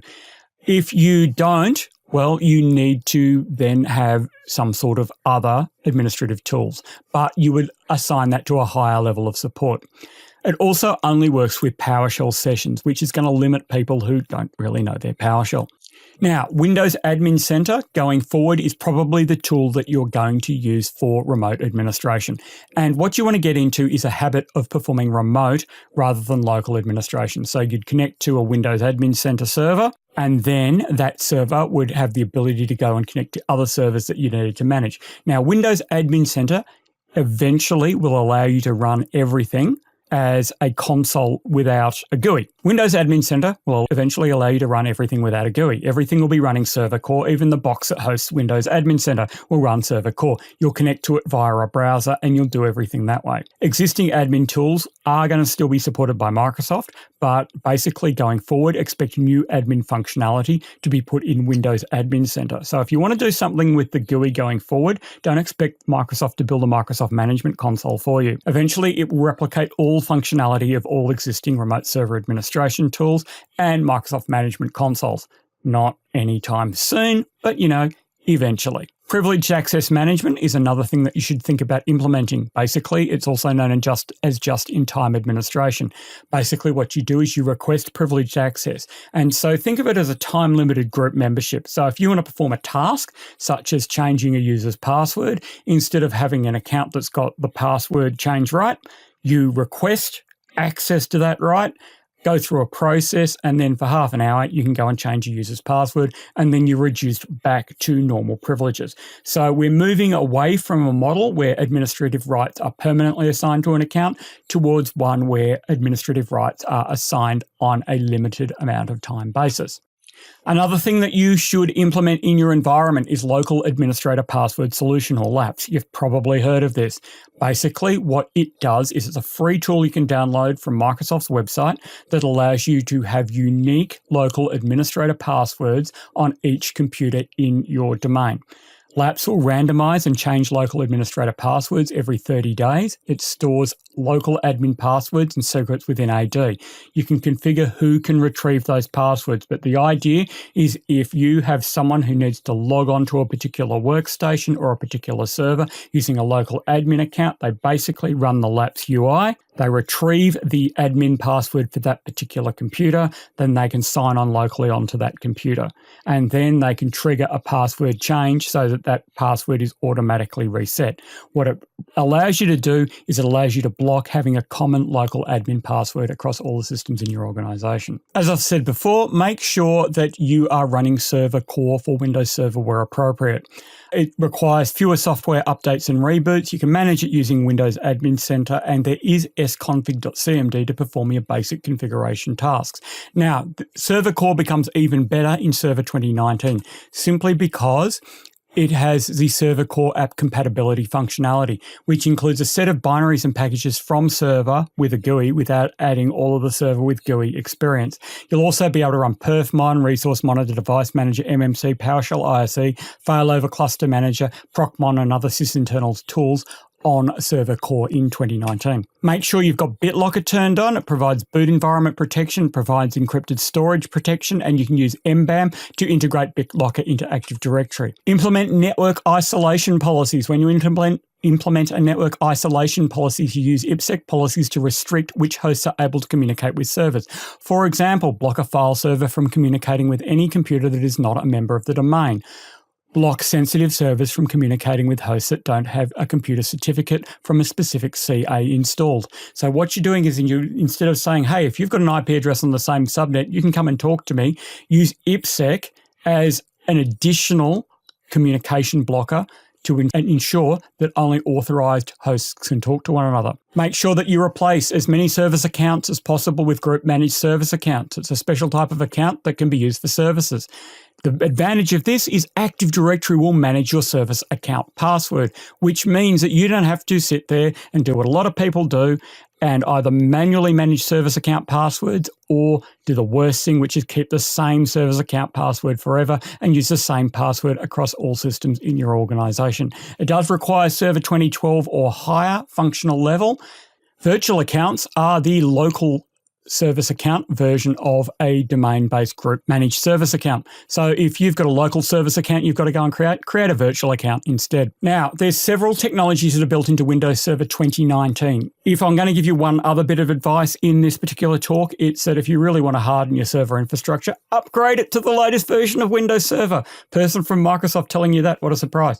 Okay, so Windows Defender Exploit Guard, really cool technology, has exploit protection, attack surface reduction, network protection, and controlled folder access. Exploit protection blocks malicious files, scripts, lateral movement, and ransomware behavior. Attack surface reduction rules, it's like the old Emmet, except for it brings it straight into the operating system instead of something you download. You've got network protection, which will block apps from communicating with untrusted network locations, and controlled folder access basically mitigates ransomware. So it blocks untrusted apps from writing to protected directories. In terms of enforcing your security configuration, remember the Security Compliance Toolkit. It's a replacement for Security Compliance Manager on older versions of the operating system and allows you to analyze and configure systems against security baselines. Remember, I mentioned those at the start of the talk. I talked earlier about domain dominance. Another type of being pwned you want to avoid is virtualization dominance. That's where someone gets access to your virtualization administrator's accounts. Anybody who runs your virtualization infrastructure can export VMs and exfiltrate their contents. They can perform offline attacks against virtual machines. Basically, it's like they own the server, and if you own the server, you can take the hard disk out. Hyper-V provides you with the guarded fabric. Now, what a guarded fabric is it allows you to have guarded hosts, which have specially recognized Hyper-V configurations and allows what's called a shielded VM to run. The configuration of that host is attested to, which means that it's a known configuration, not one that's been modified. If a virtualization host is untrusted, then a shielded VM will not boot. So what's a shielded VM? A shielded VM must use secure boot. It must use a virtual TPM. The VM state and live migration traffic is automatically encrypted. Data exchange and PowerShell Direct are disabled. Virtual machine connection is disabled. COM serial ports are disabled, and you cannot attach a debugger. What it means is your VM is completely shielded and protected from a rogue virtualization administrator. When hardening Windows Server, remember to implement Windows Defender Device Guard, or AppLocker is the old way of doing this. It's a hardware-based code integrity policies. Basically, if an application isn't on your whitelist and hasn't been pre-approved, it cannot run. It'll protect stuff at the kernel level. It'll protect stuff at the user mode level. It requires a TPM, secure boot, UEFI, and virtualization extension. Okay, to round out the session, I'm going to give you some advice about securing particular workloads. We'll start with securing AD. Use an enhanced security administration environment forest. I talked about that. Use read-only domain controllers in locations where your security is not assured. Run virtualized DCs as shielded VMs. Use security configuration managers to apply configuration baselines. Use AppLocker and Device Guard to control execution of applications and scripts. DCs should basically run nothing except for out-of-the-box software. Limit your inbound RDP PowerShell connection to known privileged access workstations and jump servers. Block traffic from domain controllers to and from the internet. In terms of securing DNS, use DNS policies available in Server 2016 and 2019 to mediate how queries are handled on the basis of the characteristics of the DNS request. Configure DNSSEC and NRPT so that all the internal DNS records are digitally signed and authenticated. In terms of securing DHCP, configure MAC address filtering so that only known MAC addresses can request IP addresses.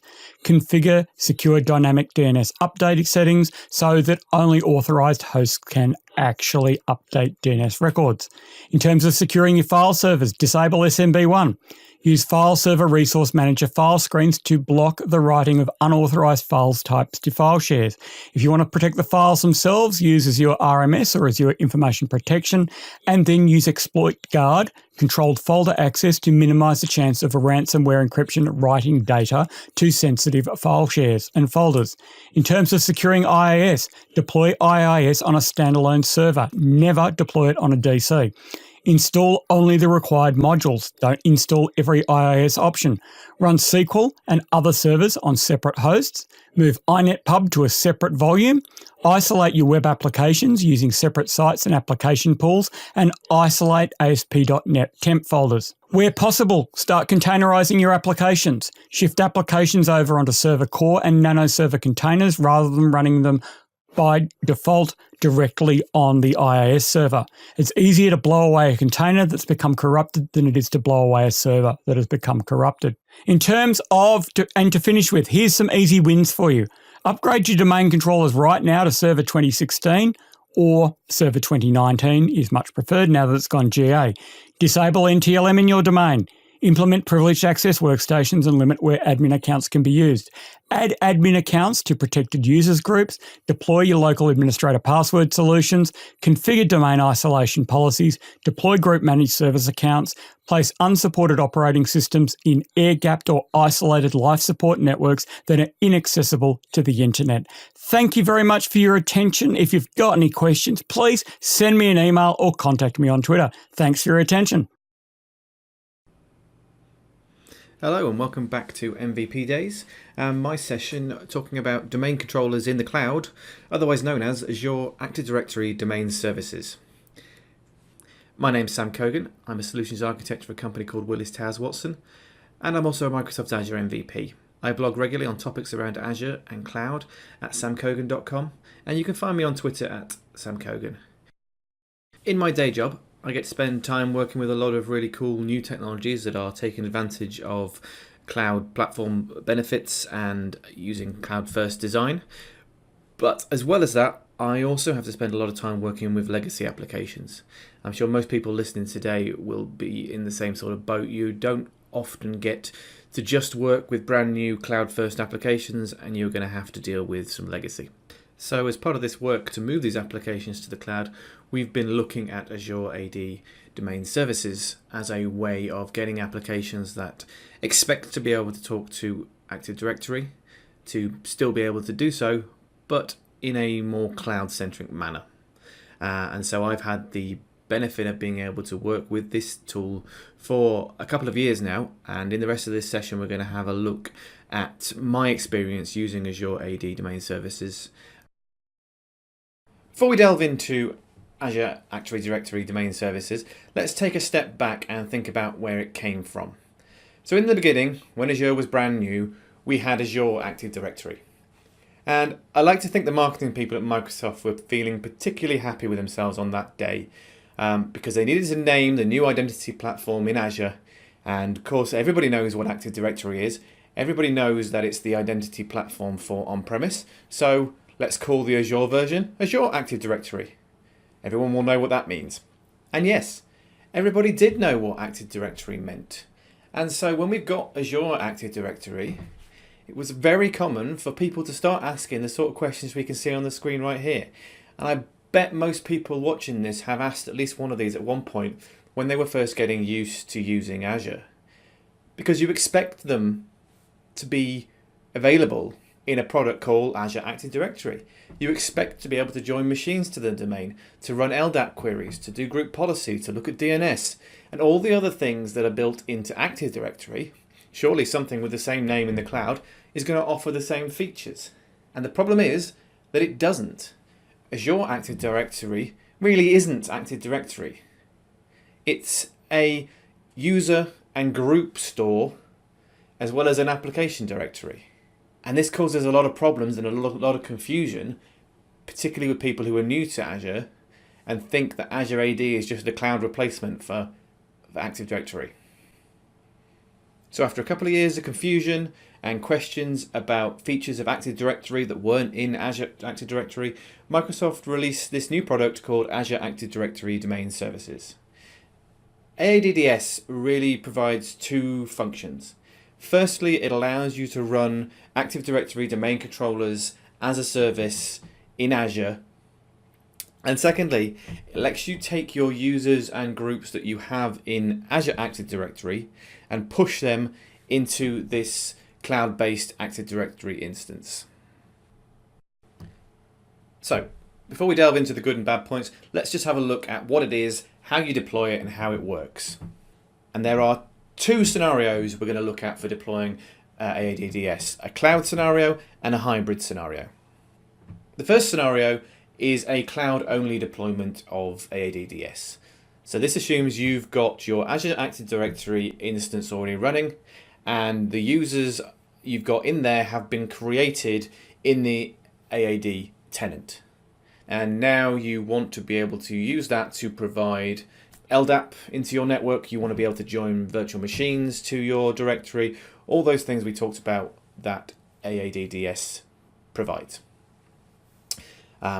So in this scenario, we would enable AADDS and we would attach it to a specific virtual network in your environment.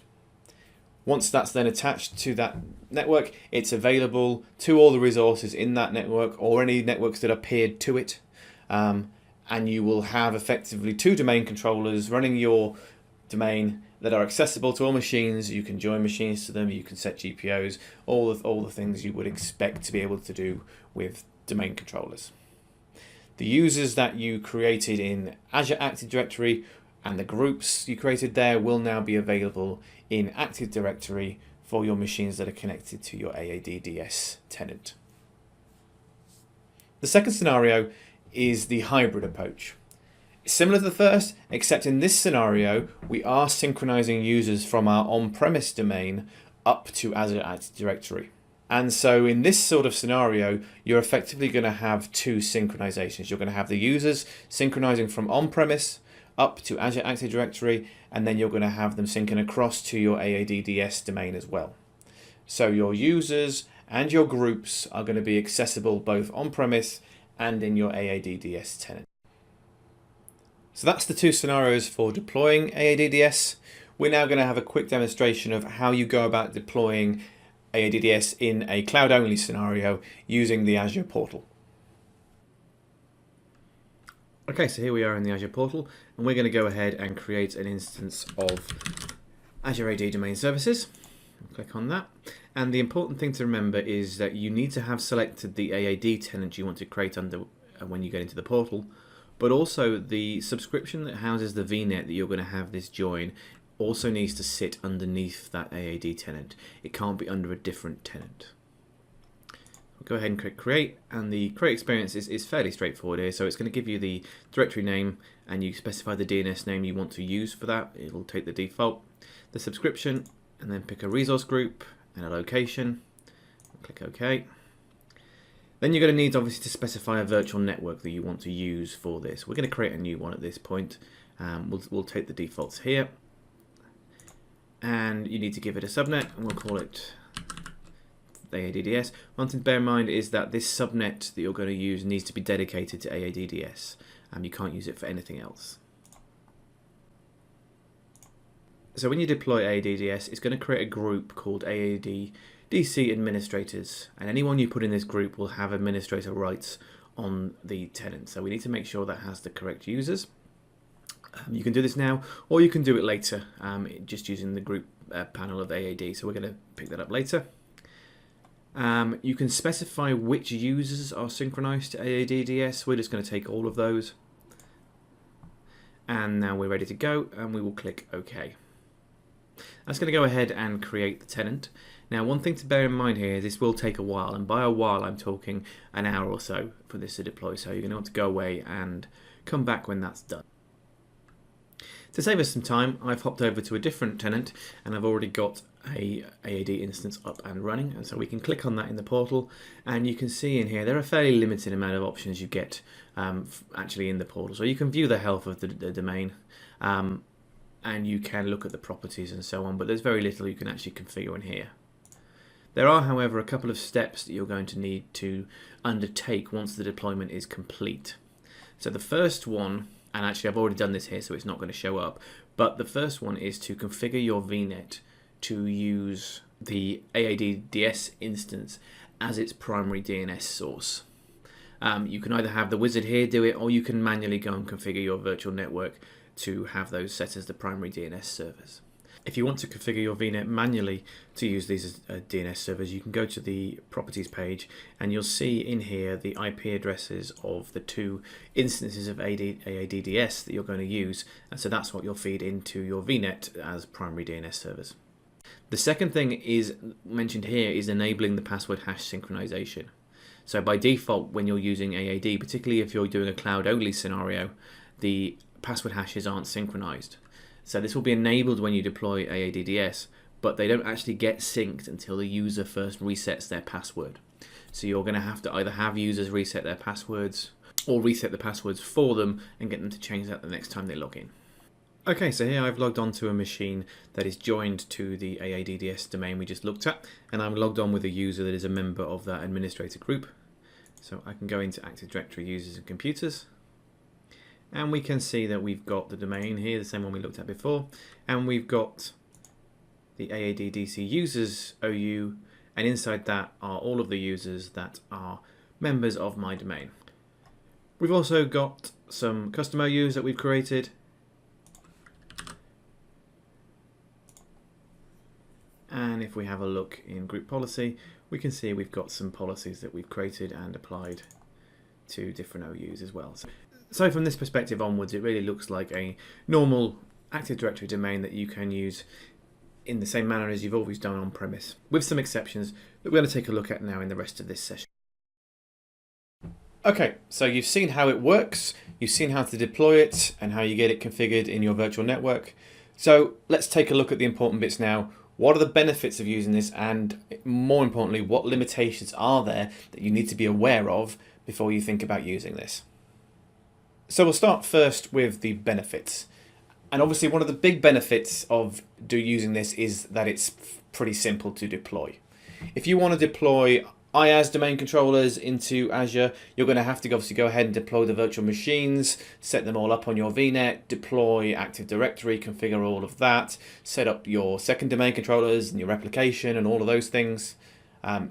Deploying AADDS is pretty much clicking a couple of boxes in the portal, and the platform will take care of everything else for you. Second point on management overhead. So because this is a platform as a service, you don't have to take care of managing the virtual machines that underpin this. Microsoft is going to deal with managing all of the virtual machine patching, all of the host updates, all of the Active Directory updates, all those sort of things are going to be managed for you by Microsoft. It's highly available right out of the box, so when you deploy ADDS, you're going to get 2 domain controllers in that instance, and if there is a problem with one of them, then Microsoft will take care of dealing with that, and ideally you wouldn't see any downtime. It's all handled by the platform underneath. Using AADDS is the only way you can achieve synchronization in the opposite direction to what you would normally do. So we talked about the on-prem version. Obviously, you're syncing from on-prem up to Azure Active Directory. You can't go the other way. You can't sync users that were created in the cloud back down to on-premise, unless you are using AADDS. Because the synchronization goes from AAD to AADDS, your users in the cloud are kind of the primary source. So you do have the synchronization of cloud users in that direction.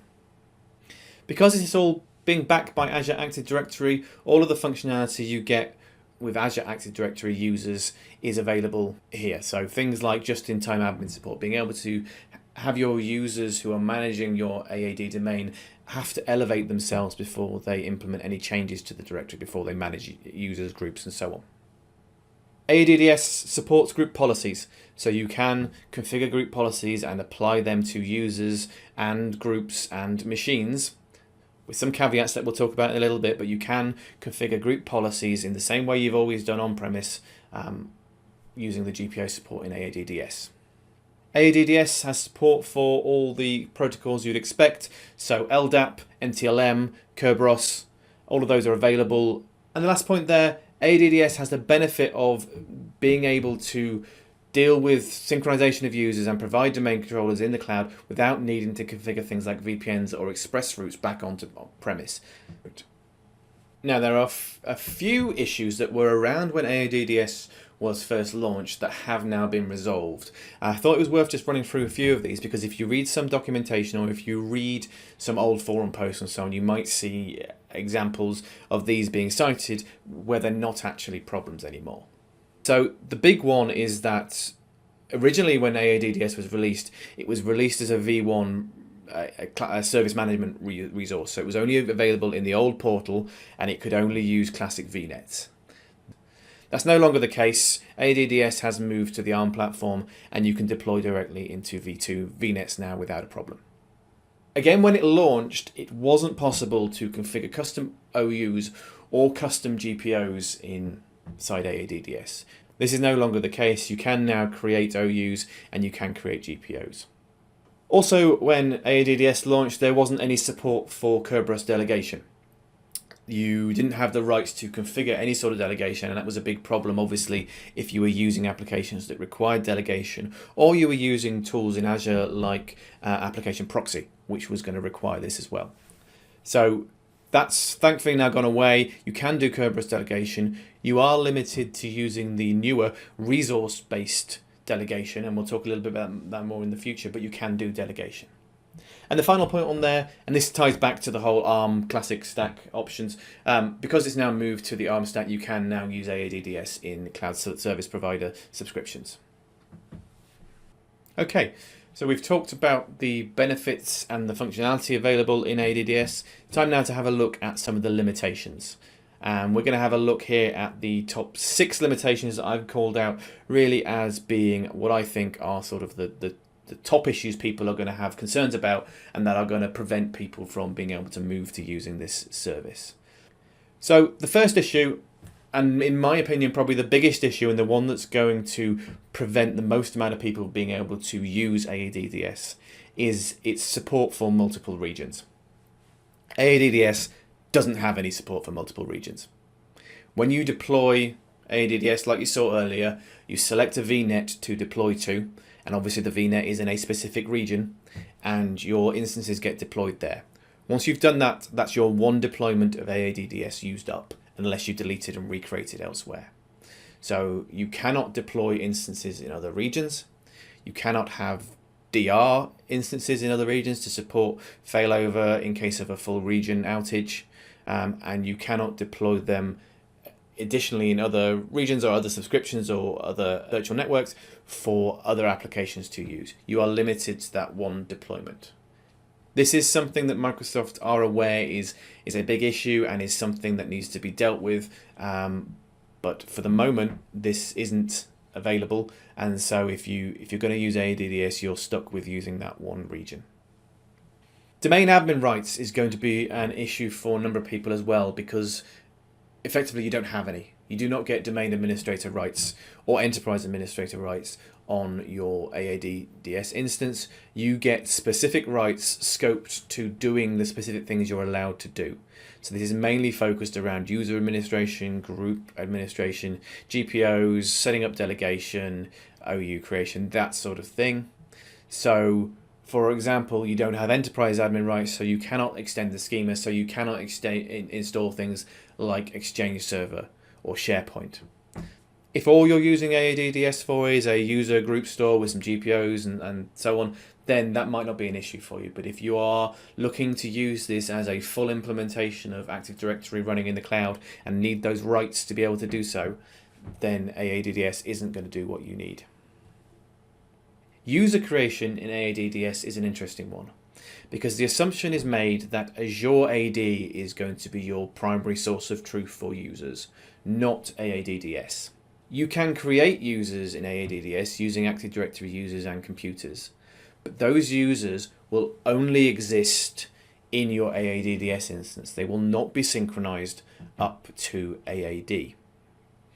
Users that are created in AAD will be synchronized into AADDS, but you are unable to edit them in AADDS, and you are unable to move them outside of the organizational unit that gets created for you. Hybrid sync, and by this I'm talking about the scenario we discussed earlier, where you've got your on-premise domain, which is syncing users and groups up to Azure AD and then across to Azure ADDS. And the thing to bear in mind here is that your AADDS domain is not a replica of your on-premise domain. Your AADDS domain is a completely separate directory that just happens to have the users and the groups from your on-premise directory and the same domain name. Other than that, it is completely separate. So nothing beyond users and groups are going to be synchronized across to AADDS. You're not going to get GPOs synchronized, you're not going to get your OU structure, you're not going to get your DNS records or anything like that synchronized across. So I mentioned earlier in the benefits of AADDS that you can create custom OUs and GPOs, and that is true. The reason why they're here in some of the issues is the fact that you are limited to what you can do with them. Primarily because what we talked about earlier were the fact that your users that are coming from AAD, which is going to be your primary source of users, are restricted to being in that user's OU. You can't move those users outside of that OU and apply GPOs in a more selective manner using an OU structure. For machines or for users that exist only in AADDS and you don't care about them being synchronized across, then absolutely you can put them in an OU structure that you like and you can apply GPOs selectively to those OUs. But for users that are coming from AAD, you're limited to them being in that specific OU, and therefore you then have to get a bit more creative about how you filter your GPOs. Finally, the last big issue is around Kerberos delegation. And again, I mentioned this in the benefits, you can do Kerberos delegation, but you are limited to resource-based delegation. And the reason for this is because of the fact that we mentioned earlier that you don't have domain admin rights. Therefore, you don't have the rights to be able to create service principal names. Therefore, you have to use the resource-based option. Now, this might not be an issue for most people because the resource-based option is generally the better approach to use anyway. But if you've got applications that are expecting to be able to use the standard delegation approach, then you might find yourself with some issues because you can't do this in AADDS. So those 6, I think, are the biggest showstoppers that are going to prevent you from using AADDS if they affect you. But we've got a few more listed here just to be aware of. So firstly, AAD and so AADDS doesn't really have any support for multiple domains or forests in a synchronization. When you synchronize a multi-forest instance, you are going to get a flat structure in AAD. You're just going to get all of the users listed in a flat manner. I mentioned earlier that LDAP is supported using AADDS. You can run LDAP queries against those domain controllers. They are read-only queries though. You cannot write back to the domain using LDAP. This third one here is a real pain, I think, is the fact that password lifetime and lockouts don't sync. So if you have users in AADDS who manage to get themselves locked out or passwords expired locally, these do not sync back up to AAD.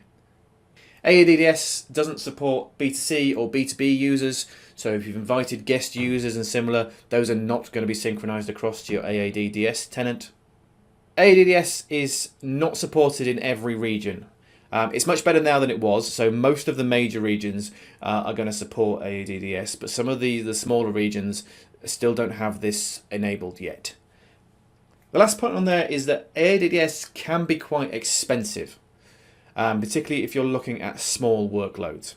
AADDS is charged based on the number of objects in your directory, and the minimum number of objects you can pay for is 25,000. Which works out at roughly in the region of $90 to $100 a month for that workload, regardless of whether you actually have less than 25,000. So if you're just trying to deploy a very small workload here that only has a few objects in it, you could end up paying a fairly reasonable amount of money just because you only fit into that lower tier. Okay, so we've looked at the benefits of AADDS, we've looked at the limitations and the issues of AADDS. So now we need to decide, okay, when do we use this?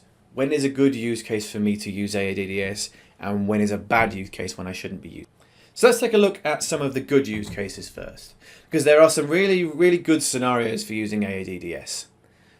One of the primary ones, and what it was originally marketed for, is when we're talking about lift and shift.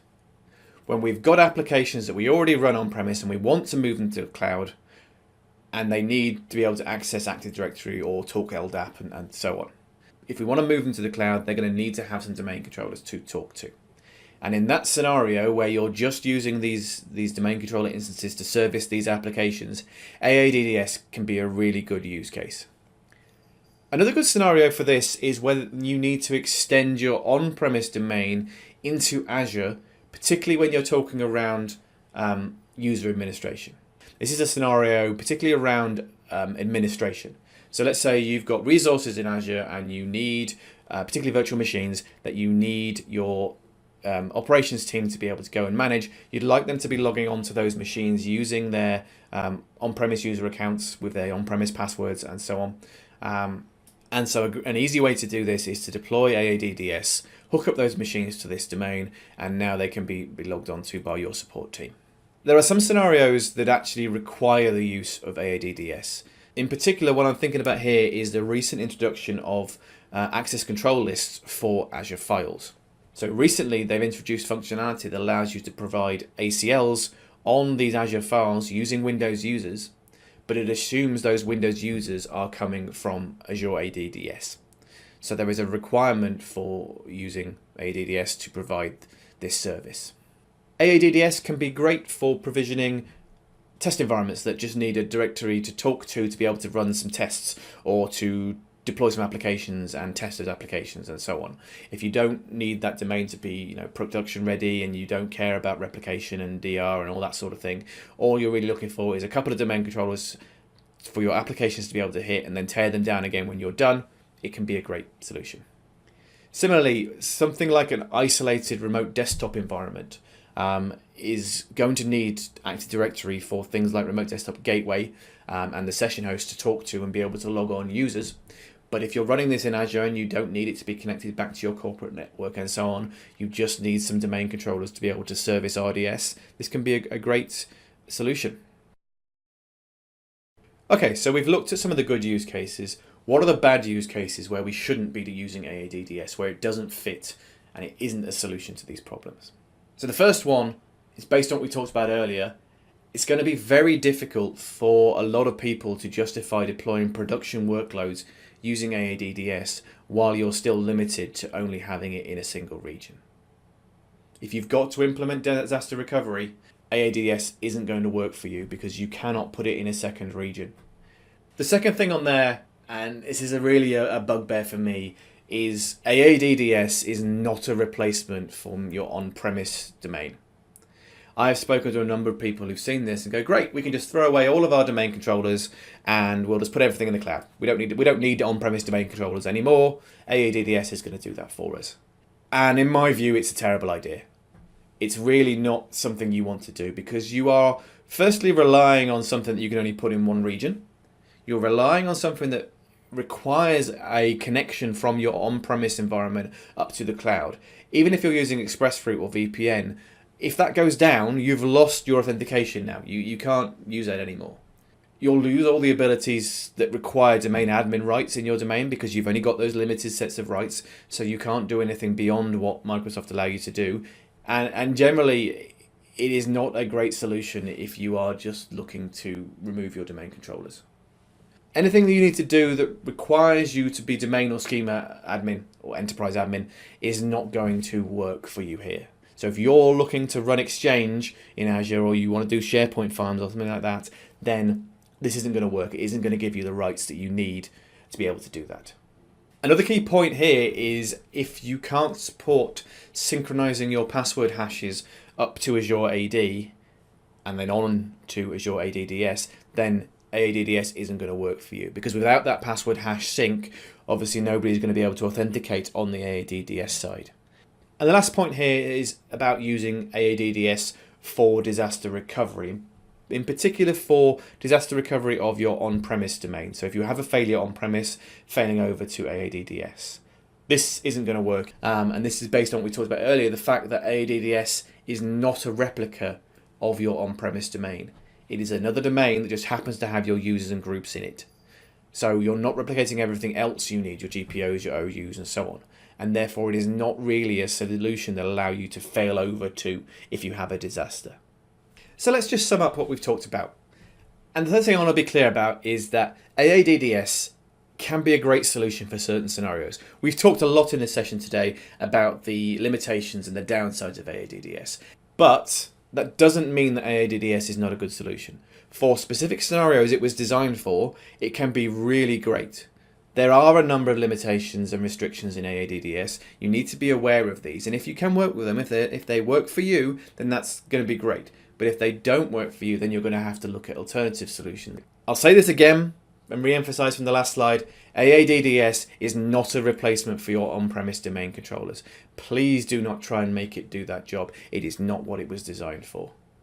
And as I've said, AADDS isn't the solution for everything where you need domain controllers in Azure. It is perfectly valid to look at deploying IaaS domain controllers if you need the functionality they provide that isn't in AADDS. In particular, if you need multi-region support, if you need replication between domain controllers in different regions for DR and so on, running IaaS domain controllers is still a great scenario. Yes, you still have to manage them, you have to manage the updates and so on, but at the minute that's the only way you're going to support that scenario. And so that brings us to the end of the presentation. If you've got any questions on Azure ADDS or anything we've covered in today's session, or just in Azure in general, feel free to contact me either via Twitter or my website, and I'll be happy to answer those for you. Thanks very much for watching today, and enjoy the rest of MVP Days. Hello everyone, and welcome to Configuring Azure AD Connect Like the Pros. This is Max Fritz, a Solutions Architect at SADA Systems. You can find me on Twitter at @TheCloudSherpa. We'll go ahead and get started here. A little bit about myself. I am, as I said, a Solutions Architect at a company called SADA Systems in California, who can help with all sorts of Microsoft Cloud consulting needs. Please do feel free to get in touch with me. The contact details at the bottom right corner if you need anything or have any questions about today's presentation. I also run the Office 365 user group in Minnesota and Minneapolis, and I've been working with Microsoft Cloud for over 8 years. And this is really my focus area on the Microsoft Cloud identity space. A few assumptions before you start joining us today. I do assume that you have a familiarity level with Microsoft Cloud services, either Azure AD, which is Azure Active Directory, or Office 365, which uses Azure AD as the directory service behind it. Either or would work. I also assume that you're familiar with Active Directory. In no way do you need to be a professional at Active Directory, but you understand some of the basic concepts of the different object types like computers and users and organizational units. And then that you're familiar with basic PowerShell usage. What I mean by that is that you're able to run some commands with instructions, not that you need to be a pro at running PowerShell. Alright, with that we'll get started with an overview. So I really want to talk about the history of Azure AD Connect, how we got to where we are today in 2019. And it's an interesting story if you go along with it, of the Microsoft Hybrid Cloud Identity Timeline. And this is because Azure AD Connect is technically a technology to help us create a hybrid identity between our local identities and our cloud identities. So when Microsoft Online Services started out, way back before we had the name of Office 365, for those of you who've been with me for a long time, you remember the days of BPOS, Business Productivity Online Suite. This is before Microsoft had the Azure naming scheme or anything. We had a situation of where we had usernames, passwords in the cloud, and we had our users locally. And we had to kind of create things in different places to keep things in sync. And so, in 2009, we had a technology called DirSync introduced, short for directory synchronization. And that allowed us to synchronize our identities from a local Active Directory to the cloud, simply so that we could have them match. We could have certain attributes sync up, like somebody's department, or their office location, or their phone number even. And DirSync is the technology that still powers Azure AD Connect today. You'll even hear me call it DirSync a few times probably. In 2012, we had DirSync renamed into Azure AD Sync. We had it become a little bit more friendly of a program to work with, and this allowed us to actually take advantage of a little bit of the Azure branding that we saw come out a few years before that, and made it easier for everyone to install. In 2013, we had a new feature added, and that was password hash synchronization. And that allowed us to take passwords from our local Active Directory and make them available in Azure Active Directory, so that users who sign into things like Office 365 can sign in with the same password in both places.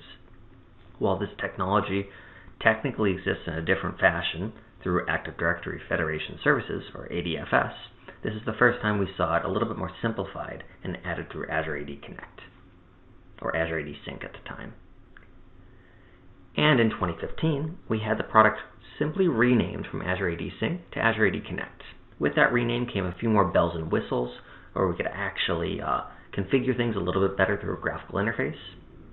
And we had a new health engine introduced, which allowed Azure to manage this appliance and let us know when things are syncing properly and when things are not working.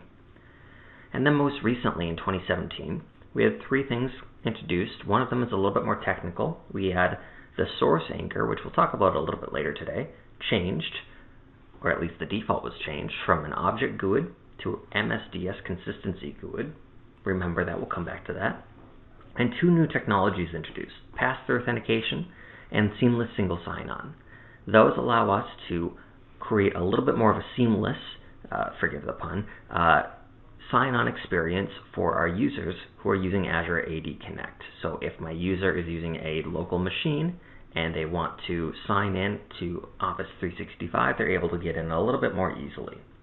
There's plenty of information about those. We don't have time to cover them today, but feel free to reach out to me if you have any questions, and hopefully we'll have another session on that later. So, you may be looking at this thinking, okay, great, history, but just let's talk about what Azure AD Connect is, and that's exactly what we're going to do now. What is Azure AD Connect? Azure AD Connect, Azure Active Directory Connect, is an application installed on a Windows server on your environment. It could actually be on a Windows workstation even if you want to, but I wouldn't recommend it.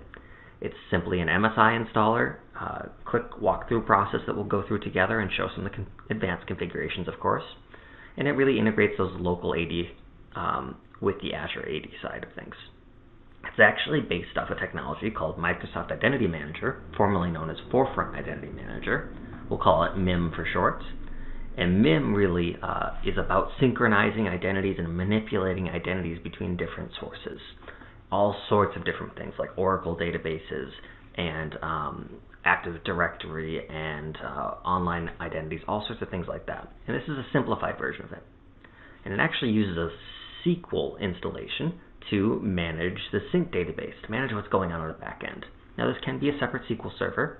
We'll talk about that in a few minutes here, but it comes with it. You don't need to license SQL separately. It is a SQL Express instance that's installed with this appliance. It comes with that Azure AD Connect Health component that we talked about. And lastly, this is a free appliance. It's a free download from the Microsoft site.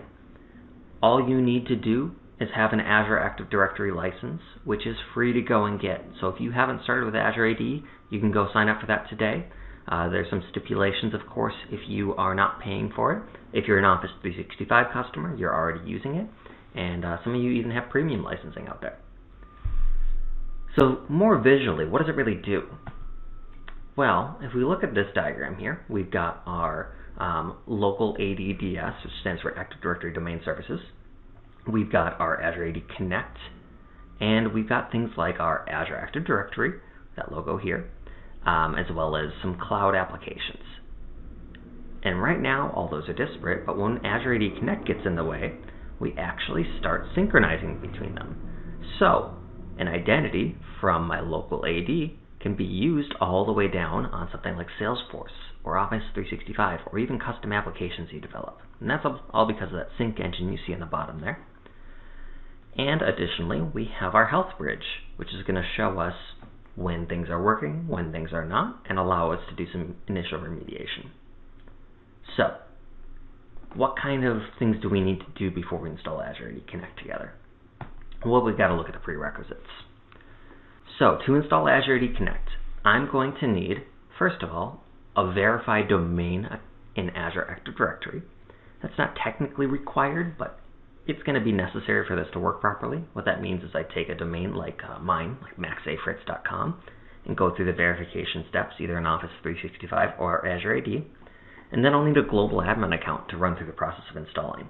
Now, it's not going to cache my credentials or anything like that, but what it will do is it will use that to give permissions to the appliance to actually do what it needs to do. In my on-premises AD, more detailed requirements.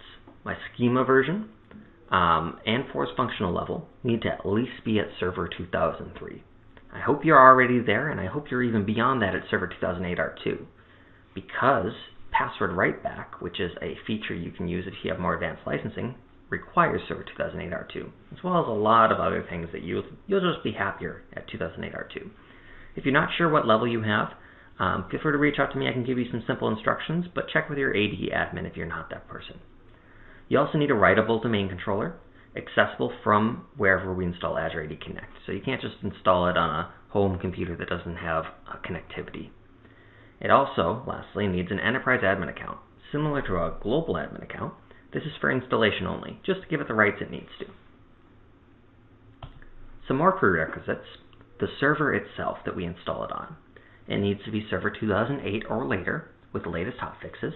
Now keep in mind, support for that is coming to a close pretty soon, so you might want to get that on a server 2012 or later, or even server 2016. We need .NET Framework 4.5.1 and PowerShell 3.0. You got to connect to the internet and resolve DNS for both your local AD and the internet. But interestingly enough, we don't need a domain joined machine.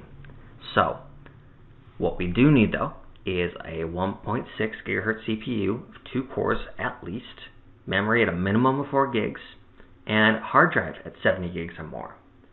Now you'll notice that says depending on objects in Active Directory. And Microsoft has published some detailed instructions for us. So, If you run a count of how many objects you have in Active Directory, that includes computers, users, contacts, all sorts of things like that. If you have fewer than 10,000, you only need 4 cores and 8 gigs with 80 gigabytes free space. But as you look on this chart further and further down, you could need a lot more processing power and a lot more free space. The one thing I do want to note at the very bottom here is if you have 100,000 more or more objects in AD, the full version of SQL Server is required on a separate server installed. And Microsoft does not provide a free license for that in that case. You do need to have a SQL installation license. Now, I said we'd talk more about SQL, and here's where we can do that. A lot of SQL admins will say, I don't want a SQL Express sitting out on an Azure AD Connect server, even if we have fewer than 50,000 objects or 100,000 objects. And my personal recommendation, if you can get away with having that SQL Express server, if you're less than 100,000 objects, please do it. Azure AD Connect is very good at managing that SQL Express database. The moment you put that on a separate SQL server, you have a lot more management to do, both in networking and database management. This is a core service for your identities, and you don't want this to go down simply because SQL maintenance needs to be performed or certain operations aren't working properly. Microsoft has made this an all-in-one appliance that does a good job at what it does, and if you can get away with having the SQL Express that's installed with this, I would go ahead and do that. Now our other requirements are going to be on the external networking side. You do have internal networking requirements. I'm going to make an assumption that you have a full internal network connectivity to a domain controller on the server you're going to install it on, but Microsoft does have published internal networking requirements, and I'm happy to point those out to you. Externally, the server needs to be able to go outbound on port 80 and 443. Now, if we use some of the more advanced features, we're going to have more advanced networking requirements, but this is at least a basic set of requirements for us. Now, some additional recommendations from the field. In your local AD, number 1, make sure the domain that you're going to use in Azure AD, something like maxafritz.com, is available as a UPN suffix within local AD. And what that means is that all your identities aren't just something .local. They're actually a routable domain that you're going to use in Azure AD. We'll look at that. And enable your AD recycling bin if it's not already enabled. Makes it easy to recover from mistakes, not only in Azure AD Connect, but in general life. For the server itself, make sure to go install Azure AD PowerShell Commandlets version 2, and try to use a virtual machine. Most of us are doing that anyways nowadays, but it allows for snapshots and easy recovery. And lastly, consider hosting the server in Azure for high availability. Okay, let's get in and look at configuration of Azure Active Directory. In this scenario, I have a domain, mf-dc1 is my domain controller, and all of my server, that domain name is fritzium.com. I also have a server ready for us to use, mf-aadc1 for Azure Active Directory Connect. Nothing's installed on there yet, just a plain Windows server. And we have an Azure AD instance with fritzium.com there. And we're going to go ahead and install Azure AD Connect and see how easy it is to get it set up from a base.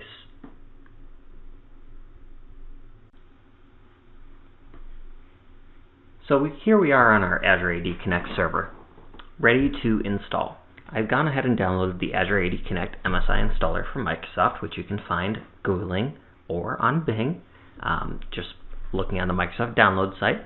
It's updated once in a while, I'd say once every month or a little bit more frequently sometimes. Usually the installation files for this are just fine, and I haven't seen any issues with Azure AD Connect installers in a little while, so you're usually fine there, but you can always look back a couple weeks if you need to as well, just to be sure. So we're going to go ahead and open this up and walk through the process.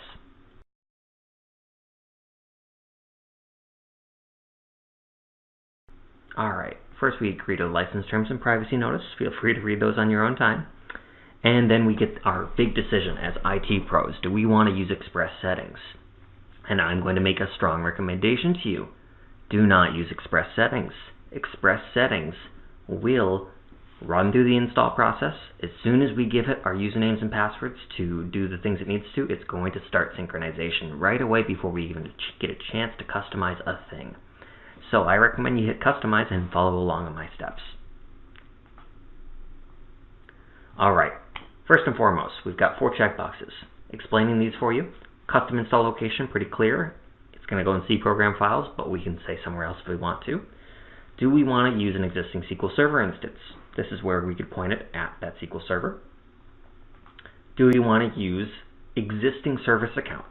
And I'm going to make a strong recommendation, unless you have technical reasons that you need to use your own service accounts, let it create the service accounts. It will use least privileged access principles to make sure that it creates accounts that only have the exact permissions needed. Running through that on your own can take hours with the specific permissions needed, especially in AD. And custom sync groups.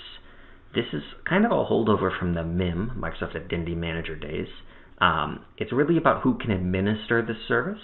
And I'm also going to recommend you don't do this. This is not about groups in Active Directory. This is actually groups on our local machine here. So I'm going to recommend you let it create the groups for you, and then we can modify those. So then we click Install. It's going to install all the components for us, and then we get to start customizing how the synchronization works.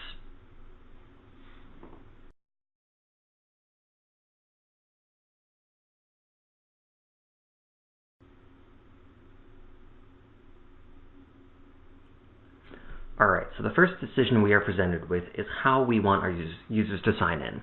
When we talked about the history of Azure AD Connect, we did talk about password hash synchronization. But there are a few other authentication methods, including things like pass-through authentication, that newer one, Active Directory Federation services, even third parties like Ping Federate. Lastly, you can say do not configure, where we're not going to configure how passwords or sign-in is done, but we'll still synchronize our identities. For this demo here, we're going to talk about password hash synchronization. Lastly, we have our seamless single sign-on checkbox, which is an additional feature that you can use to enable single sign-on for your users who are domain joined and have access to a domain controller. We're going to skip that as well today, keep things simple.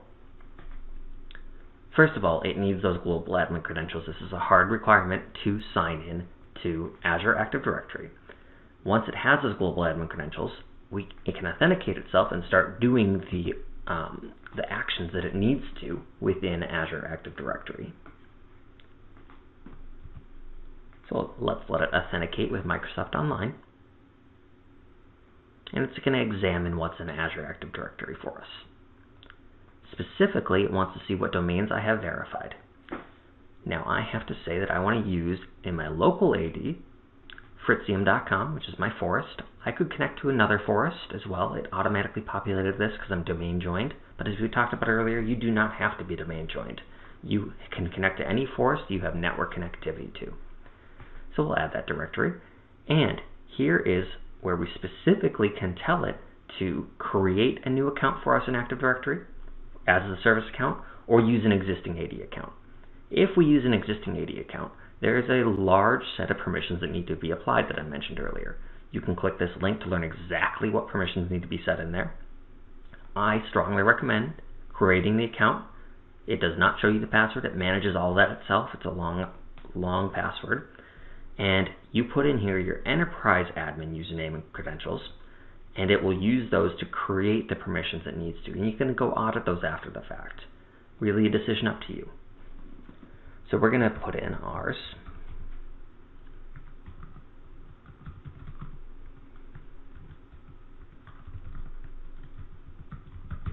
And let it create its own account.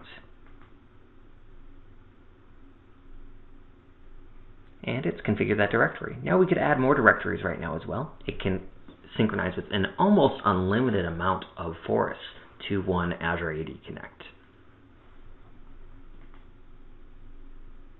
Now keep in mind, only one Azure AD Connect can be configured with one Azure Active Directory instance. So if you do have multiple forests, you do have to stick with that one Azure AD Connect server. Now it's going to want to know what to use as my sign-in name. In the cloud, we call that our user principal name. On premises, we have user principal names as well. It's usually best to match those up with each other, but you can use technically any parameter you want. Sometimes people use an email address. Now keep in mind, if you're going to use things, especially like an Exchange hybrid between your local Exchange and Exchange Online, user principal name to user principal name matching will make your life a lot easier and is almost required in some instances. So I strongly recommend making user principal name match. Now, we get to select what we want to do with filtering. We could synchronize our entire directory out there, but as you probably can imagine, your directory probably has lots of things that have been left over from years past. And you may not want every single thing being synchronized to the cloud just for cleanliness sake. So selecting it by domains and OUs and syncing those selectively can actually help make it a little bit easier to manage. And that's what we're going to do here today. I'm actually going to say, I don't want to synchronize any of these. I'll keep computers on. But I do want to synchronize my users OU. I recommend keeping computers synced. We're not going to talk about hybrid manageability of computers today, but computers are a key component of Azure Active Directory and its feature offerings as well. So make sure you work with your computer team or systems management team, whoever that might be, to make sure that you're providing them what needs to be there as well, if it is a separate team. So we'll select those. Those can always be changed. And now we've got a little bit more advanced. First of all, are my users represented across multiple directories? What does this mean? This means maybe I'm in a merger acquisition scenario where we have two different forests. Both of those forests are going to be synchronized up, but my users have accounts in each forest. Well, which one do we want to use? How do we match users together? By mail attribute, same account name, specific attribute, things like that. We're only synchronizing one forest or one directory, so my users are only going to be represented once. Lastly, how do we want our users to be anchored together between Azure Active Directory and local AD? If we let Azure manage the source attribute, as we talked about before, we're going to be using MS-DS consistency GUID.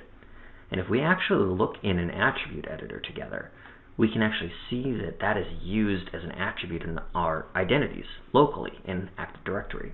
It's not used by almost anything, so Azure Active Directory will fill that in with a string of numbers and letters to basically tie that identity to the cloud one. So if things like names or sign-in names change, it still knows who's who. This used to be tied together with an object GUID. For a variety of reasons it's been changed, and that is thought of as a better option. However, you can change it back to object GUID or anchor them together however you'd like. I strongly recommend, though, that you stick with the MS-DS consistency GUID. Now, why does it not say just choose MS-DS consistency GUID? Well, that's because we're letting Azure manage it. Microsoft at some point may change their decision and say we want to use a different anchor instead. And this is saying we're going to let you take care of that. Lastly, for a pilot deployment, we can filter based on groups. This could technically be used in production. I don't recommend it though, mainly because it becomes very difficult to figure out why people aren't syncing where they should be. And lastly, our optional features. Some of these will be grayed out based on things that don't exist in your Azure AD subscription or in your local AD schema, like I don't have Exchange. Some of these will be forced on based on what we selected before for user sign-in. And you can find out more about all these different optional features later. I'm going to click Next, and it is now going to install. Now there are two checkboxes here, very important. Number one, start the synchronization process when this completes. If I uncheck that, that means that my synchronization is completely disabled. That little footnote is important. I'd have to actually go enable synchronization with a PowerShell commandlet or rerun this wizard. And staging mode, which actually can be used to put this in a test mode to see what is going to happen before anything actually happens. Now we're going to live in the wild side and let it go, but staging mode is important. We're going to come back to that a little bit and talk about what we could use technically for a high availability scenario. So remember staging mode. We'll click install and it will go ahead and get everything ready for us.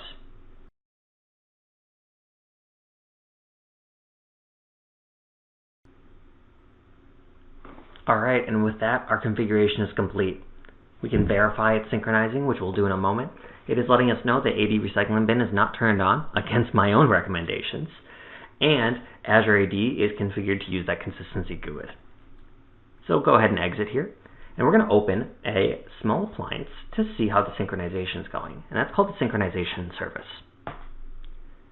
Now this is actually the client that we use in Microsoft Identity Manager, and we can see here every step that's happening. Full imports, which happen to grab both from our local directory, fritzium.com, and our on Microsoft domain to see what's in both locations. Then we do a full synchronization to what's called the metaverse to, in our SQL table, figure out, okay, what exists in both places, what do we need to do in both places, what kind of updates do we need to make, and then perform exports in each location. So we can even see those exports.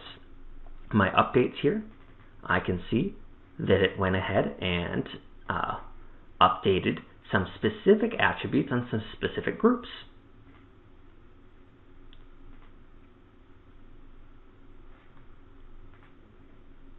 We can also see in our Azure portal, if we go to Azure Active Directory,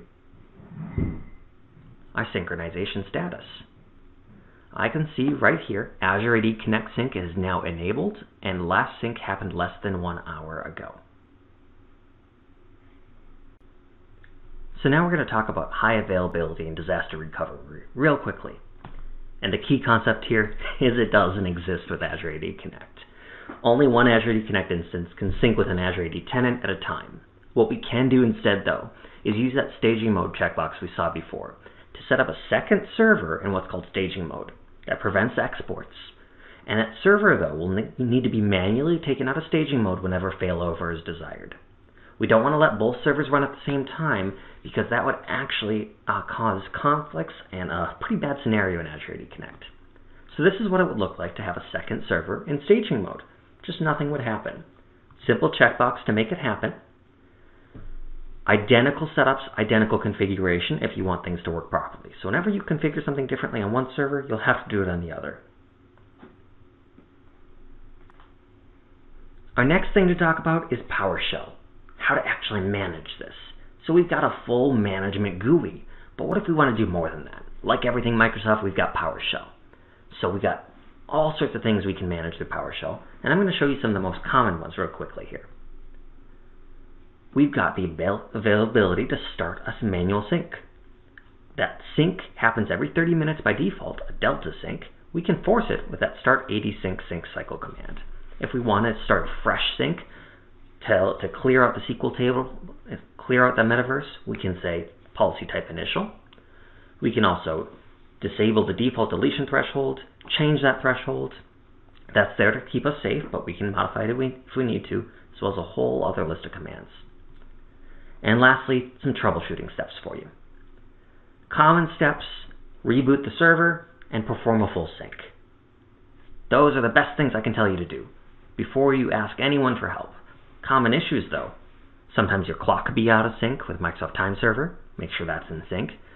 Sometimes your synchronization server won't start on the service. That could be a GPO. That could be a password of service count changing. And lastly, sometimes passwords don't sync. You can turn it on and off. Try that again. But you could also trigger a manual password sync with a script I have linked right there for you. And lastly, in that sync service that we saw, you'll sometimes see some error codes.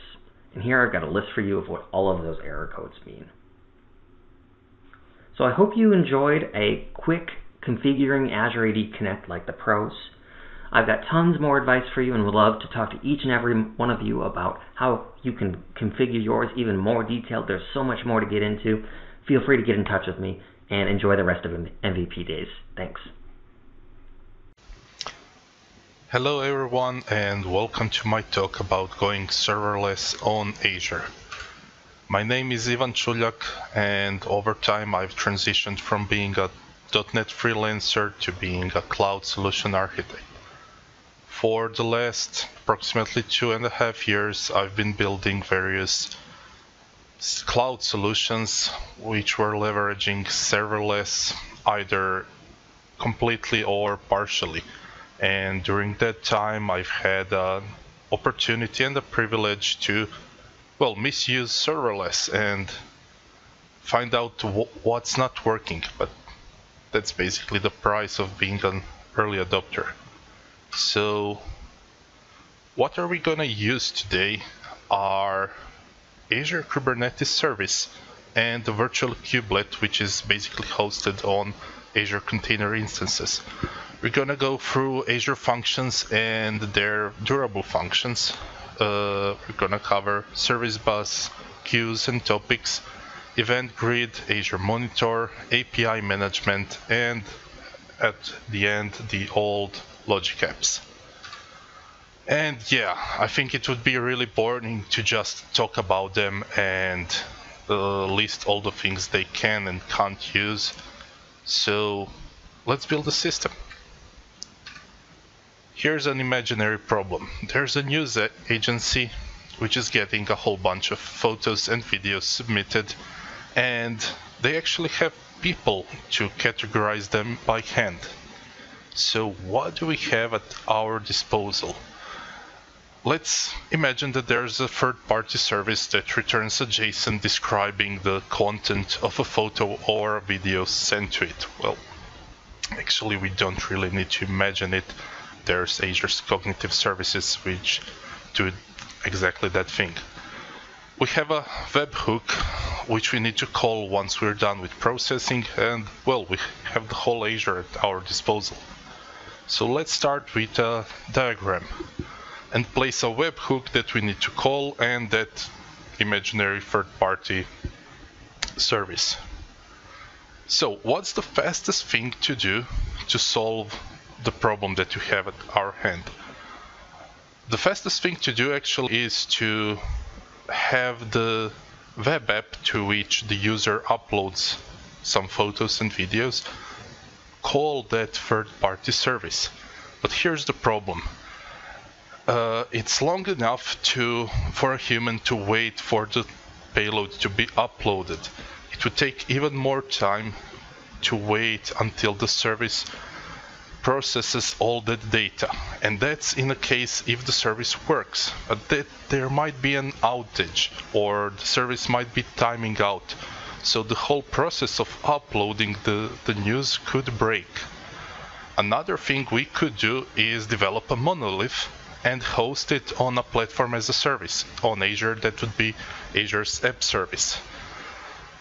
That's fine if you like monoliths, but here's the problem. When you need to scale, it takes time. It's not instantaneously. It will take a minute or two. And it's scalable up to a point. For example, you can scale to 10 virtual machines. You can't scale to 1,000. There's another problem. Keeping an instance of app service costs money.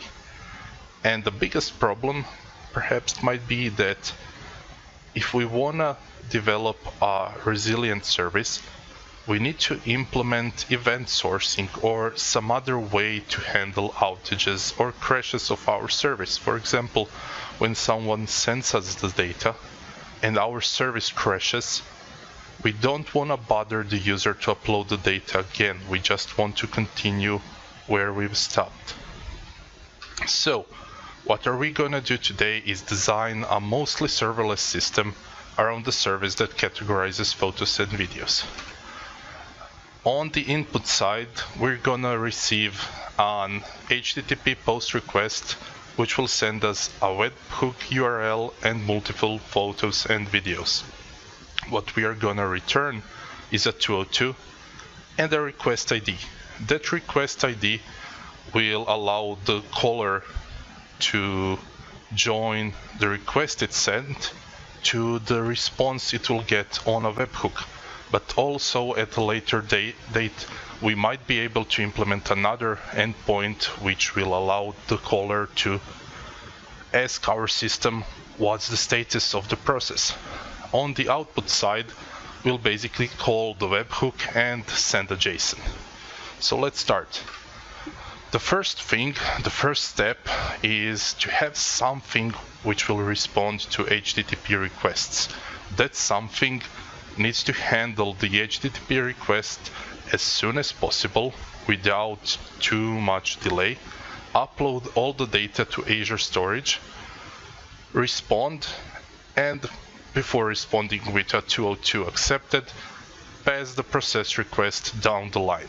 So, before we go any further, please remember, serverless aren't functions as a service. Although, when we talk about serverless, we mostly think about functions or on AWS lambdas, but that's not serverless entirely. Functions are mostly hosted on serverless, but serverless is much larger. When we talk about serverless, we basically talk about not caring about the infrastructure, because in theory, we get all the infrastructure we need when we need, and we pay only for the part when we are using it. So, the best thing we can place here are Azure Kubernetes Service combined with virtual kubelets. So the cool thing here is that Azure Kubernetes Service is the regular Kubernetes, only the master node, the thing that orchestrates the whole service, is hosted and handled and upgraded and cared about by Azure. So you don't actually need to worry about it. And Azure Kubernetes Service usually use a number of virtual machines, and you can scale them from 1 to whatever. What virtual kubelet gives you are serverless containers from Azure container instances.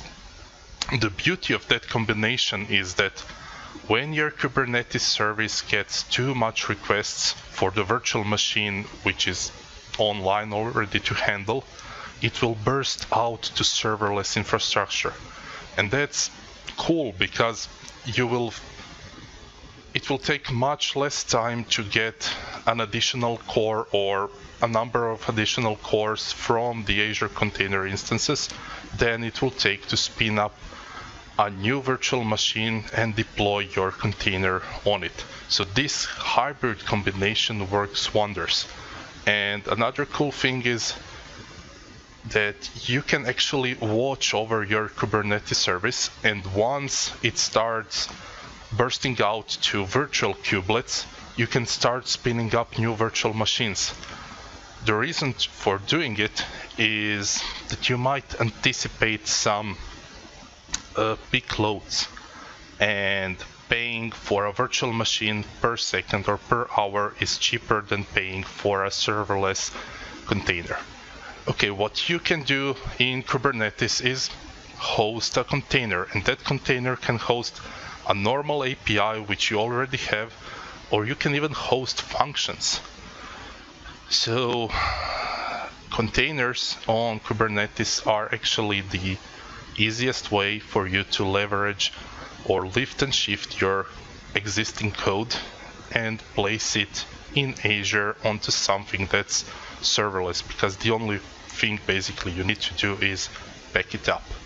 There are some limitations compared to self-hosted Kubernetes. For example, you can only use a single size of virtual machines to scale out. You can't combine small virtual machines with bigger ones. For that, you need to spin up another Kubernetes service, but all in all, it's a great solution. So let's add Kubernetes service and blob storage to our diagram.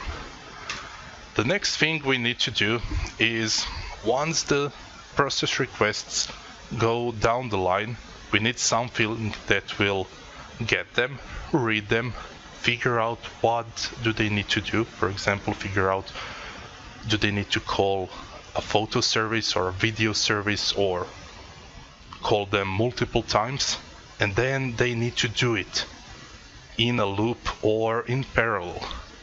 Once everything is done, they need to form a response and send it down the line to the webhook. Okay, so here are some problems that we might have. We need it to be stable. So once the process starts, even if it fails, we need to be able to continue. It needs to handle crashes. For example, if we send a photo to that third-party service and for some reason it crashes, we need to be able to retry it. In case of an outage, for example, the whole Azure data center goes out of power or disconnects from the internet, we needed to be able to continue. And this is a problem for functions. It needs to last as long as needed. So if the whole processing takes 2 days, it needs to be able to wait for 2 days. First of all, let's talk about Azure Functions. We've probably all heard about them, but you probably aren't aware where can you host them. The serverless way is actually the consumption plan, meaning that you pay only for what you use and you get some instances on which you can run your code when needed.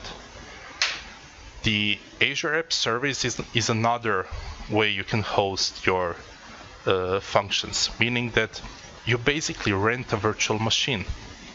And when scaling out, you just add more and more virtual machines. But that scaling out takes time, it takes a few minutes. A third way to host it is on a machine you own, be it your on-prem machine, your on-prem virtual machine, or a virtual machine in Azure, AWS, Google Cloud Engine, or wherever. So how can you host it there? There's a cool thing called Azure Functions Runtime, which allows you to run your functions somewhere where you install it. And the reason for using it is when you need functions to respond immediately, but also be able to scale out. In those situations, you would have some sort of a load balancer in front of them, and then send a few requests to your virtual machine and a few to the consumption plan once it spins up. Another reason for using Azure Functions Runtime is if you have CPU intensive work, meaning that the instances, the virtual machines, which are basically V1s, VMs from Azure, if they are too slow for you, you might need something that's faster, and you might rent a really fast virtual machine on Azure. For that reason, Functions runtimes are really cool. And now there's a premium tier, which is still in private preview, which basically allows you to do what Azure Kubernetes Service plus virtual kubelets allow you to do. You will be able to rent a certain amount of cores and RAM to be constantly online, and then when more work comes, you will just rent more and more instances like in the consumption plan. The benefit of the premium tier is that you won't have any cold starts, and your tasks won't be limited to 10 minutes. Okay, so how do all of those scale? We've mentioned that app services scale slowly and to a certain amount of machines. Based on which plan are you using? Are you using a basic, a standard, or a premium one? When you're running all of that on your machines, it will probably scale slower than app services, because it means that you need to scale more machines on your side, be it virtual machines or actually buy and place new hardware machines. Premium tier, as mentioned, is similar to AKS, and it should work splendidly. So let's focus on the consumption plan. The process can last up to 10 minutes. After that, your process is being terminated. You can scale up to 200 instances per function app. And remember, a function app can have multiple functions in it. And you can scale up by one instance at most every 10 seconds. So those are the problems. Another one is your instance will go to sleep after 20 minutes of inactivity. And now here come the hacks. You can preheat them and you can keep them alive. How? if you know that the instance is going to sleep after 20 minutes, all you need to do is add some work within less than 20 minutes since the last process. That will keep it alive. If you want to preheat and spin up multiple instances, you can send multiple workloads. And when you have functions, you can set a key which determines how many concurrent requests can be processed on a single instance. So if you set it to 1 and send 10 requests in parallel, you will spin up multiple instances, and then all you need to do is keep them alive. So how are we gonna implement this? There's a thing called Durable Tasks framework, and the implementation on Azure Functions is Durable Functions. That's something that we really need for this.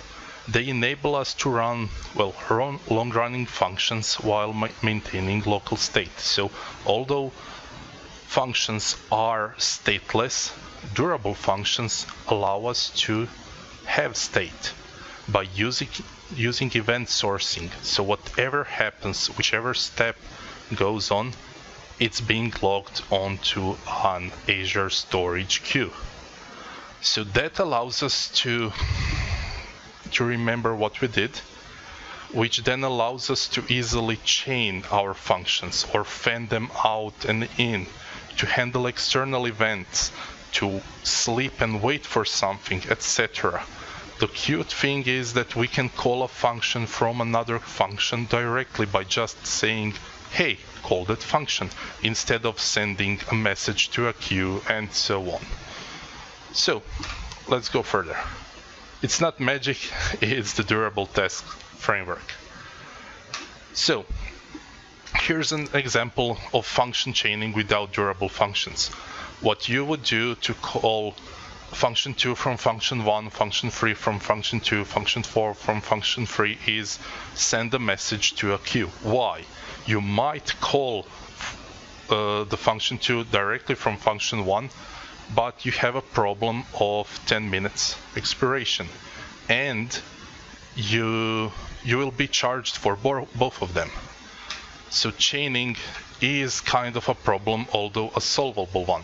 By using durable functions, what you can do is just have a single code base which says call function, call another function, call the third one, call the fourth one. You can place it in a try-catch block and see if something failed. In the previous example, you couldn't see if something failed without having even more functions taking care of it. Another problem is fan in. So fanning something out isn't really a problem. You just send a zillion of requests, but getting them combined together is a problem. By using durable functions, all you need to do is spin up a number of tasks and then call task when all, and your code will await for all of them to finish. So let's add durable functions to our diagram. Next step is we actually need something that will be alive for as long as the third-party service is processing. And that something needs to be as cheap as possible, but also quickly scalable. So functions aren't really a thing for this. What is a solution here is yet another Kubernetes service and a virtual kubelet. Why? Because it can keep running forever, and there's nothing really important here for us to catch if it crashes, because the code in durable functions actually worries about if something has crashed. So the only thing this needs to do is get the request, call the third-party service, and send the response back. So let's add another AKS to our diagram. Okay, cool. The step number 4 is actually getting the data back to durable services. And this is actually a pretty neat thing. there's something called external events on durable functions, which allows you to generate a URL that you need to call when there's an external event that happened. In this example, we are creating two tasks. One is a timeout task, and the other one is the external event task. And we await for the first one. If there was a timeout, we'll escalate. If the data has been processed, meaning that an external event happened, we will continue. What this allows us is to send a message down the queue to the second AKS and put the durable functions to sleep. When the second AKS receives a response from the third-party service, it will ping the durable functions back using the URL, and everything will continue. So let's place that callback here. Okay, so cool. But we've left out something. Our parts aren't really connected. First of all, let's mention the difference between events and messages. Events are basically information which we send out, and we don't really care what will happen after it. For example, imagine a wife or a mom cooking a dinner, and when it's done, she can say, the dinner is ready. And she doesn't really care what happens after that. Message, on the other part, is kind of a command. In that case, she would go to each member of the family and say, hey, go to the table and eat some dinner. That's the difference. So instead of going to multiple members of the family and saying, go to the table, which would be an equivalent of sending a bunch of messages down the queue, which are the same, there's something on Azure that's called Service Bus Topics, which allows us to send a single message to the queue, to a topic actually, which then gets multicasted to as many subscribers as they are. Okay, so the first AKS will send messages to topics. We don't really need them right now, but it gives us a place to extend our service. For example, we might add the billing service as a listener, or an analytics service as a listener, and so on. Another thing which we'll add here is Event Grid. So Event Grid will be listening to topics, and then when there's a new message in the topic, it will ping and start durable functions. Why? Because durable functions can't listen to topics. So we need something that we'll call the HTTP URL. And when the durable functions will be triggered, they will fetch a message from the topic. At the end, we'll add a queue between the durable functions and the second AKS. Why? So we will be sending messages to that queue about which photo or video needs to be processed. And that message will also contain the external event URL the AKS needs to call. In this way, we have a decoupled system which can scale its parts independently, and the only thing we actually really need to be stable and reliable are the durable functions. Okay, so when something crashes, there's a cool thing now called Azure Monitor, which actually listens to the whole cloud, collects all the logs, and you can send more logs there by using the Application Insights SDK. But what we've built doesn't have any security. And there are 3 ways we can handle that. We can handle it in a normal API by leveraging some capabilities of your framework of choice, or by using some libraries, etc. So basically the standard thing you would do. If we went with functions on the front-end side, meaning that we host the functions in AKS, well, we would have a fun time. Why? Because what we get in functions is the raw HTTP request message, meaning that we would be left to ourselves to handle, well, everything. Or we can perhaps find a cool library. The third solution is using Azure API Management. It's an enterprise-grade service, but it recently has gone serverless, meaning that instead of having to pay $200 per month per region, you can now pay for it per usage.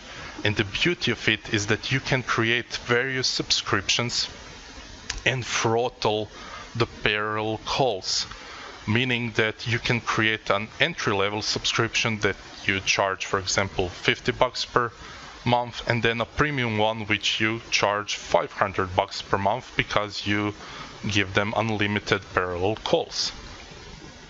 So let's place the API management at the front end. Okay, so I've told you that we're gonna talk about logic apps, but how do they fit here?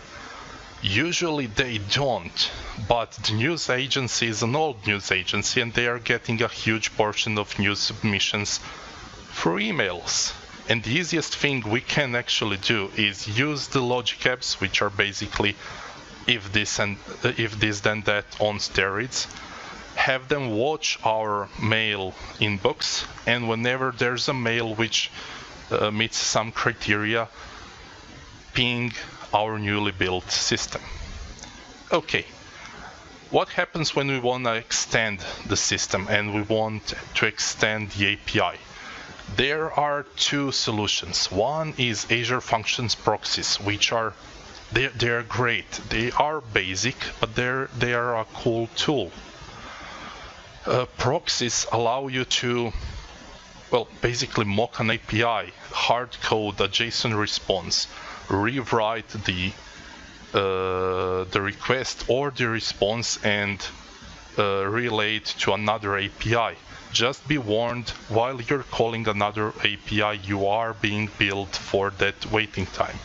On the other hand, API management has all of that and even more. It's a really powerful solution, but since up until recently it was extremely pricey, it wasn't something for a hobby project, but now it is, so look it up.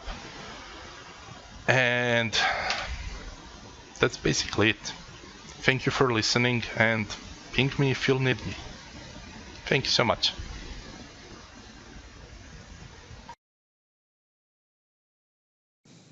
Hi everybody there at the MVP Days. This is a presentation, Azure Stack Development Kit, the cheap Azure development platform. My name is Carsten Rachfal. I'm from Germany, as I'm sure you hear. And let's first talk a little bit about me, and then we dive into our topic. So I'm a Microsoft Cloud and Data Center Management MVP. I'm the organizer of the Cloud and Data Center Conference in Germany. I'm the co-founder of two German communities, the Hyper-V community and the Hybrid Cloud community. If you like to follow me a bit on social media, my Twitter handle is Hyper-V Server, and I'm one of the Hyper-V Amigos. You find our Hyper-V Amigo shows under hyper-v-amigos.net. And if I don't do community work, I'm the CEO of Rachfal IT Solutions, GmbH & Co. KG, a German ISV, not ISV, a German SI, who implements all the great stuff I talk about, like Hyper-V failover clustering. Storage Spaces Direct is a huge one, and Azure Stack. And if you want to read my blog, it's under hyper-v-server.de, unfortunately in German. So let's dive into Azure Stack Development Kit. First, you have to recognize there are two editions of Azure Stack. There's the multi-node integrated system and there's the Azure Stack Development Kit. The multi-node integrated system you buy from an OEM. There are 7 in the moment where you can buy an integrated system.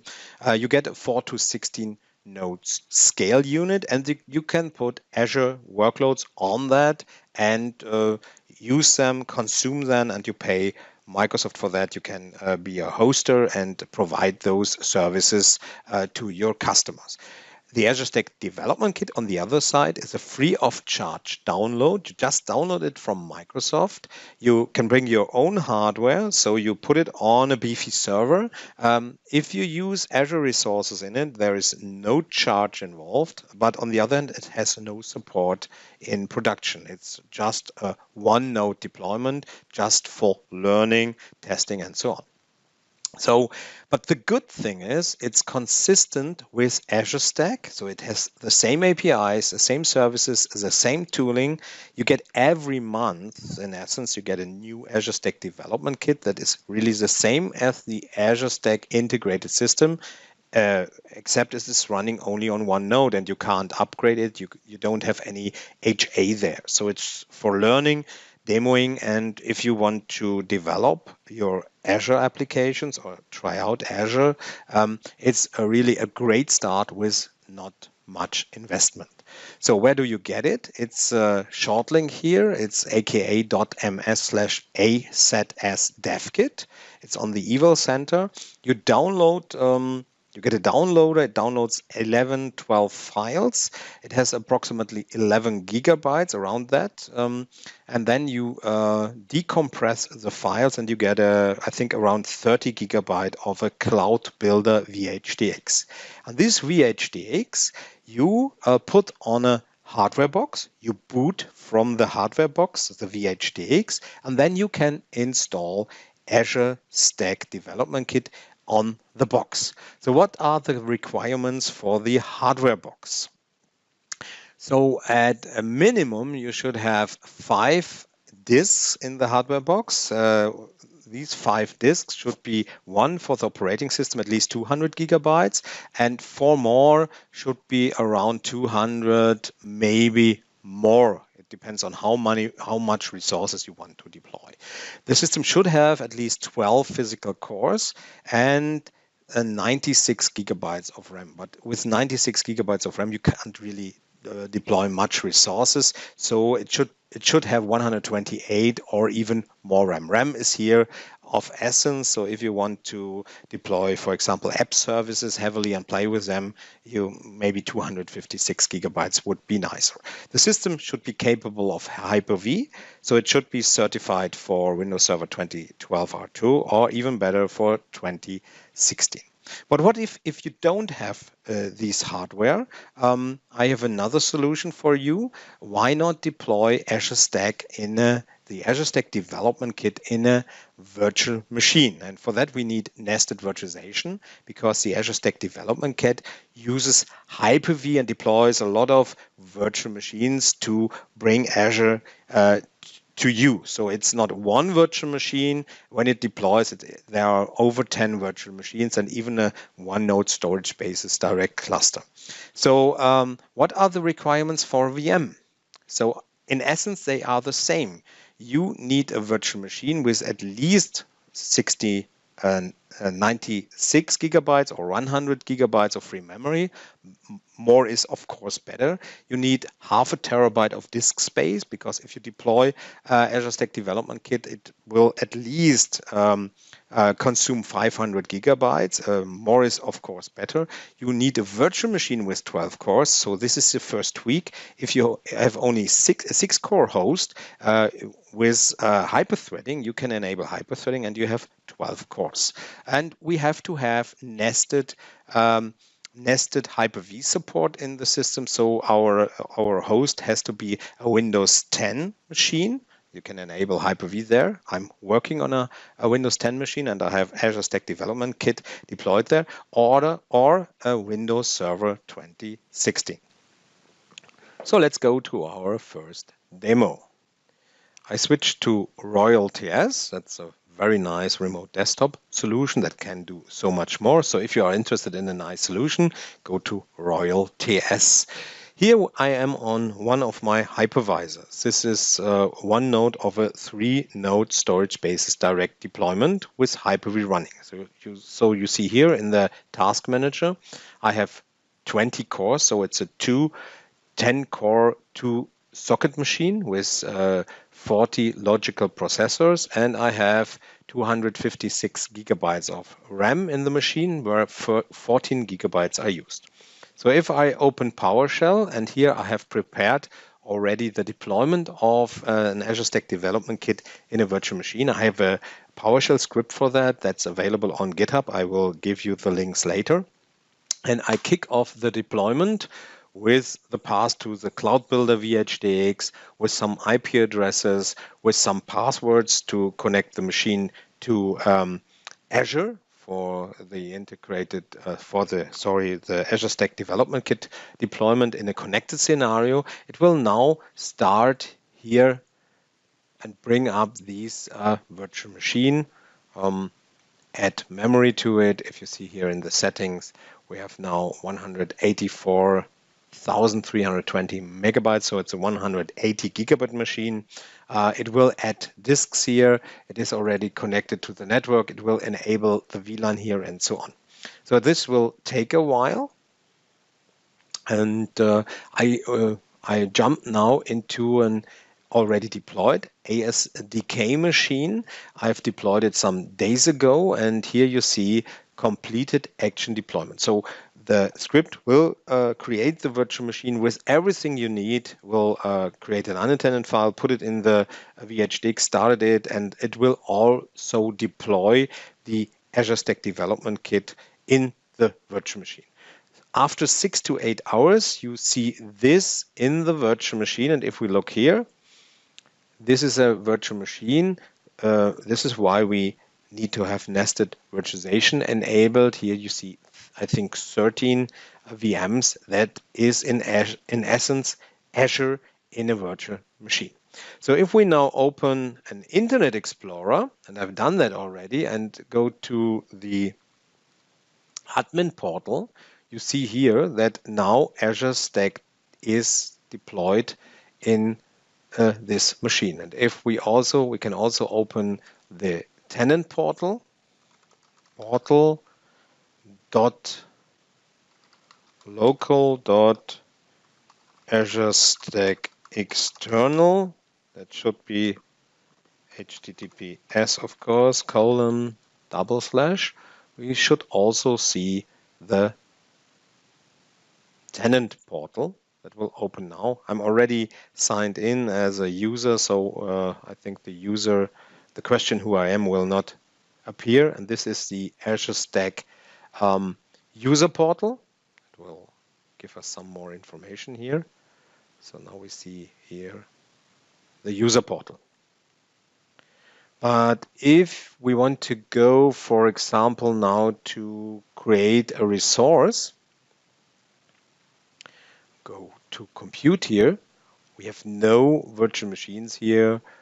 We have nothing in here. So nothing is deployed in the Azure Stack Development Kit. We have a running Azure Stack Development Kit, but there are no resources deployed. So in our next slides, we will talk about how we get resources deployed in our Azure Stack Development Kit.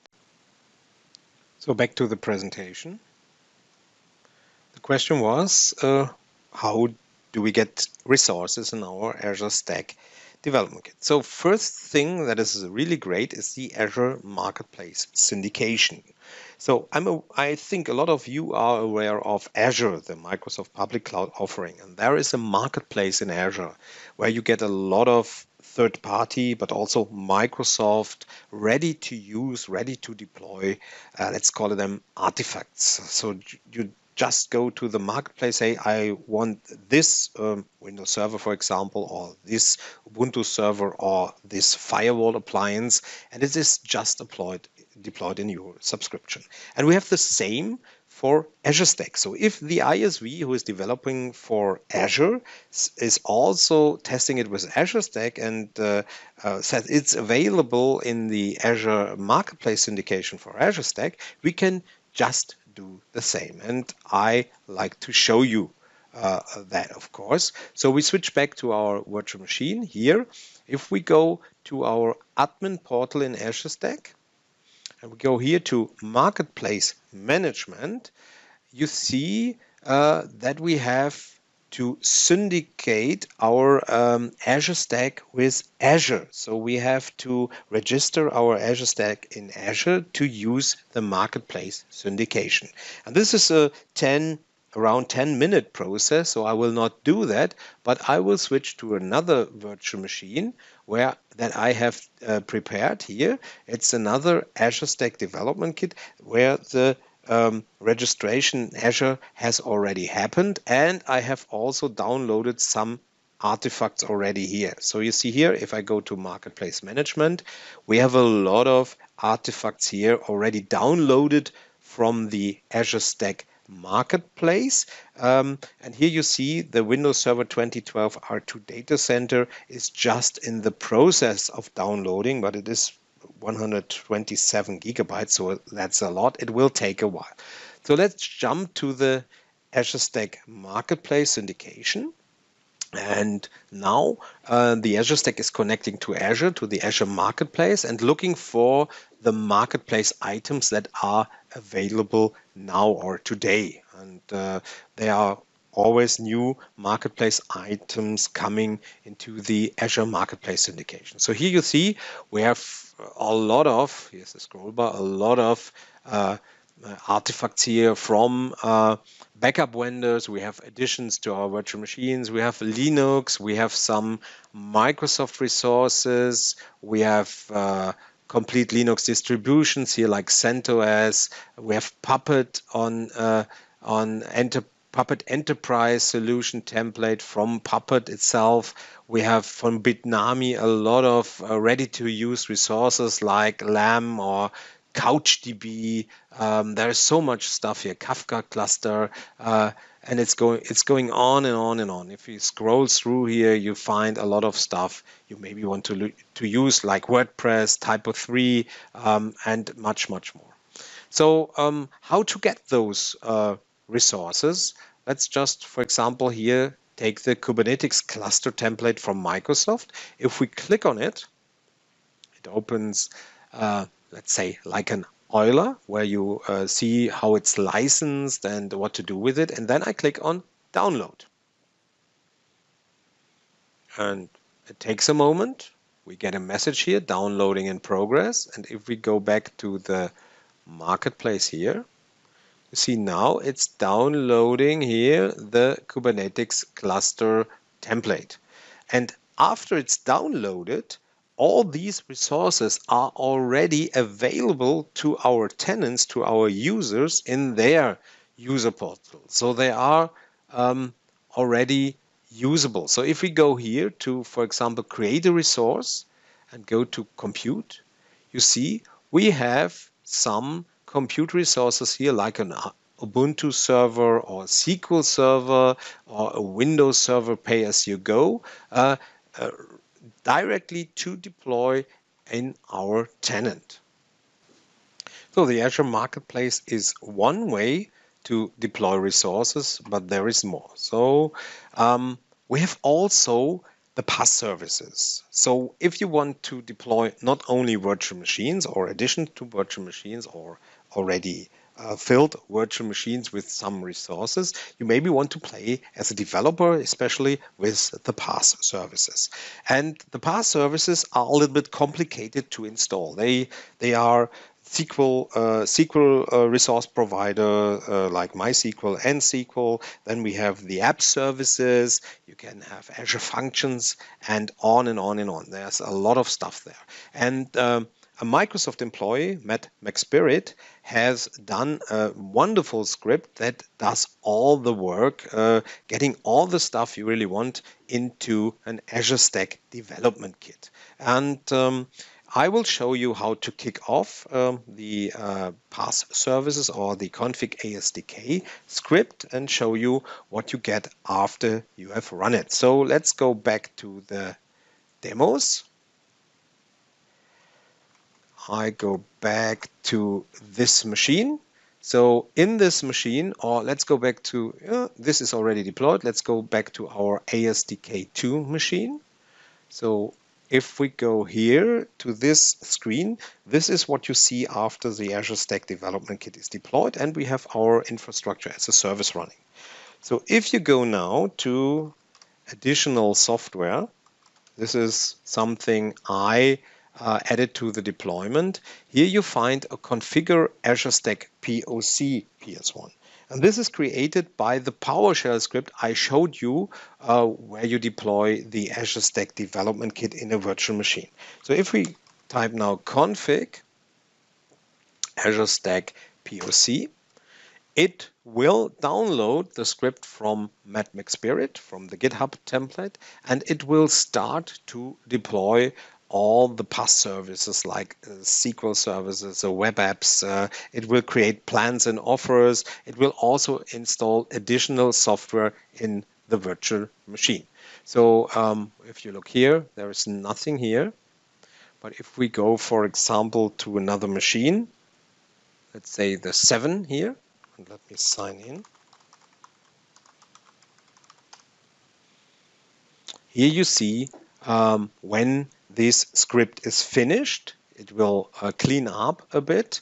I have done this already in preparation. So if we move this now, you see here there are more links on the desktop. Like it will also install the Chrome browser. It will install Visual Studio Code. And if we open Hyper-V here, so let's see here, Windows Administrative Tools. Somewhere here is Hyper-V. Here's the Hyper-V Manager. Let's open it. Let's go to this machine. Let's close the checkpoints here. And you see there are much more machines running here. We have 3 and an additional 1, 2, 3, 4, 5, 6, 7, 8. So 11 more virtual machines. In total, it should be 24 machines. And these machines, we have added the PaaS services. Now let's switch to the developer side of things. So let's first start a tenant portal, for example, in an Internet Explorer, and an admin portal with Google Chrome.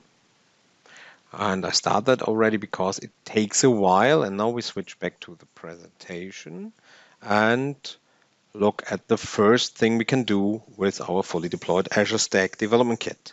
So if you are a developer, you have heard, I think at least, of ARM templates. ARM templates are JSON descriptions of resources that the Azure Resource Manager can understand. And of course, if you develop solutions, you have to give some ARM templates in your solution. So you have to add some ARM templates in there. So let's switch back to our Azure Stack Development Kit. And here we can go to create a resource if we want to play with ARM templates. Here under Customs, you find a template deployment. If you click on that, the built-in edit template, the built-in ARM template editor will open, and you see here an empty ARM template. But there is help. In Azure, you find a lot of quick start templates for Azure Stack. So if we click here, you see there is a lot of stuff here that you can see as a starting point to develop your own Azure Stack ARM templates or Azure templates. So we will start easy, and I will create a storage account. I click on the 101 create storage account, and it will open the template here in the editor. It's a short one. And then I will save it and edit the parameters. So we have a storage account type standard LRS, and we click on, we first have to create a resource group. So let's say test RG, and click on create. It will validate the template if everything is okay, and then it will deploy the ARM template. And after a while, we will see under all resources, we will see our storage account. So if we look now at all resources, we should see our storage account. Here it is. So this was a demo of how to deploy an ARM template. Let's switch back to the presentation. So we've done the demo already, and there is more. So when we deployed with the script from MadMaxSpirit, all the nice stuff there are also some PaaS services included. So we get SQL as a service and MySQL as a service, and there are the resource providers installed now in Azure Stack. And because we have not so much time left, I will only show you the deployment of a SQL database. So let's go back to our deployment here. If we are in our tenant portal, we can look here at data and storage. And here we see a MySQL database and a SQL database. And we click here. It will open lab, I think, and here we can give a name for a database. So let's say test SQL. We can choose a collection. We have to choose the size, and there is also a quota on this. So let's say I want a 25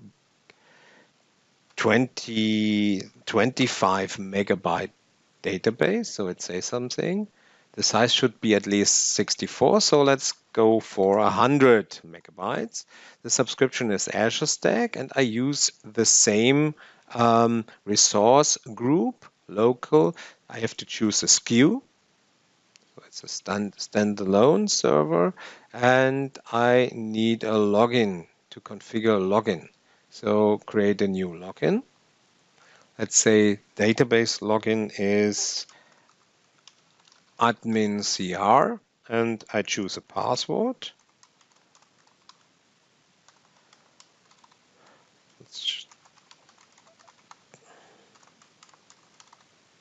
Okay, I type post time the same, and now I can click on create, and it will create a database for me. And the PaaS service is platform as a service, so we don't have to care about the SQL server that is running there. The SQL server is running by our Azure Stack operator. So he has to care about the SQL server, that it's patched and so on, that it's high available and how we like to deploy it. But we as a developer, we only consume a SQL database. So in some minutes, the SQL database will be deployed and we can just use it in our application. So we get a connection string and we know already our password and our user, and then we can just use it in our applications. So as already said, if we go here to all resources, we have our test SQL. And here we see the connection string, and with the user and the password, you can just use the database.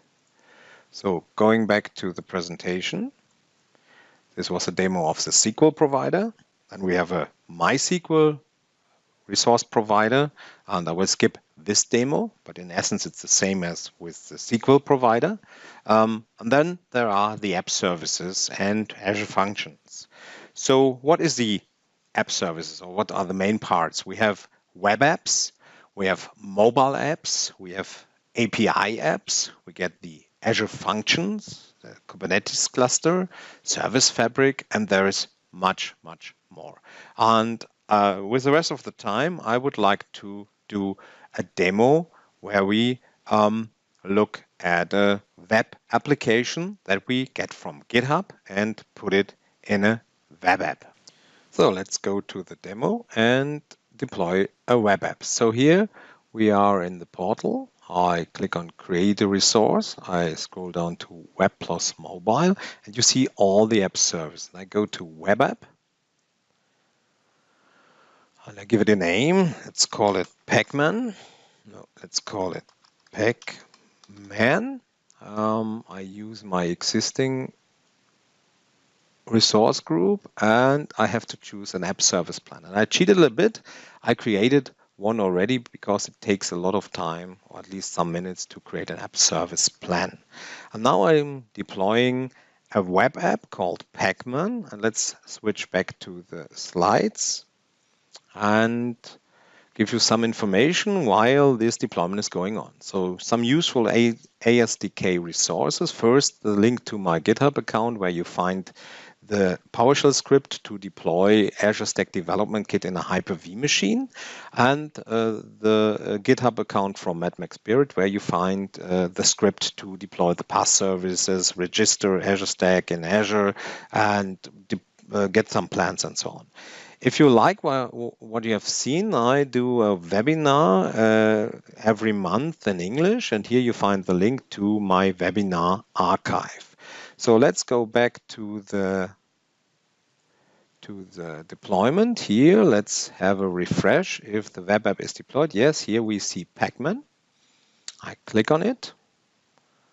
And now we have to deploy something in it. So here we go to deployment options, and here we can choose, for example, a repository, an external repository, and it works with Git and Mercurial. I only know Git, you maybe got that. And here I have a nice link to a GitHub account of Dino Bordonaro. He is a friend of mine. He's very knowledgeable about Azure Stack, and he has a Pacman clone in his archive. So I use this link to deploy Pacman into this web app. So now if we go here to deployment options, we hopefully will see how nothing is happening here. Let's go again here to overview. Here we see the GitHub. So it's just a refresh here. Now it's getting from GitHub, it's getting the deployment. And if we go to overview and to browse, we will first see the standard HTML site that is deployed. No, Pacman is here already. So we can now play Pacman in our app service. You see here, I can play Pacman, a good old arcade game. So thank you very much for your attendance. I hope you have a nice MVP days with the other presentations, and maybe I see you soon in a webinar or somewhere else. Bye-bye.